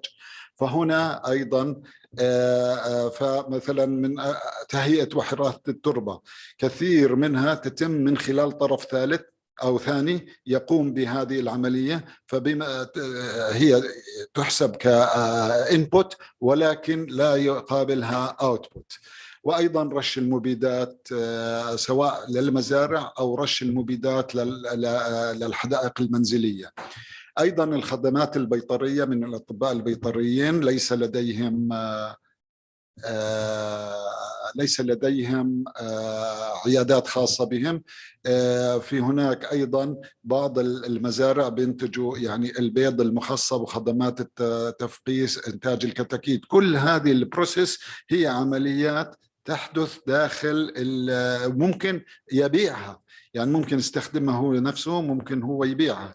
فهنا أيضا هذه البروسيس اللي تحدث في المزرعة أيضا يجب أنه نسجلها، لأنه بيكون فيها عمالة وبيكون فيها أحيانا بتكون عمالة مؤقتة. أيضا يعني ننظر في كثير من الإعلانات سواء بالشوارع أو بالنت أنه تسييج المزارع أو بناء أسوار للمزارع، وبيكونوا حاطين أرقام تليفونات، ونرى إنه في مزارع مسيجة، فهذه أيضا يعني لا يتم تغطيتها، مع أنه ممكن إحنا نستخدم بيانات المستوردات أو بيانات معينة إنه نقدرها. أيضا زراعة يعني أنشطة الحراجة وقطع الأشجار، أيضا نجد في السوق حطب وكذا، ولكن لا نجد أنه تم إنتاجه في أي مكان. زراعة النباتات لأغراض الزينة أيضا مش مغطاة، لأنه ربما يكون أنه وين هذه تصنف، هل هي تصنف مع التجارة ولا تصنف مع الزراعة؟ فهنا أيضا لابد أن نأخذ بعين الاعتبار. هلأ حاليا الدول بلشت تهتم، صارت تميز أنه هل أنت بتبيع فقط بيع أم أنت بتنتج وبتبيع. فصار في بعض الدول صار هناك فصل بين طبيعة هذا النشاط، فهذا أيضا بيساعدنا، ولكن نأخذها بعين الاعتبار كل هذه المواضيع لما بدنا نخطط العمل الإحصائي، سواء تنفيذ مسوح أسر معيشية أو عمل السبلاي أند يوز تيبل، نكون ماخذين هذه بعين الاعتبار. أيضا إنتاج الحدائق المنزلية في بعض الدول تعتبر يعني من يعني جزء مهم في الاقتصاد، يعني وخاصة في القرى. الآن يعني في هناك أنشطة أخرى كمان في الزراعة، ولكن أنا ذكرت الأنشطة الرئيسية اللي يعني بتكون مهمة في كثير من الدول. الآن في إطار المحاجر هناك يعني مقالع وحجارة وتصنيع الرمل مسجلة، ولكن أيضا هناك مقالع غير مسجلة وتعمل بطريقة غير رسمية. في هذه الحالة أيضا لابد أنه هذه ممكن نعالجها من خلال جداول العرض والاستخدام، ولكن بدنا ندخل شوية في ديتيلز إنه الانبوتس اللي بتدخل في مجال قطاع التشييد والبناء، لأنه معظم إنتاج هذه المحاجر تذهب لقطاع لأنشطة التشييد والبناء. فننظر هل في هناك يعني منطقية في الأرقام لما نقارن إنتاجها مع المدخلات اللي للتشييد والبناء. أيضا في إطار الصناعة التحويلية هناك بعض المنتجات، يعني في بعض الدول نجد أنه أوكي في مصانع بتصنع مثلا، وخاصة في موضوع إنتاج الغذاء المنتجات الغذائية، نجد أنه في تجفيف الخضار والفواكه لا يتم في المصنع. ما أعرف هل هو أرخص أو تهرب من الضريبة أو كذا، فتجد أنه بتعاقدوا مع أسر معيشية تقوم بهذا العمل وتضعه في أكياس في عبوات معينة، وهم بيعملوها بيحطوا عليها الختم وبيعملوا انها باعوها. هناك انتاج الملابس في مساكنهم، وهناك ايضا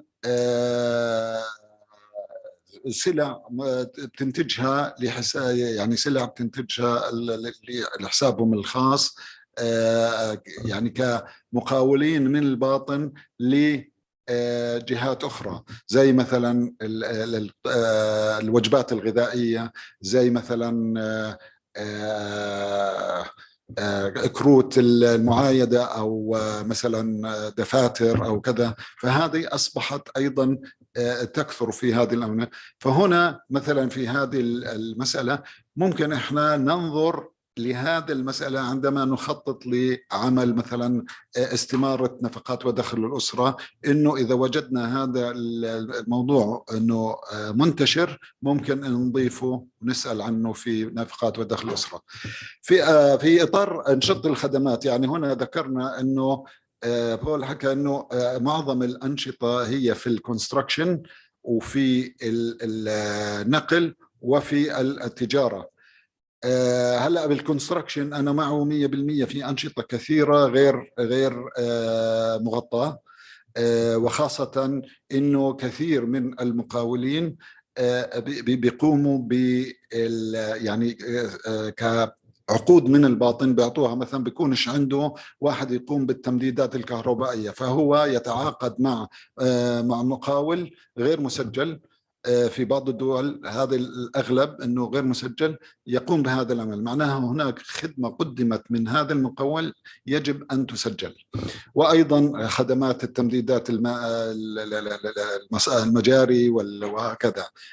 ففي في أنشطة كثيرة في نشاط الكونستراكشن. أيضا في عندنا خدمات المدرس الخصوصي أيضا. يعني عندما ننظر أنه نرى أنه كثير من الأسر تشكو من أنه تكلفة هذه التدريس الخصوصي، ولكن لما ننظر للأرقام نجد أنها يعني متواضعة جدا. فلا بد أنه نشوف نتأكد هل شو في طريقة ممكن إحنا نغطي فيها المدرس الخاص.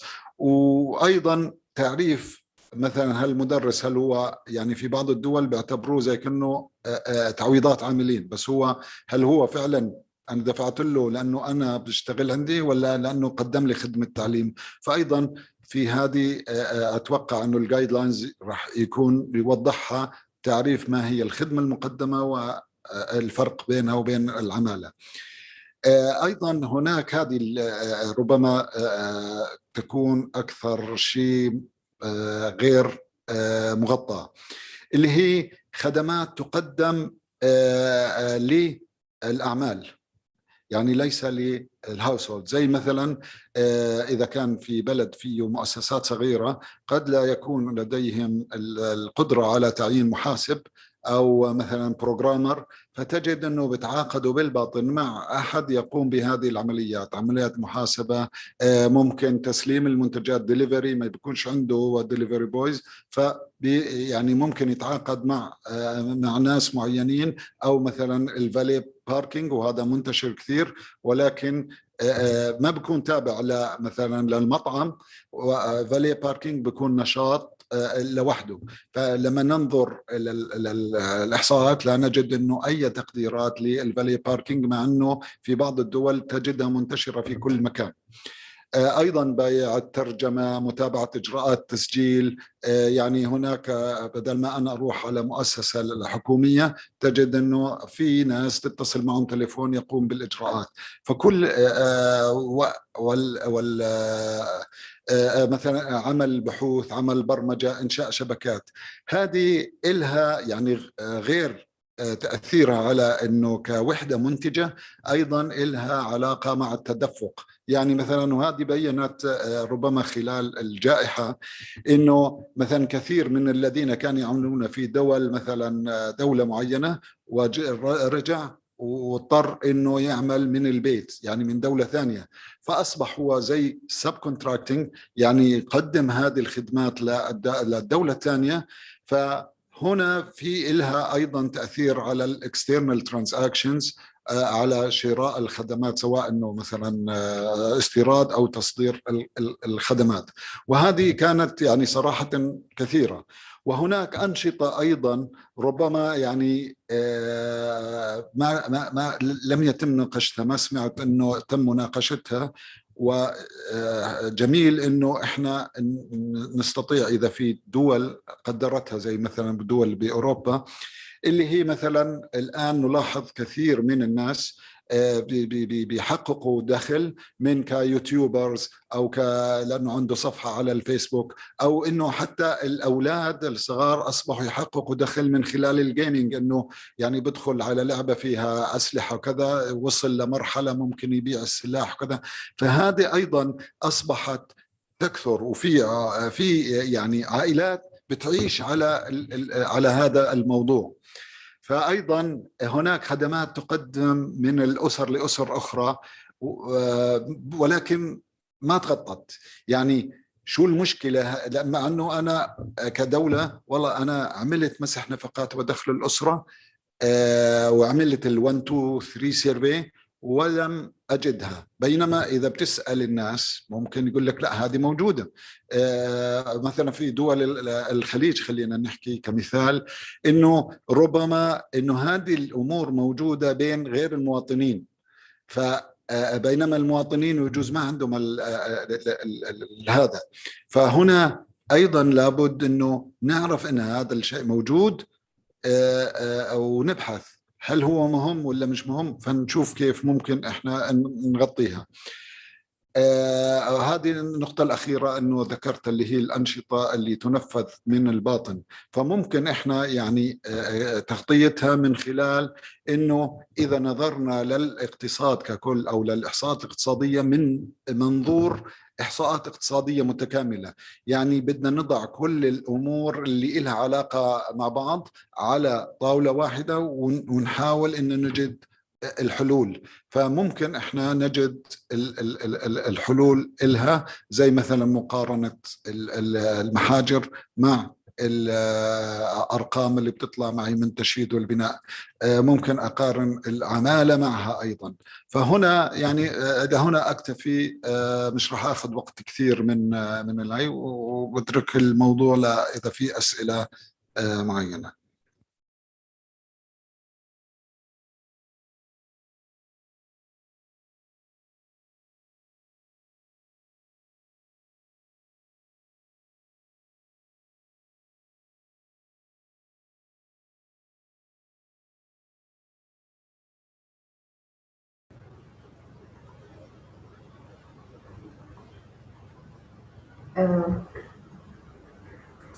بداية عمر بشكرك على البرزنتيشن، واكيد تناولت القضايا اللي بواجهها كل المحاسبين القوميين في التعامل مع القطاع غير المنظم. وزي ما ذكرت حضرتك انه احنا من البدايه او يعني من فترات طويله احنا ننتظر انه يكون في جايدنس للانفورمال سيكتور، واحوج ما نكون له في هي الريجن.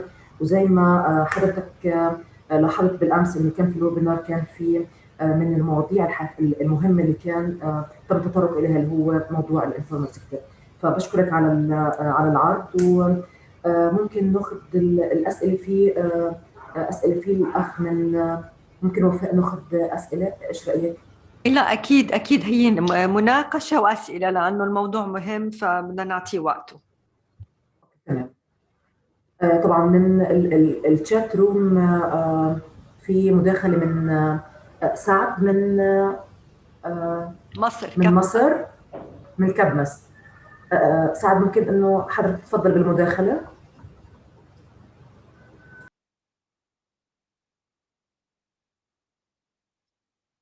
الو، اهلا يا سعد. السلام عليكم. وعليكم السلام. شكرا على العرض الشيق الجميل الدكتور عمر والقائمين على الورشه والمنظمين ليها. انا كنت تناولت بعض الاسئله في الشات روم بالنسبه للجزئيه الخاصه بالنسبه للتعاقد من الباطن مع دوله اجنبيه. اعتقد ان هي بتظهر في التحويلات للدوله دوله الاقامه ودوله العمل من والى، فبتظهر في الحسابات، فتظهر في ميزان المدفوعات كقيمه، لكن من ناحيه العمل مش هتظهر، بس يعني اوريدي هتبقى معالجه كقيمه يعني تحويلات العاملين. احنا بنعمل القطاع غير المنظم، وكانت لسه عندنا ورشه في ابريل مع ميتاك عن تقدير الاقتصاد اللي هو النون اوبزرفد ايكونومي، اللي هو الاقتصاد غير المنظور، وتناولنا فيها مجموعه من الاشياء دي. في الواقع العملي احنا يعني بيتم تقدير الانتاج غير المنظم لكل نشاط على حده. بالنسبه للزراعه تقريبا من خلال اجمالي المساحه اجمالي المساحه المزروعه مقسمه على حسب المحصول، وتكلفه تكلفه انتاج الفدان او تكلفه انتاج الفدان او المساحه المعينه من المحصول، بنضربها في عدد بنضربها في المساحه المزروعه من المحصول نفسه، بتتقدر بالشكل ده على الاقتصاد القومي. كذلك بالنسبه للصناعات التحويليه، فبنستخدم بنستخدم بيانات للكرنت اكونتس، وبنستخدم بيانات ليبر فورس سيرفي، وبنستخدم البيانات اللي هو اوت اوف ستابلشمنت سيرفي، وبنستخدم الهايكس اللي هو الهاوس هولد هاوس هولد انكم اكسبنديتشر اند كونسامبشن سيرفي. من خلال مجموعه البيانات دي ومقارنتها في جداول العرض والاستخدام بنستطيع ان احنا نقدر اللي هي الانتاجيه بتاعه بالنسبه للمنشات، انتاجيه العامل في المنشات اللي هي ذات اقل عدد من العاملين. ماشي. في التعداد الاقتصادي بتظهر على مستوى عامل واحد، فبناخد انتاجيه العامل الواحد في خلال الفتره البينيه اللي هي بتبقى الانترنال او الانترفال اللي بين التعدادين الاقتصاديين. بناخد مثلا تكلفه بناخد انتاجيه العامل، وبناخد الاستهلاك الوسيط للعامل، وبنضربه في عدد العماله في الاقتصاد غير المنظم للنشاط، وهي تبقى عباره عن الفرق بنجيب الفرق بين ليبر فورس سيرفي، عدد العماله في الليبر فورس سيرفي حسب الاكتيفيتي، وبنجيب والهاوس هولد حسب الاكتيفيتي، وبالكرنت اكونت في الحساب الجاري. في الحساب الجاري برضو على حسب الانشطه، على حسب النشاط. بيقول لي مثلا ان انا استخدمت عدد من العاملين قد كده، في الانتاج قد كده، في الاستهلاك الوسيط قد كده. فبنستخدم مجموعه البيانات دي مجتمعه في تقدير القطاع غير المنظم للصناعات التحويليه على حسب النشاط. بالنسبه للخدمات برضو، يعني انا اصلا ما اشتغلتش في الخدمات بايدي، فبالتالي كل نشاط من انشطه الخدمات له طريقه محدده لتقدير القطاع غير المنظم فيه. سؤال خاص برضو بالنسبه للدكتور عمر. كنا في اجتماع جامعه الدول العربيه اللي هو اللي قبل الاخير على ترجمه دليل الحسابات القوميه الربعيه، فانا ترجمته وبعت لحضرتك نسخه منه على الايميل من حوالي 6 شهور او حاجه زي كده، عشان خاطر تطلع عليه وتقول لي رايك فيه قبل ما يتنشر في جامعه الدول العربيه. شكرا لحضرتك.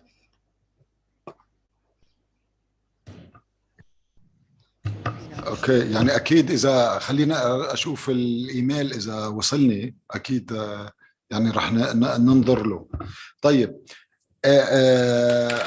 بس خليني بس اعلق على، يعني ربما انه ما كانت بجوز واضحه الرساله اللي كنت حاب اقدمها. يعني مثلا انا بهمني انه اميز بين النشاط وبين العماله مثلا. يعني حسب ما بتحكي، يعني أنا الآن ممكن نفرض دولة A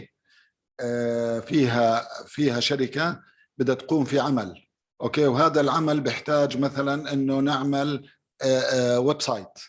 فهذا ممكن تتعاقد مع واحد في دولة B، أوكي، يعمل هذا الويب سايت، وممكن هذا اللي بده يعمل الويب سايت يحولوا له مباشرة مبلغ. فهو هنا شراء خدمات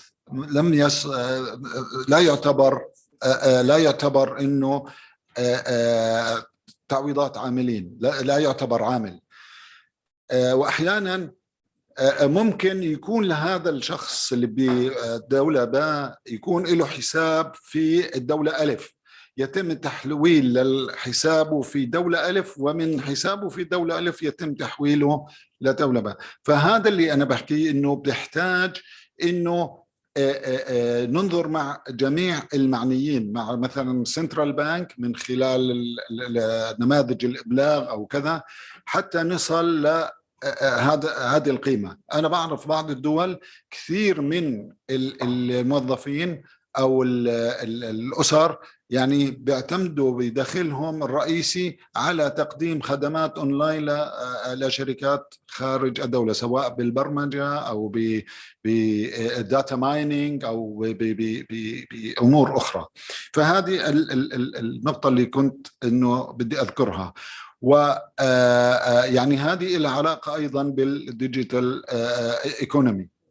يعني أيضا يعني ممكن إنه لما بنشتغل على الديجيتاليزيشن أيضا نغطيها، لأنه بعض الدول مهمة كإنتاج، وبعض الدول إلها علاقة بالفلو، يعني إنه كمدفوعات. فهنا أيضا لابد انه الاهتمام فيها مشان انه نقدر نحصل على احصاءات اقتصاديه متينه وريلايبل، يعني وممكن تفيد في البوليسيز. زي ما حكينا، انا بهمني الرقم انه يكون يفيد في اتخاذ القرارات الاقتصاديه المناسبه. فهنا ضروري اميز انه ما هو الانفورمال اكتيفيتي أو informal labor أو informal كذا. فهنا هذه الأمور ضرورية جدا، ولا بد أن نميز بين الانفورمال وبين الليجل وبين الانريبورتد أن كذا.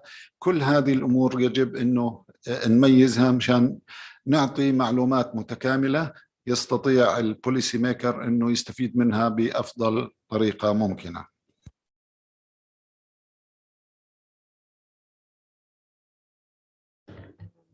ناخذ أسئلة بعد من الدول، يعني من جهتكم، ما بعرف، لبنان، المغرب، الدول اللي عملت labor force survey قريبا.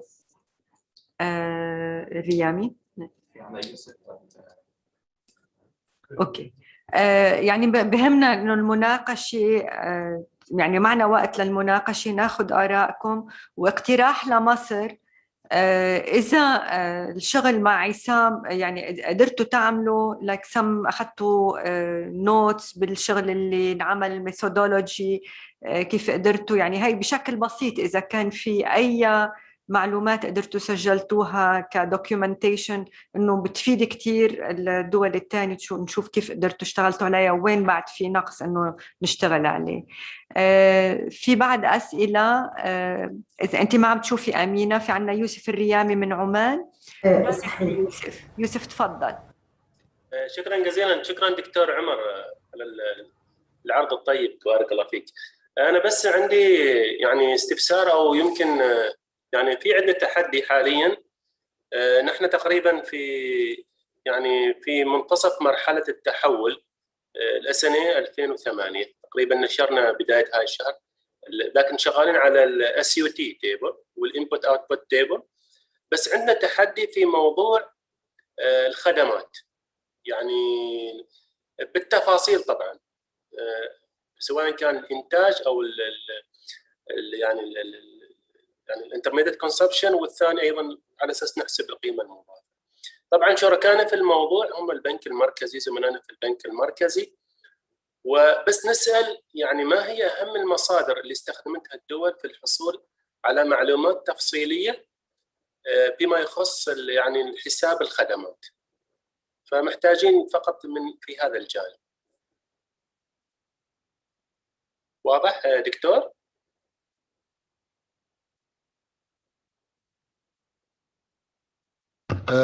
يعني حسب أنا تجربتي مع بعض الدول، وساعدتهم في بناء جداول عرض واستخدام، وما كانش في عندهم مسوح تغطي. يعني هو أفضل شيء إذا في عندك أنت مسوح أو بيانات إدارية بتغطي هذه الأنشطة. وما أتوقع أنه عندنا في الدول العربية في عندنا بيانات إدارية بتغطي هذه الأنشطة. يعني ممكن اسم المنشأة يكون عندي ولكن أو المؤسسة، ولكن ما عنديش معلومات أخرى. ف يعني كيف ممكن أنه نحصلها؟ أكيد يعني الحل رقم واحد ما بقدر عليه، البلان بي ممكن ما أقدر عليه كذا، فبدي ألجأ لحل إنه أفضل من الوضع الحالي. فإحنا في عنا نوعين من الخدمات. خدمات هذه من خلال تدفق السلعي ممكن إنه نقدرها، يا إما خدمات تقدم للهاوس هولدز أو خدمات تقدم إلى الأعمال. فهنا الخدمات اللي تقدم للهاوس هولدز قد أيضا تقدم للسياح. فهنا ممكن من خلال ما يقدم خدمات ما فيها مخازين، فيمكن إنه اعتبار ما يقدم من جانب مثلا نفقات ودخل أسرة من المسوح اللي بتغطي نفقات السياح، إنه نغطي هذه الخدمات اللي هي خدمات شخصية، مطاعم، كذا، كل هذه الأمور. الآن خدمات الأعمال، إحنا إذا في عنا مسوح بتغطي خدمات مثلا الصناعة، الإنشاءات، كل هذه الأمور، أكيد راح يكون من ضمن التفاصيل اللي بنحصل عليها كم بدفعوا مثلا للإعلان، كم بدفعوا للمحاماة، كم بدفعوا للكذا كذا. فإحنا ممكن نحط فرضية أنه ما يتم دفعه هو ما يتم إنتاجه. فهذه بشكل سريع، ولكن هنا ديتيلز كثيرة بدنا نأخذها بعين الاعتبار، ولكن هذه تقريبا المنهجية اللي ممكن إحنا نعملها في حالة إنه ما عنديش أي بيانات. فبدل ما إنه نقدرها كنسبة من GDP، وأحيانا قد نضطر إنه خلال هذا العمل قد نضطر إنه ناخذ أيضا coefficients من دول مشابهة إذا بدنا تفاصيل. فيها تفاصيل كثيرة، ولكن يمكن بسهولة أنه نعمل هذا الشيء. شكرا دكتور، واضح، بارك الله. أمينة، فينا نشوف إذا مايكل وبول عندهم تعليق على الأسئلة وعلى محاضرة عمر بليز. أوكي، في عندي تعليق بسيط فقط وسؤال قبل ما نلجأ للانترفنشن من بول ومايكل. بداية بالنسبة للتجربة الفلسطينية في الانفورمال سيكتور، ممكن أحكي إنه إحنا بنعتمد على منهجين. المنهج الأول هو جدول عرض الاستخدام، واللي هي طريقة جيدة للتعامل مع الانفورمال ايكونومي والانفورمال سيكتور.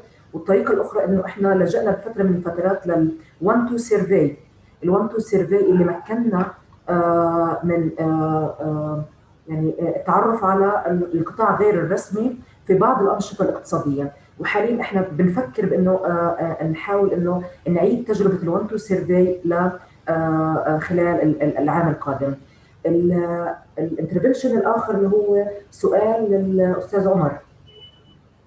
سمعني أستاذ عمر؟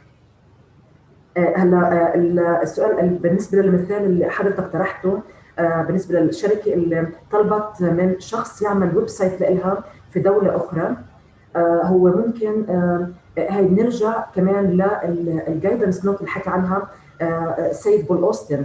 واحد من الجايدنس نوت اللي حكى عنها السيد بول أوستن اللي هي حتكون حول الكروس بوردر فلو. فممكن انه هذا المثال هو يكون مثال جيد، لانه هي عباره عن اكسبورت اوف سيرفيسز، ولكن حتبين في جانب في التحويل انه تم تحويل في فلوس تم تحويله من شخص معين او لشخص معين، ولكن ما هي الخدمه التي تمت؟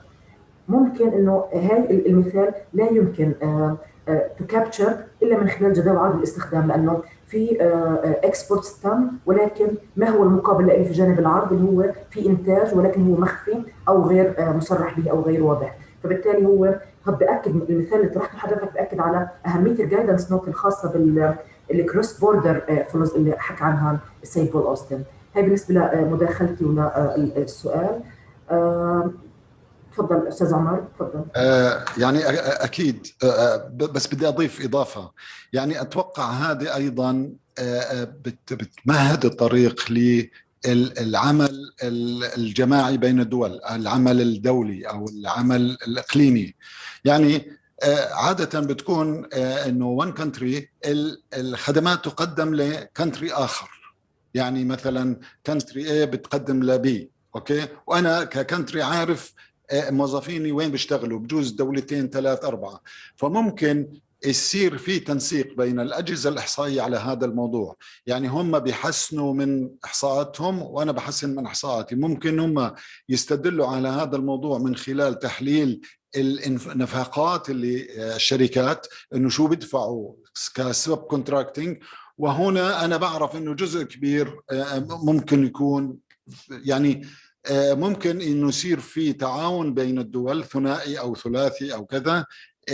كيف ممكن يقدروا، وخاصه الدول اللي يعني مشتركين باعمال معينه. اوكي، بس في الموضوع نسيت انا اذكره. يعني في انشطه كثيره موجوده، زي مثلا في دول الخليج، وخاصة اللي عندها مثلا زراعة النخيل. من سعف النخيل في منتجات ثانوية يتم إصدارها، زي ورق، زي صناديق، زي كذا. الآن حديثا أصبح هناك تكنولوجيات بيستخدموها، وفي إنتاج يتم إنتاجه من هذه المنتجات. فأتوقع أنه ضروري أنه يكون واحدة من يعني يكون في هناك ورشة مختصة بالانفورمال اكتيفيتيز ونتحدث فيها بهذه الأمور أو نعمل زي ما حكى الدكتور صالح الكفري إنه نعمل تاسك فورس من تاسك تيم إنه لهذا الموضوع من الأشخاص اللي مهتمين في هذا الموضوع من ضمن الفريق. شكرا.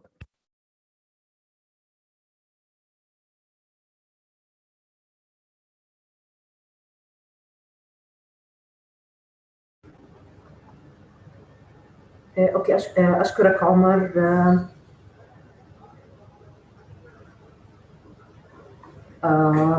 في سؤال في الشات من السيد علي راشد.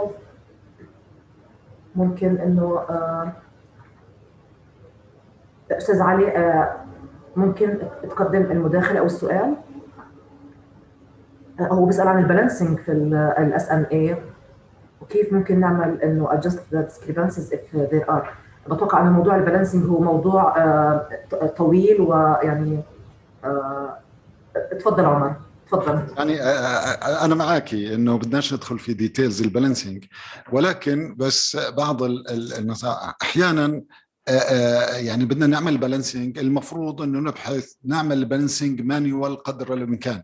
عندما يكون هناك فروق بسيطة ممكن نستخدم عدة أساليب، راس ميثود أو مثلا البالانسنج تولز، البالانسنج تول اللي أنتجته الIMF، فبرنامج رائع.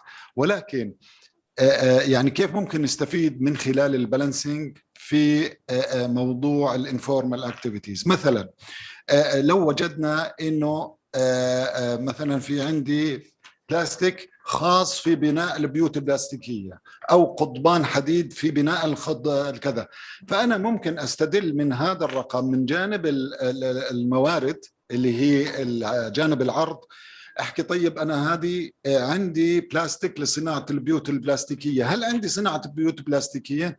فهنا ممكن إنه من خلال بس أثناء تحليل العرض وبدي أشوف أستطيع أقدر جانب جانب الاستخدامات أو يعني أقدر الانفورمال اكتيفيتي.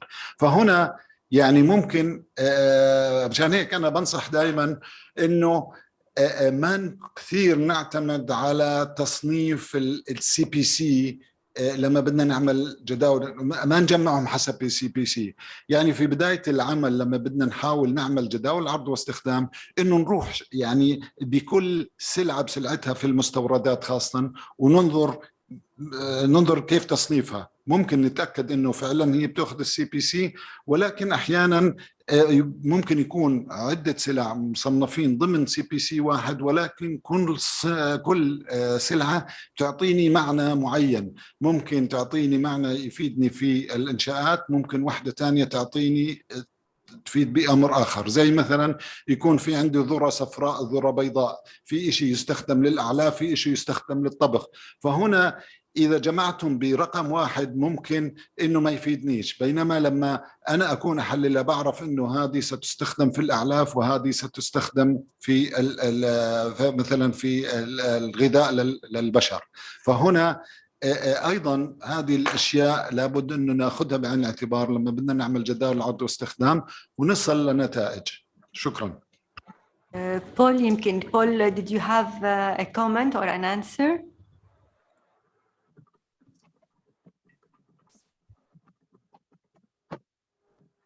Yes, thank you. It was not about balancing, but it was just a point I made earlier in the chat, which I think Omar also brought up. I think it was very good to distinguish between the labor component and the economic activity, because as I think we have seen clearly in recent times, with so much services that could be delivered through digital platforms, it has really kind of grayed the line areas to whether somebody's employed or not, you know, and also in terms of, if you like, substitution of services. You know, like today, I no longer walk into a travel agency, I go on Travelocity and I buy my ticket, you know. The second point I wanted to make is that with services performed through digital platforms, it has also created issues about whether you're getting the correct classifications, you know, because in a lot of cases, services get coupled together. And again, we can think about the time when we went to hotels and we had to buy our internet separately, okay? These days when I travel, most times the internet is supposedly free, but nothing is free. It's probably the cost of the hotel rate, you know. Finally, just, drawing on my balance of payments background, a lot of countries that I've worked with have had difficulties collecting the data on services, the trade-in services. And I think in that regard, we have benefited a lot from developed countries who have really forged ahead on having trade-in services by geographical breakdown. And so just as the way, for example, we use ComTrade and the way we use direction of trade statistics, I think this is becoming an important area, at least to know the transaction value, what was imported or what was exported. I think that would be a very good start. That can allow us, if we can then back end the number in trying to determine what portion is output, what portion is intermediate consumption. So I think for countries that are, in need of this data, I certainly encourage you to look at trade-in services databases. And I think the OECD is also doing some good work in this area as well. Thank you.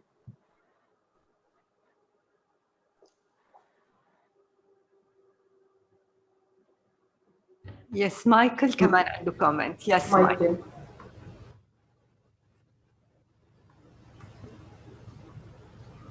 Okay, now I'm not muted anymore.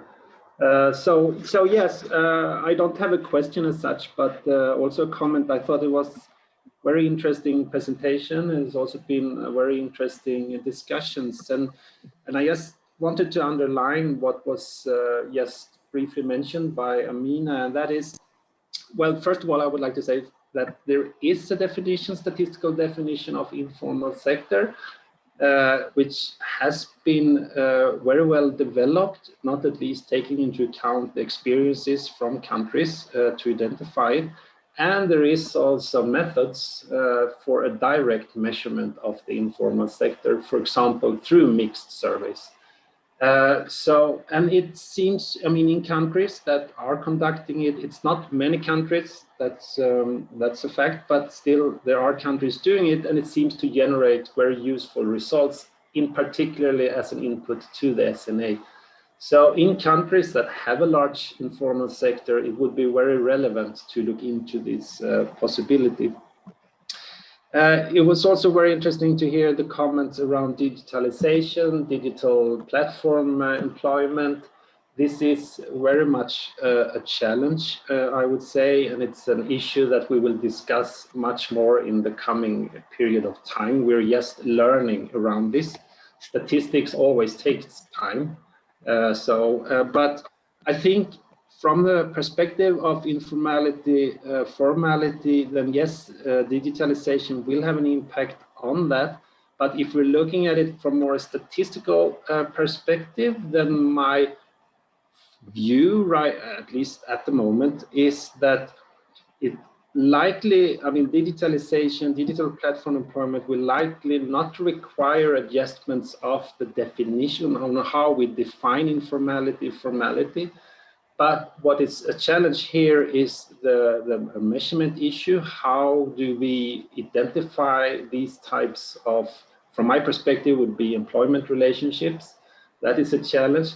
And it also challenges other statistical concepts, such as, for example, the concept of a job. How should we understand a job in relation to people carrying out digital platform employment? How do we ensure we're measuring working time, and so on and so forth? And this is a fundament also when defining informality. So it will challenge the different statistical concepts, and we need to address this. And this discussion has also begun. So there is a lot of work going on in different agencies and different forums around this. And that will also be a challenge to ensure that we do align to each other. But it has been a very interesting discussion to follow.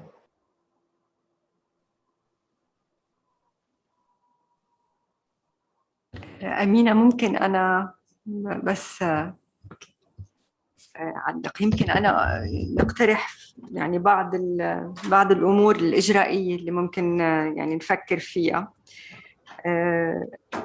ذكرتي إنه مستنيين الجايدنس نوت بما يتعلق بال non-observed economy والnational accounts. إذا المهم إنه نقدر يعني نشارك لما تكون الجايدنس نوت حاضرة، نكون مستعدين إنه ريفايزت ونشوف كيف ممكن تتطبق، مش إنه هي موجودة هي بمكان ونحن بمكان. فإنه مهم إنه نطلع ونحن قراب. يعني هلا مايكل ستينجر وUNSD وIMF يعني نحن عندنا النتورك وممكن نطلع عليها. هلا بالنسبة للILO report مايكل، الILO report for the Arab countries بهمنا انه نطلع عليه. يعني نحن طبعا زملائنا بالاحصاءات الاقتصاديه الاجتماعيه والديموغرافيه هن على تواصل مع الILO اوفيس في المنطقه على يعني على البروجكت والنتائج. بس يمكن انه اذا نتائج التقرير لبعض الدول اللي ذكرها مايكل اذا بيتم الاطلاع عليها للتقرير بالنسبه للانفورم ممكن يفيد كثير بجهة الناشونال اكاونتس والانفورمال سيكتور. فهيدا شيء ممكن انه الموجودين اللي حاضرين بهذا الاجتماع انه اذا قبلوا الدول انه يقدروا يشاركونا بالتقرير اللي طالع منها الدول ممكن يكون مفيد. ايضا قلنا انه مفيد انه نعمل تاسك تيم. فاكيد تاسك تيم على الانفورمال سيكتور يعني على الانفورماليتي وال national accounts يمكن أول شيء لازم نبلش فيه هيدا حتى نقدر نستفيد. إذا صار في ورشة عمل مقبلة مع الIMF ومع منظمات تانية إنه نقدر نستفيد منه. اللي اشتغلوا على الانفورم مثل مصر سعد حكى لنا يكون في عنا مثل تقرير انه على الميثودولوجي وكيف ممكن انه يستفيد منها الدول الثانيه حتى لو ما كانت نهائيه او فورمال او اوفيشال ولكن ممكن تفيد. وهيدا بالتنظيم بنشوف مع عصام ومع بول بالوركشوب تبع الانفورمال تبع النون اوبزرفد ايكونومي اند ناشونال اكاونتس.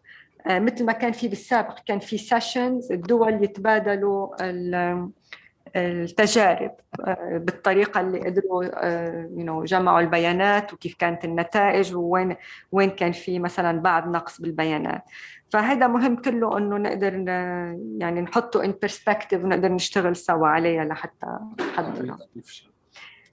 عمر يعني استكمال للتعاون مع الجهات ايضا ويعني عارفين انه الجايد لاينز والشغل اللي يقوم فيه راح يكون في عندنا كونسبتشوال ايشوز وتعاريف ومنهجيات وكذا، ولكن ايضا لابد انه ننظر لها من الناحيه العمليه مثلا، وخاصه لما احنا بنعتمد على بيانات العماله في تقدير القطاع الغير منظم.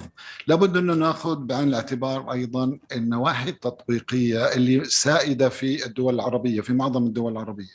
يعني هلأ بالدول العربية الآن كثير من الدول العربية ما فيش عندها سجل إحصائي يميز المؤسسة من المنشأة، يعني الانتربرايز عن الاستابليشمنت، وإحنا عارفين أنه هناك وحدات إحصائية مختلفة.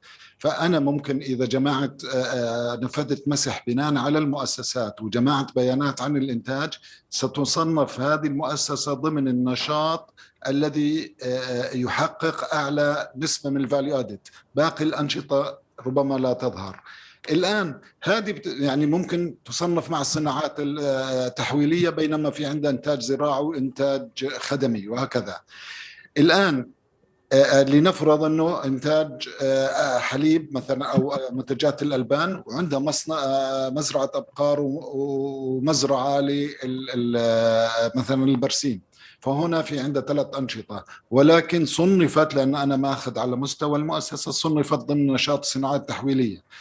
الآن كل المعلومات الآن عندي أنه هذه ضمن نشاط منتجات الألبان. الآن لو أنا أروح على مصدري للعمالة ممكن يكون من مسوح الأسرية، فأنا أسأل اللي بيشتغل في المزرعة راح يقول لي أنا شغال في مزرعة أبقار، فأنا معناها راح أصنف أنه هذا يشتغل في مزرعة أبقار. اللي بسأله بالبرسيم راح أشتغله في الإنتاج النباتي، وفي المصنع نفسه بصنفه في نشاط آخر.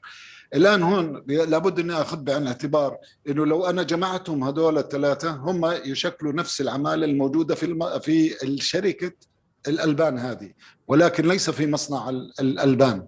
فهنا ممكن أنا أجي أحكي أنا فيش عندي ولا واحد في زراعة الأبقار، معناها في عندي نشاط غير رسمي في نشاط الأبقار. ما عنديش واحد في زراعة النبات، معناها في عندي نشاط غير رسمي. هذه بتكون غلط هيك. فلا بد أن نأخذ بعين الاعتبار هذه الأمور أيضا لما بدنا نعمل تقديرات، وخاصة الاعتماد على أرقام العمالة. فهنا أيضا هذا جهد أيضا لابد أنه مع الآيلو ومع أنه يكون في جهد كيف ممكن إحنا يصير في عنا أرقام متسقة من جهة الإيكونوميك statistics عن العمالة، والأرقام من جهة المسوح الأسرية عن العمالة. كيف ممكن توحيد، يعني نجد طريقة نقترح على الدول إنه تكون هناك أرقام متسقة قدر الإمكان. شكرا. تسمحي لي دكتور وفاء ارجع للنقطه اللي تطرقت لها حضرتك للجايدنس نوت. يعني انا بحب اكد على النقاط اللي طرحتيها فيما يخص الجايدنس نوت، ولازم نشجع كمان الدول على المستوى الاقليمي ان يكونوا انفولد في الببليك كونسلتيشن اللي حيصير، كمان في الاكسبيرمنتال تيستينج اللي حيصير. فبالتالي احنا لازم يكون في لنا دور اكبر في اي بابليك كونسلتيشن حيكون في خلال هذه الفتره فيما يخص الانفورمال ايكونومي بشكل اساسي. وهي برجعنا للنقطه الخاصه بالتاسك تيمز. يعني ممكن انه من اهم التاسك تيمز لازم تكون على مستوى المنطقه العربيه هو التاسك تيم الخاص بالانفورمال سيكتور، بيكون في تجارب من الدول اللي طبقت الانفورمال سيكتور او حضرت ريجنال ورك شوب عن الموضوع. بتخيل ما في اسئله في مايكل بعد عنده تعليق. واذا بتول من جي سي سي عم بتقول انه عملوا ورك شوب، فبهمنا كمان انه شو صار التداول، شو كانت النتائج. بس مايكل do you have another comment?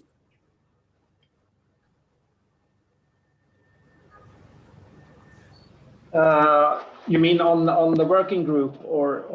I don't know. I just saw on the chat. So if you have, no, that was before. Thank you. Yeah, so I have no comments at the moment. No. بتول فيكي بدك تعلقي بأي شيء بالورك شوب اللي انعمل بالجي سي سي ستات؟ يعني هيدا ما في من شهر.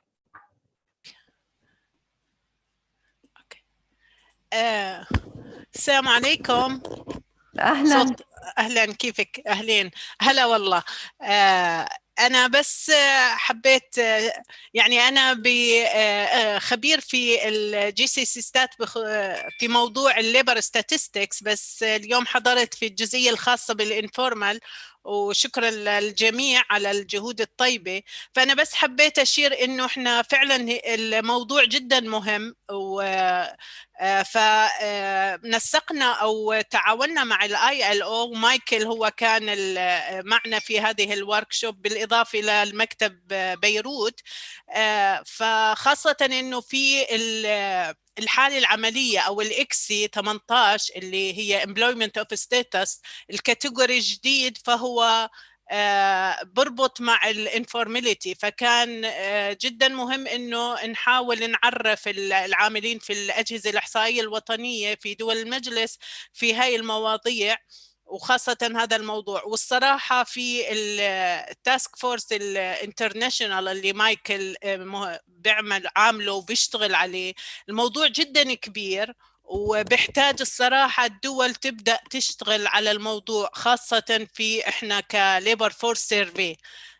بيحتاج اختبار لهاي الأسئلة اللي تنضاف لهذا المسح بحيث تغطي الانفورمال بكل هاي. طبعا هي الانفورماليتي احنا لأنه الامبلويمنت انفورمال، الانفورمال سيكتور، في كل تفاصيل الانفورماليتي.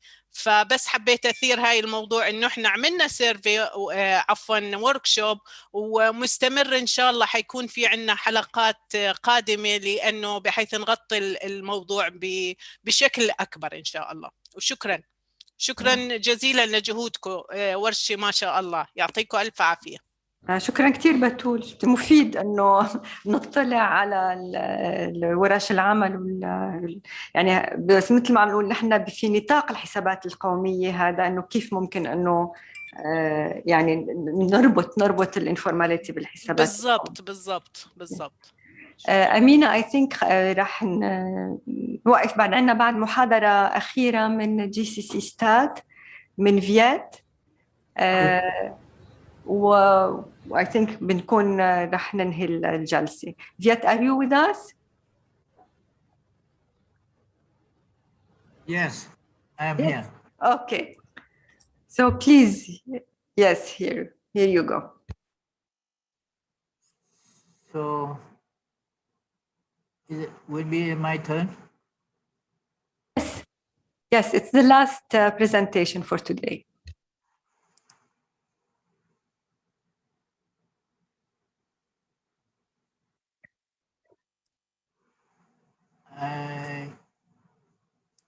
I try to. We need you to speak close to the mic so the interpreters can hear you. Did you see my screen? Not yet. Not yet. So how do I do it now?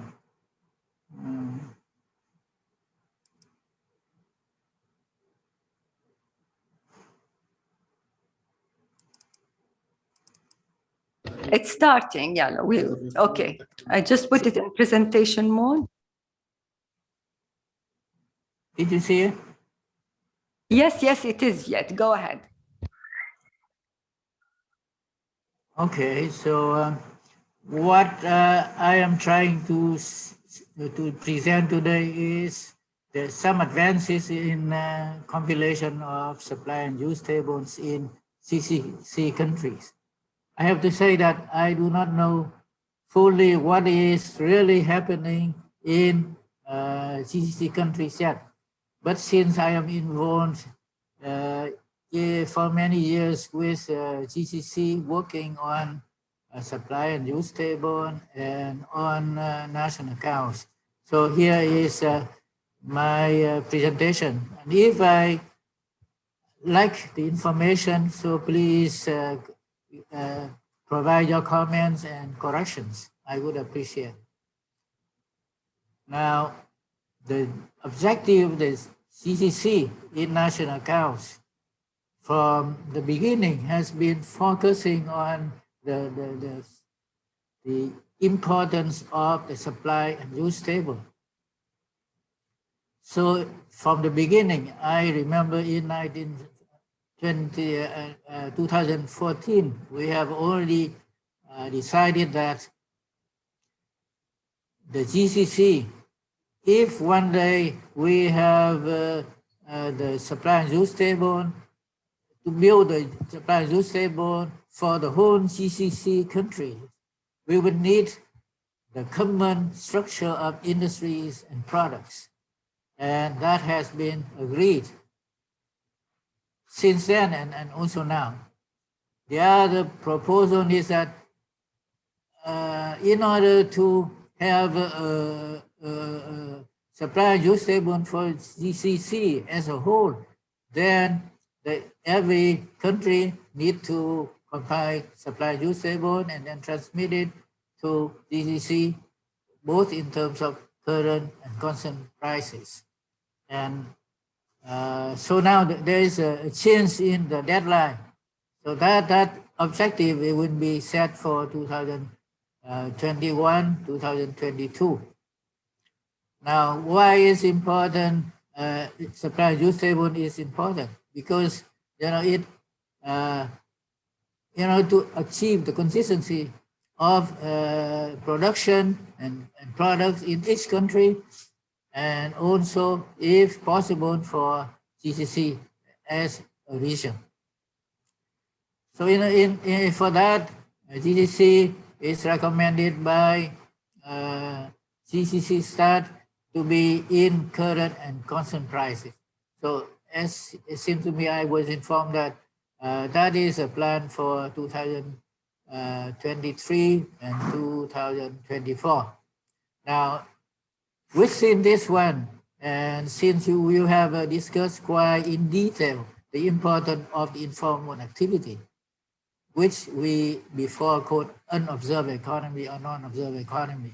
So that will make the measurement of national accounts completely comprehensive. So let me go to the role of the supply and use table. As you know that we need... Can you put it in presentation mode so we can see it better, please? Just on the slide, click on the slide down to see the presentation mode. No, just next, the show, the slideshow. Like the card. Slideshow. Okay. Yes, that's this one, right? So, okay, as you see that there's an important that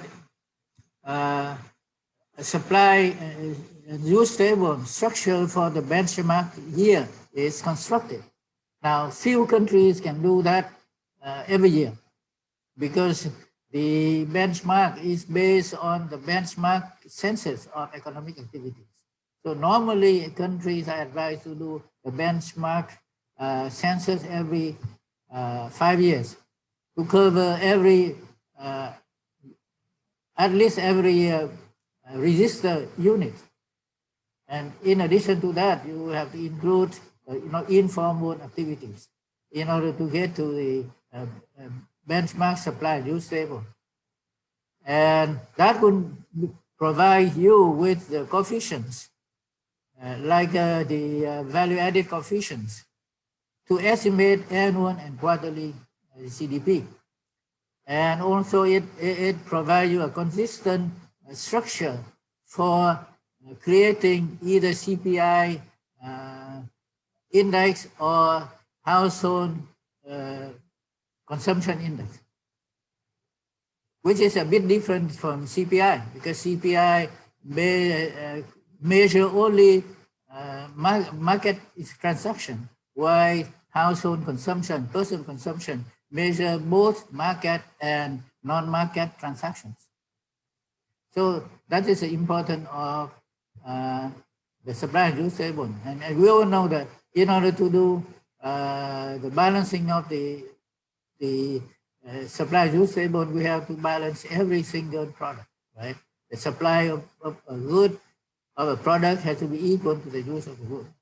So I am not going to go through this. I think that most of you are already familiar. But in order to, so from there, what are we going to do with the benchmark supply and use table? Now the benchmark of the supply and use table, as I said, is compiled every 5 years. And that's based on economic census. It's based on comprehensive household income and expenditure surveys. So that between the two benchmark supply and use table, every year, annually and quarterly, you have some sample surveys or some indicators, maybe not from survey, but from administrative data, in order to estimate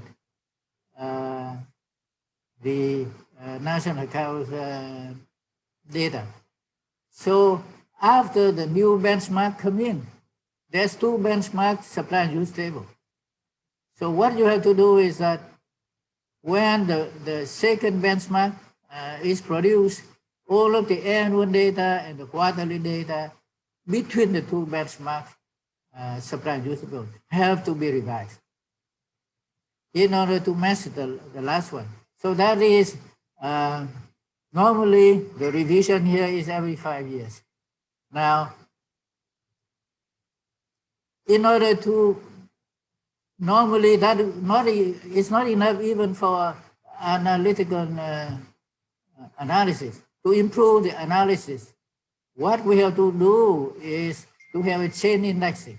The chain indexing is to compare, to link the data from this year to the previous year. And also you have to link the quarterly data from the same year to the previous year. So in order to take advantage of the structural changes every year, and that would allow you to have a better rate of growth that reflects more of the actual growth of the economy. Now, the reason is that some countries, for example, if let's say that the petroleum industry is declining, so the share, the structure, the share of the petroleum, for example, will be smaller compared to other activities. So in that case, for example, the growth of rate, the rate of growth of the petroleum will contribute less than before. So even the higher growth of rate will still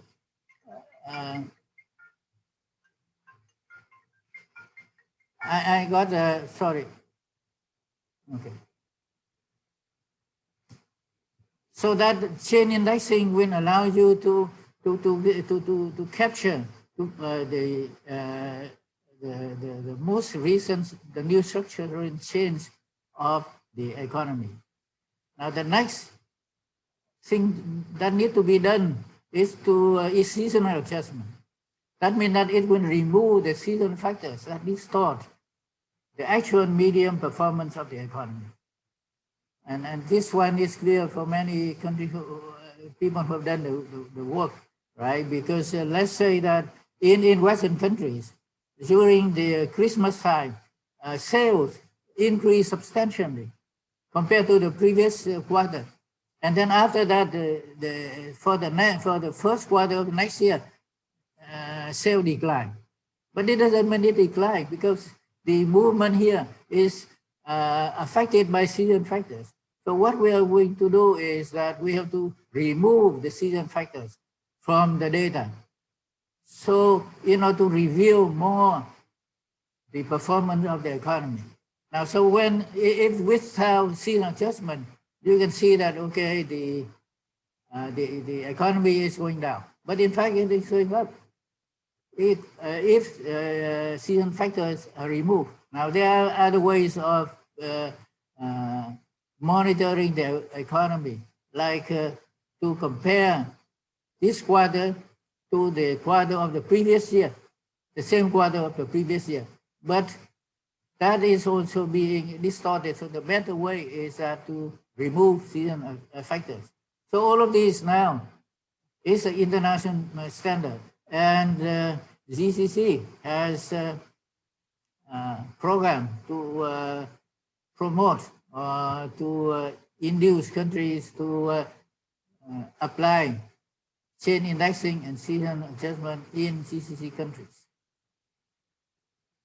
Now, but the basic point is supply and use table.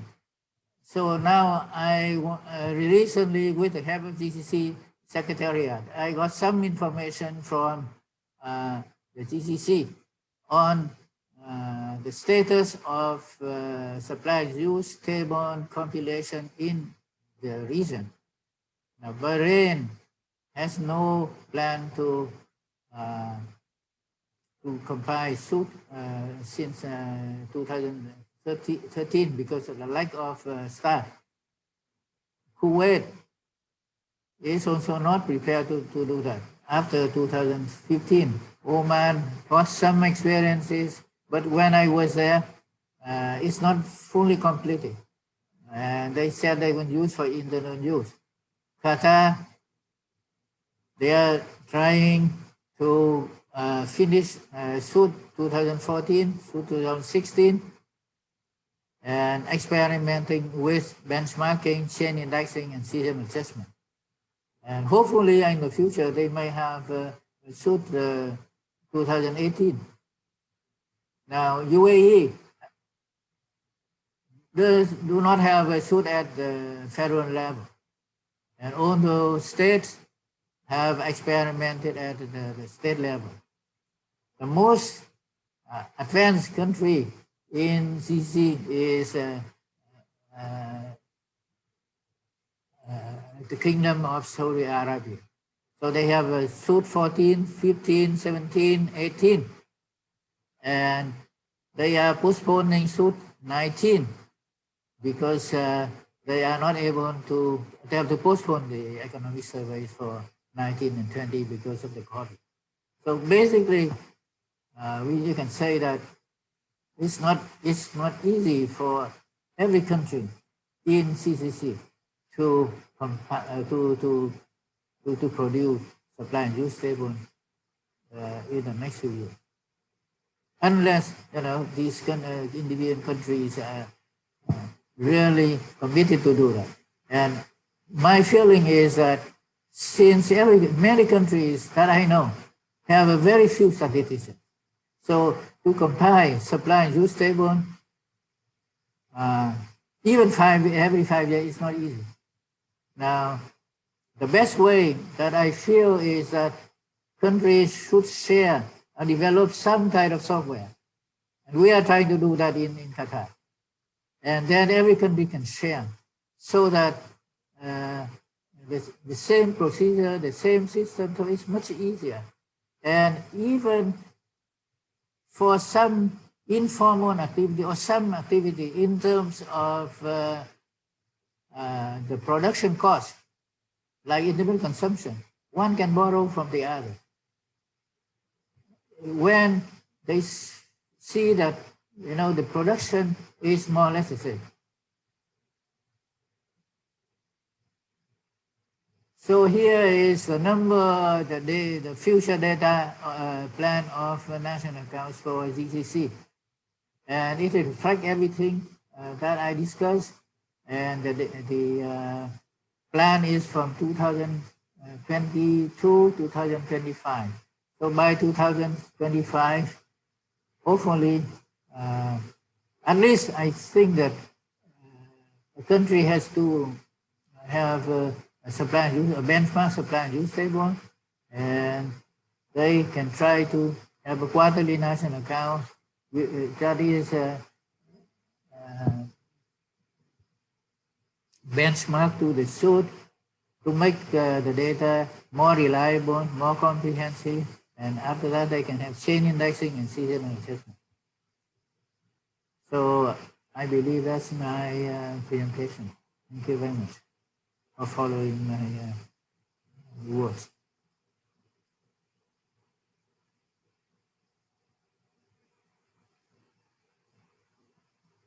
أمينة لإلك. Thank you for the presentation, and it has a lot of issues about the compilation of the supply and use table on the. لا ما عم نسمعك منيح أمينة، ما عم نسمعك منيح. خليني أنا أشكره لفيت. Thank you very much, Viet, for the contribution and highlighting how important it is to compile the SUT and benchmarking and the benefits of all the information we can get, and having a brief on how the different GCC countries are in the compilation of the SUTs. If there are any questions on the SUT on the chat, we don't see anything yet. أي شيء. Omar, just 1 minute. No, just I want to say hi to Vit. Long time no seen. I'm very happy to see you again after all these years. Yeah, thank you. Yes, it's the UN statistics community coming back in a new. I retired probably 14 years ago, so that's a long time. Okay. Okay, so I mean, I think we will close for today. في شيء يلا تفضلي. لا بعمل تيست انه لو مسموع الصوت ممكن مسموع هلا. ممكن وفاء هلا بما انه ما في في الشات روم اي اسئله ممكن ممكن نروح للكونكلوجن لليوم. يس، وانا من جهتي انا اللي بالكونكلوجن انا اللي حكيته بالنسبه للانفورمال سيكتور للسيشن 3 هي بيسكلي الكونكلوجن تبع جلسه بعد الظهر. بالنسبه الجلسه الصباحيه اللي كانت من الافتتاح ومن الديجيتال سبلاي نيوز، اذا كان في اتفاق انه مهم انه نطور الديجيتال سبلاي نيوز وبالمعلومات اللي هي موجودة ونطورها بشكل أنه حتى لو كانت بسيطة بالأول، ولكن يعني نعمل على تطويرها بخطوات يعني ممكن أنه توصلنا لجداول معقولة. هلأ الاقتراح كان أنه نقلل من المواضيع اللي ممكن نشتغل عليها، وانه يكون في تاسك تيمز للعمل على هاي المواضيع، انه يكون في تاسك تيمز مثل ما قلنا على الانفورمال وعلى الديجيتال ايكونومي. ف يعني خلينا نحن بكره اخر اللجنه، الاجتماع اللجنه، بنرجع بنحطهم بشكل يعني مرتب انه شو الاقتراحات وما هي يعني الخطوات القادمه. فإذا أنت عندك أي شيء أنت أنتوا أعطيتوا very good example على التاسك تيم بالإسلاميك فاينانس، فبصير في عنا نتعلم من تجربتكم إنه نقدر نقوم يعني بعض العمل السبستانتيف بالنسبة لإعداد بعض التجارب المشاركة. علشان هيك وفاء أنا بكون دائما متحمس ومتشجع إنه يكون في كمان تاسك تيم على مستوى الاسكوا ريجن، لأنه المواضيع المطروحة بتمس عمل الريجن بشكل أساسي، فبالتالي بشجع إنه يكون في مور تاسك تيم. وزي ما تفضلتي إنه ممكن في نهاية الاجتماع بكرة إنه يكون في عنا يعني فاينل يعني فكرة خلص الفاينل تكون لإيش السب تاسك تيم اللي ممكن إحنا نلجأ لها. أنا من جهتي بحب أشكر كل البريزنتر لليوم، كل المحاضرين وكل الانترفنشن اللي كانت انطرحت، لأنه الموضوع كان في هذه الجلسة موضوع جدا بمس المنطقة العربية عندنا هون. فبالتالي بحب أشكر كل المحاضرين، بول أوستن، مايكل، الأستاذ عمر والأستاذ فيفيت. كانت كل المحاضرات مثمرة، وشكرا لكم وشكرا للجميع. وشكرا لك. تعليق بس، نحن المحاضرات اللي وصلتنا حطيناها على الويب سايت، وبننتظر اللي ما يعني قدموا ما بعثنا المحاضرات انه يوفينا فيها. ما فينا نترجم كل يعني العروض، ترجمنا تبع الويبينار، ولكن في صعوبة انه كل الوقت حتى مشان هيك كان عندنا ترجمة حتى يكون في انه سهولة اكثر بال يعني بفهم العروض والمناقشات. إذا من جهتنا من الأسكوا كمان بنشكركم ونشكر GCC ستات كشركاء لنا بهيدا اللجنة، وبكرة إن شاء الله على 9:30. شكرا جزيلا.